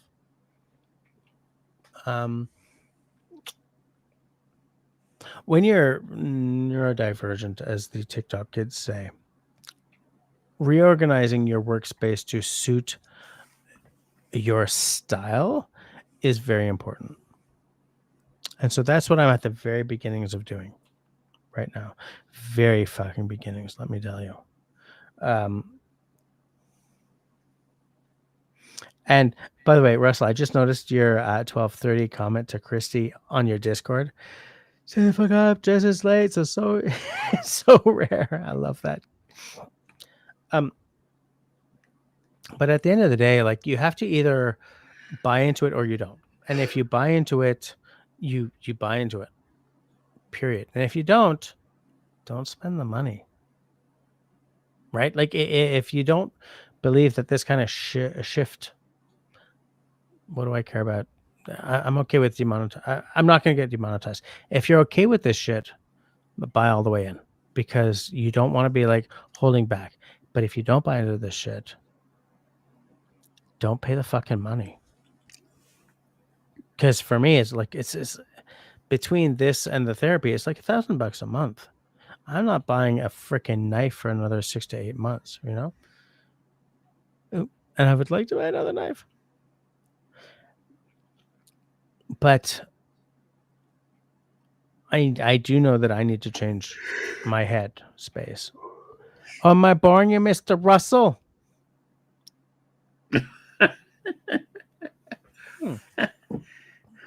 I choke back a yawn. Meanwhile, your normal live streams, you're like 50 yawns by now. Whatever. That is true.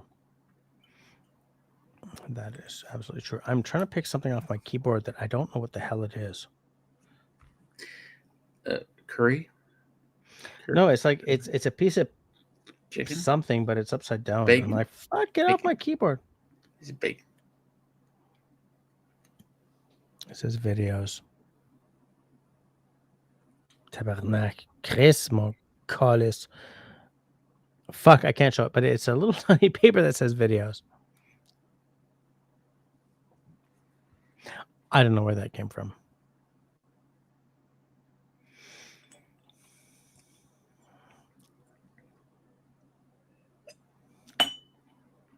One more jam. One more jam. It's like one more jam. Here's the thing. You're like, hold on a second. Jam. So A little fish said, I watch a finished decluttering channel that's so good for letting go of ex stuff. And then she said, you'll appreciate this channel, Jess, which I absolutely would. But did you share the actual channel? Baby, Throw me a wrench. I'll share. Oh, right. Okay. Yes, I will throw you a wrench. Sorry. Yes, I know exactly what. more jam. How do I turn someone into a Chris? Well, if she turned me into a mod, I could help her. But you are a mod. one more dram. How do I turn this person into a mod? More jam. Mr. Russell, I believe your one more dram chant is understood. I will make one more dram, but I'm trying to make Little Fish One more a dram. fucking mod so she One more can. dram. If I may, certified teacher, everyone has ADHD on some level. It's one of the most. Okay, so that's an interesting thing, which I'm not going to deal with quite yet because I'm still trying to make you a fucking mod so that you can share the. Oh, wait, let me do it on YouTube instead of. Can I make you a mod on the YouTubes?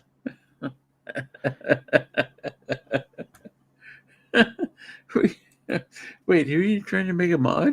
I'm trying to make little fish in the kitchen a mod so that she can share something. Add as moderator. Okay, so there's the thing.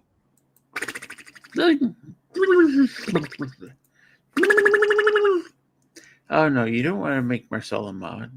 Well, it's too fucking late because I just goddamn did it. Oh, damn it! So this means that little Marcel can. Look at Marcel is too fucking awesome to be a mod. That's the problem. Marcel is too awesome to be a mod.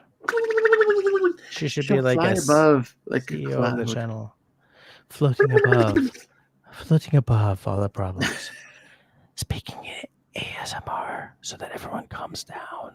Yes. Scratches. Yes. Yes. Everybody cook.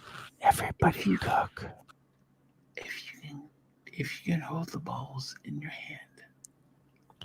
Marcel, I have made you a mod so that you can add something to the channel.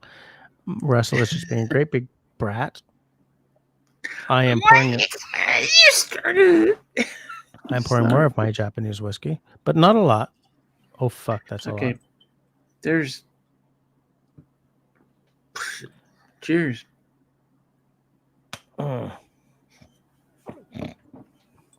Here's the thing. I do kind of agree with Marcel in that like everyone's kind of on the spectrum a little bit. I add autism to that a little bit. Of where the spectrum? The spectrum. The spectrum of the neurodivergence.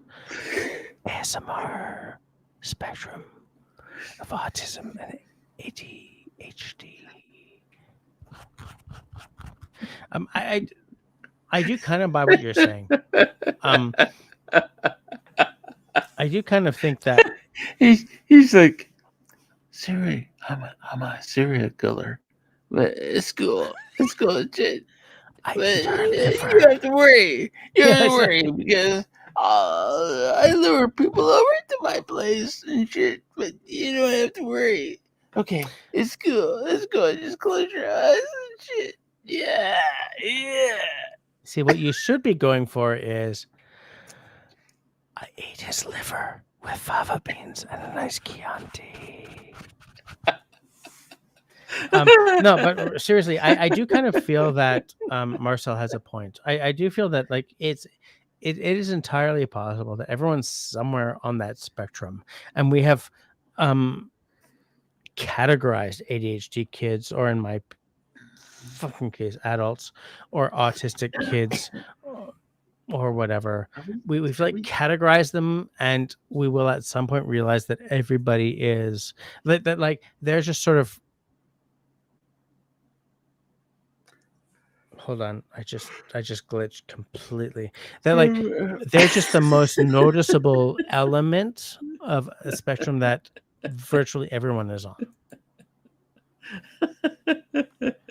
What What's your problem, Russell? I just glitched. I glitch all the time. I think it might be a term. It's cool.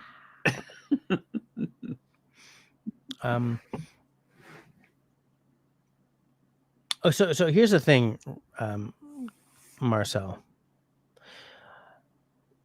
It's something they tell us about the ADHD mind.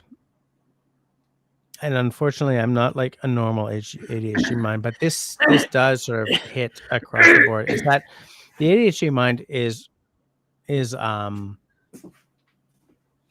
sorry, but I've had a lot of whiskey. Is geared towards three things, right? Like it's novelty, it's urgency, right? And it's novelty, urgency, and what's the third one? I've had way too much whiskey tonight to have this conversation. But like importance is not part of it, right? Whereas a lot of people can like, this is important and I got to deal with it. Whereas like someone like me or my daughter would be like, I'll sit down because I have to practice because I have a I'm sorry, I'm really glitching tonight. I'll sit down to practice because I have a gig in a week. And I will sit down and wow, that's a new video that I've never seen before. Click kind of thing. Oh, urgency, right? Interest, novelty, and urgency. So the night before my gig, I'll be like, oh, I got to practice. And then I'll practice the crap out of the song that I'm learning for tomorrow kind of thing.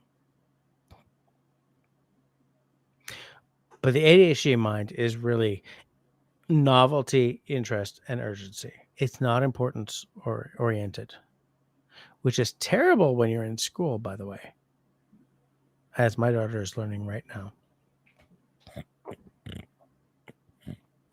Which is why I think that, one of the symptoms is loses focus when subject doesn't interest. But here's the thing. I don't think it's the whole human race. Because I know little cousins of Camille's who are like, this is important. I will do it. This is, like I want it to be everyone. I deeply want it to be everyone. But I agree with you that everyone's kind of on a sort of spectrum, so that what the people you consider as normal are sort of down here, and the people we consider ADHD are up here, and the people we consider like autistic, God help me, are all the way over here kind of thing. Like, I agree with you that it's sort of that everyone's on this spectrum. I agree with you. I think, and I bring no knowledge to this. Because unfortunately, as someone who was diagnosed at 52, one of my dream jobs would have answered this if I'd caught it at 7 or 13. All that to say that Russell is getting another drink. Is that a Gatorade? Gatorade. Yeah. But Russell, you can't do Gatorade because look at what I've got. I've still got a half a dram. I've still got a full dram. Holy crap, I've still got a dram and a half. Whatever, fair enough. Okay, whatever. All right. Well, I'll just sit here. How fast can you drink that? I still have some here. I just questioned myself just there. I was like, I'll just clear it. But no.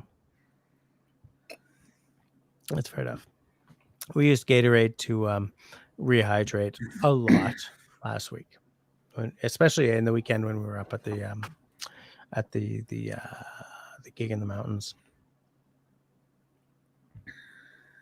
There's 11 people still watching this crap. What are you? Who are you people? And Scott, oh my snap.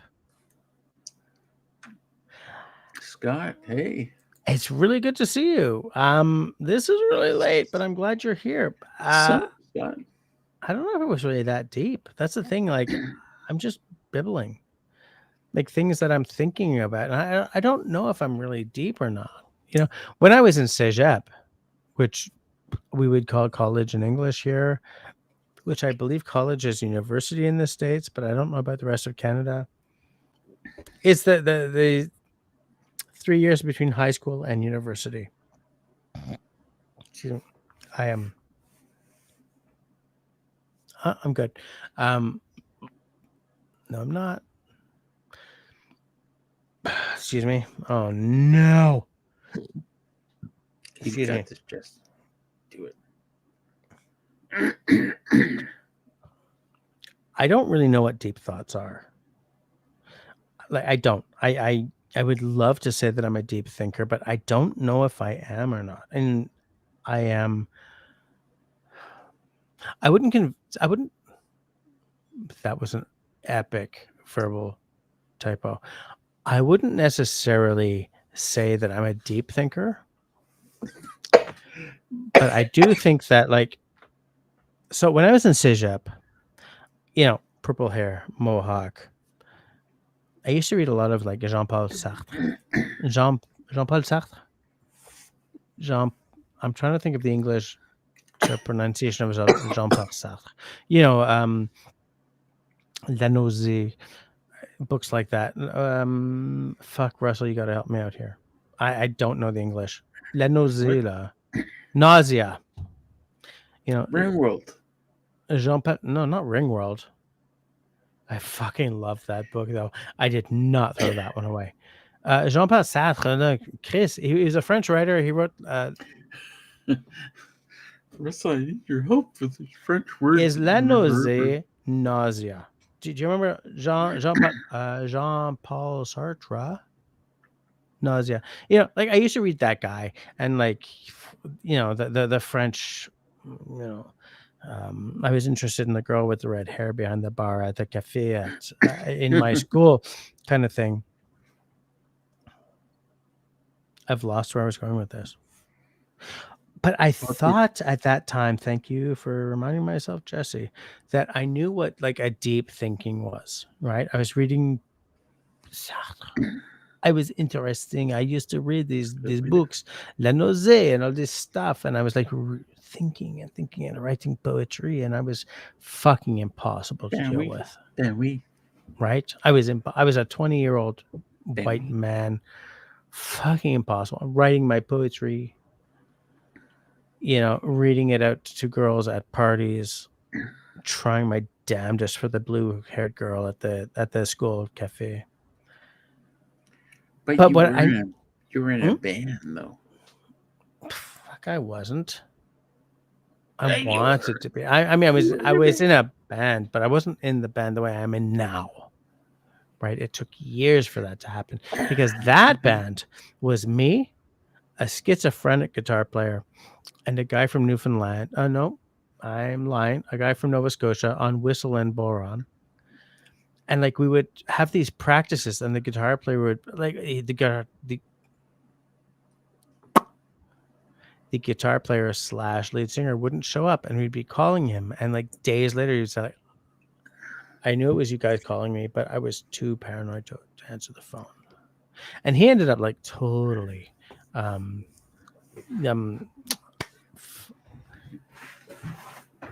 I'm losing everything. Dans l'hôpital, Chris, in the hospital, like hospitalized because he was clinically, I'm losing it. I'm completely having a terrible time. I'm schizophrenic. Okay.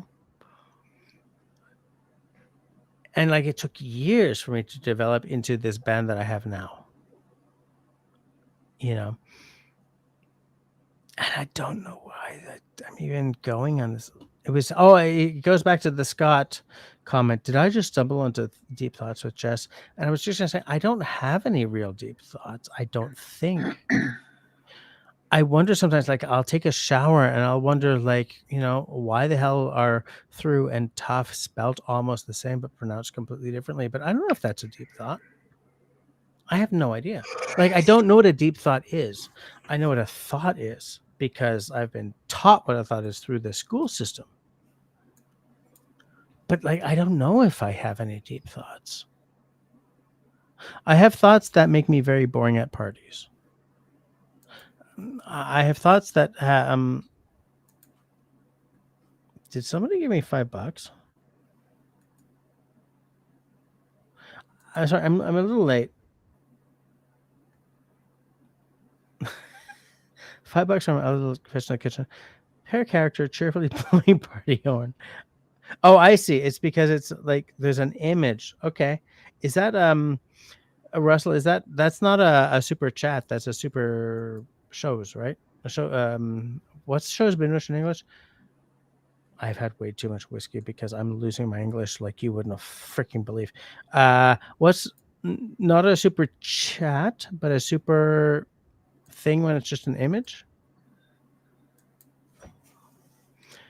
You got to help me, Russell, because I'm really having a hard time here. Scott says something was on Saturday Night Live years ago. Oh, Russell showed me the channel. I'm going to, no, I mean, Little Fish showed me the channel, which I'm opening in a new tab. I don't know. Ah. Russell gave me $10. I am the win. I don't know what that means, but thank you for the $10. Super sticker. Thank you. That's the word I was looking for. Like, how are 13 of you still hanging out while I'm like, blah, blah, blah, blah, blah, drunk and blah, blah, blah. Oh, I totally forget that I'm still on screen. Marcel, you can suck it. Hey, Marcel, I will have you know, is a I treasured member of my community. She says, "Are we in a bidding war now? Don't bid war, please, please. I don't want you guys like bidding warring each other." But I kind of feel like I was telling you guys something before I got distracted, and I don't know what it was. I'm doing my Chewbacca right now. Okay, first of all, Chewbacca is more of a thing. Second of all, why? But can you go past the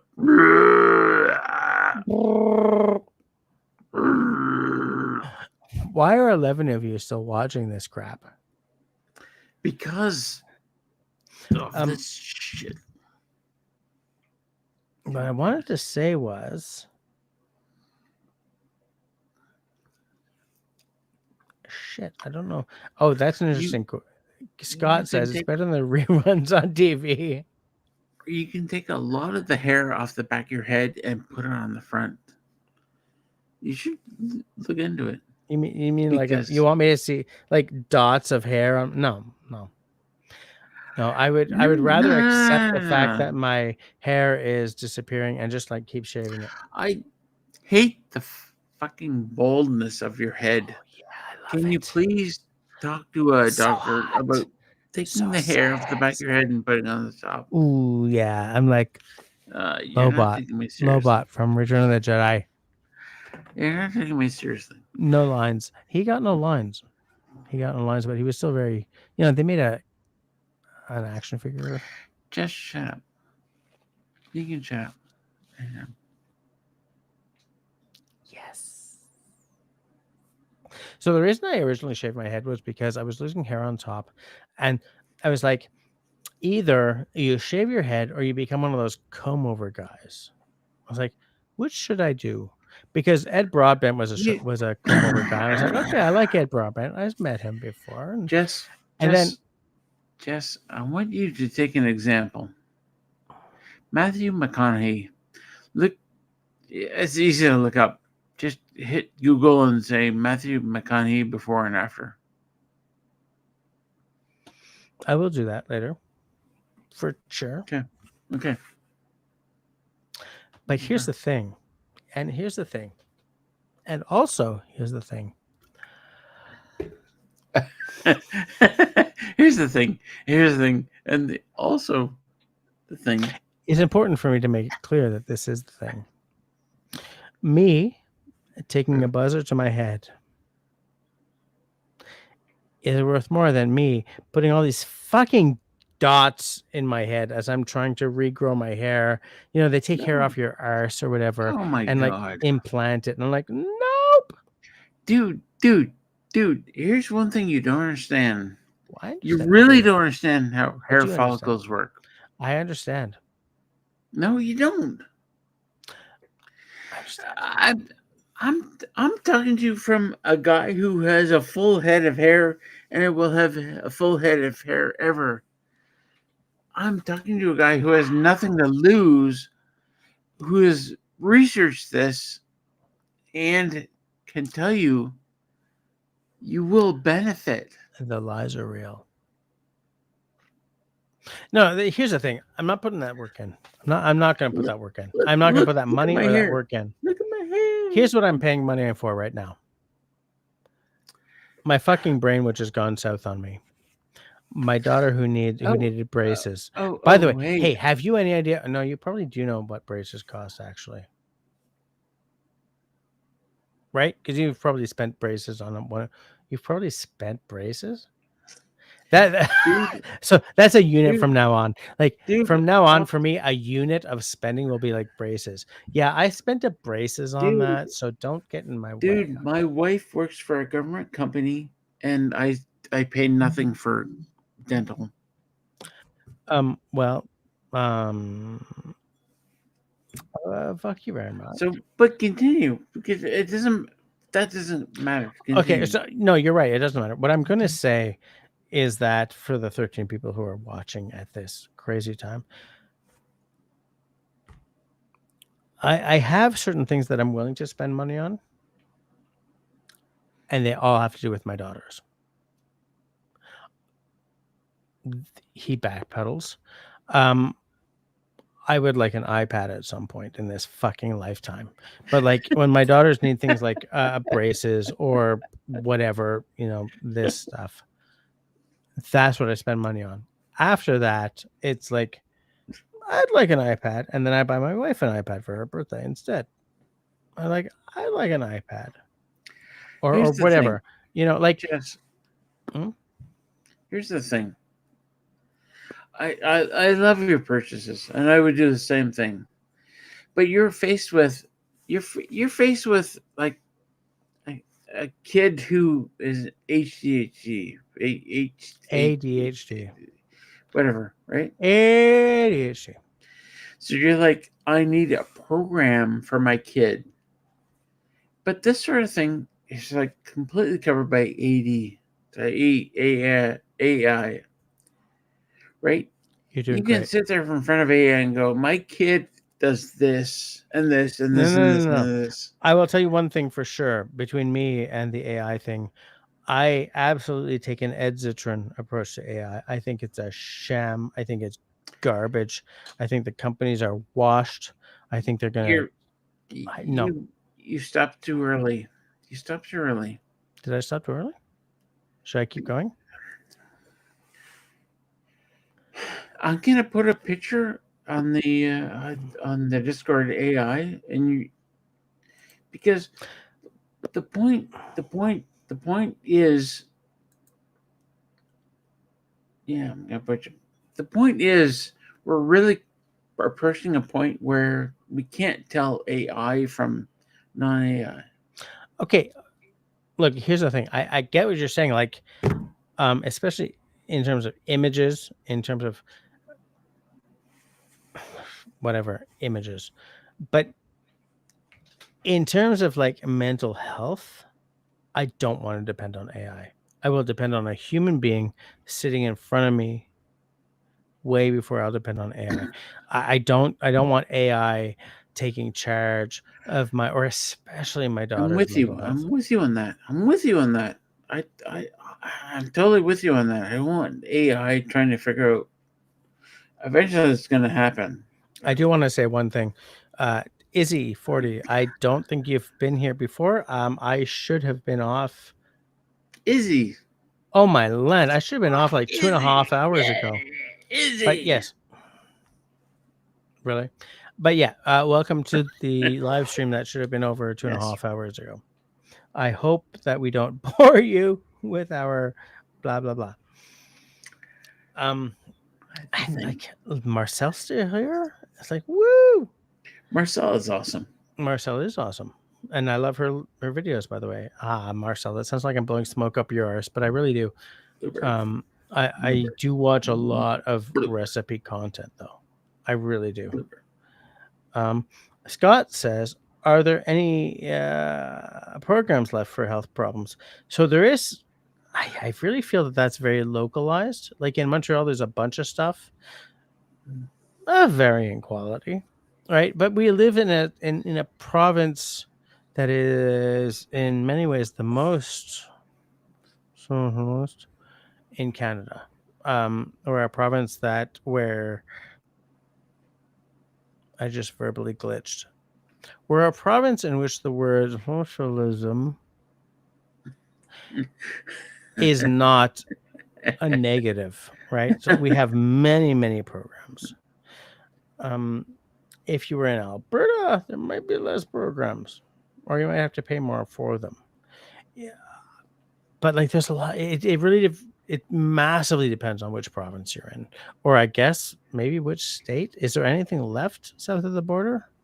I have no idea. Like I can't come at that statement or at that argument or at that. I can't answer that question even with real bona fide authority, because I'm coming from a specific province. Russell's coming from a specific province. Most people do come up from a specific province and bring their. And I'm saying this because I just came from Alberta, which is fun, shall we say. But I do know that in the States you have a very different approach that I try massively not to comment on.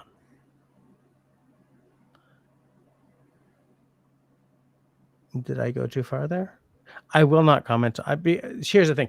My wife is of Haitian descent, so the vast majority of our in-laws, cousin-in-laws and stuff are in like New York, Haiti, Florida, right? That's where the diaspora exists. The Haitian diaspora, he said, and then started again. The Haitian diaspora is in like Miami, New York, and Montreal. That's sort of where the most concentrations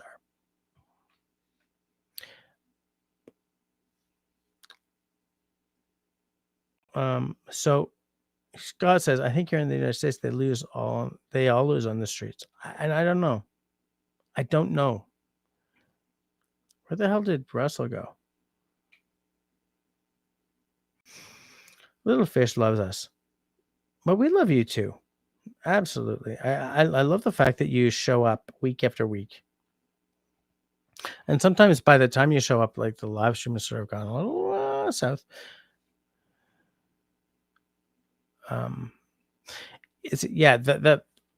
There has been a lot of so here's the thing.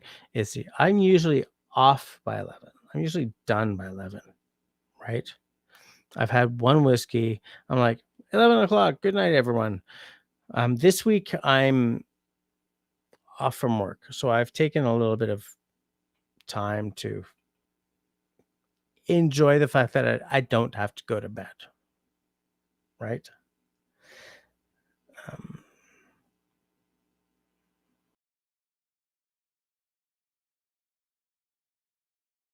Just taking a look at what people are saying. How are there still 12 people? How are you guys still watching this?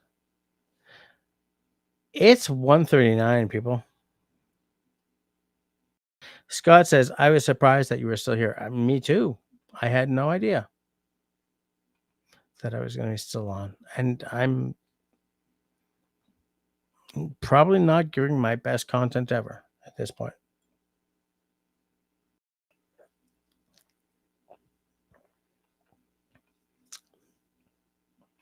I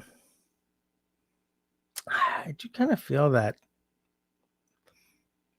I'm kind of at the end of my my night, just because I'm not making sense anymore. Maybe So I might want to sort of shut her down. It's currently 1:40. I'm usually off by 11-ish. So what do you think? Maybe I'll shut her down. Take advantage of your day off. Well, here's the thing, Scott. I was gonna go pee while Russell kept on going, but I think he's gone. He gone. I'm just taking a look. Yeah, he's off. So here's the thing. It's 1:41. I'll go until 1:45, and then I'm gonna shut her down. Period. For the 11 people who are left, who's still here? I know Scott's here. Izzy 40. By the way, Izzy 40, I don't think I've seen you before tonight. So what kind of, like, do you have a YouTube channel that I can take a look at? I'm just showing Izzy's comment that, yeah, there's been some drinking. There's been some drinking for sure. I'm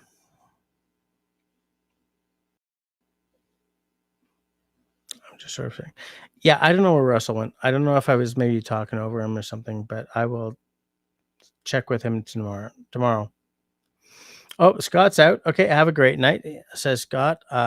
Take care and be safe. See you next week, Scott. I love seeing your name pop up in the side chat. So I'll see you next week for sure. Marcel says Scott was Russell was just out. I didn't even recognize because I was too busy like but okay. I will check in on him a little later to make sure he's okay. Scott says, I thought maybe it was a Canadian holiday. So here's what's happening. I have the week off. I took the week as vacation time. Last week, I was in Alberta playing some gigs with my band around Alberta. And this week, I took the week off because last year, I didn't take enough vacation. So I had to roll over like 10 days. And more than 5 days, you need like a director's permission. I was like, you know what? I got to take some time off this year. So that's what I did. Itzy says, I've been to Russell's live streams before. Okay, so you kind of know what to expect, which is good. For sure. For sure. And Russell's a nice addition to my live streams for sure as well. So you're a Raspberry Rock subscriber, says Ritzy. That's good. I'm also a Raspberry Rock subscriber. I think that the content is solid. The content is good. Just looking at the time, it's 1:43. So in 2 minutes, we're shutting this baby down. At which point I will run upstairs and go pee. So, Itzy, have you been a Russell subscriber for a long time? I'm not pouring myself another dram at this point in the night. Yeah, have you been a Raspberry Rock subscriber for a long time, or have you been sort of relatively recently? I'm not asking that with any kind of judgment or anything. Just wondering.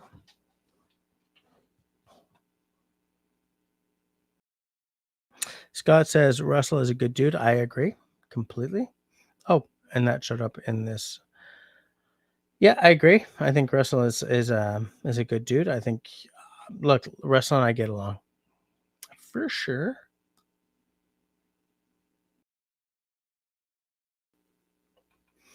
Oh, it's in Ontario. My nephew is in Olds, Alberta. It's funny. I just drove through Olds last week on my way to my gig in the mountains. I did a couple of gigs. Okotoks, Ponoka, not Ponoka this year. Shut up. Lacombe, and then up near Abraham Lake for sure. But yeah, we drove through Olds.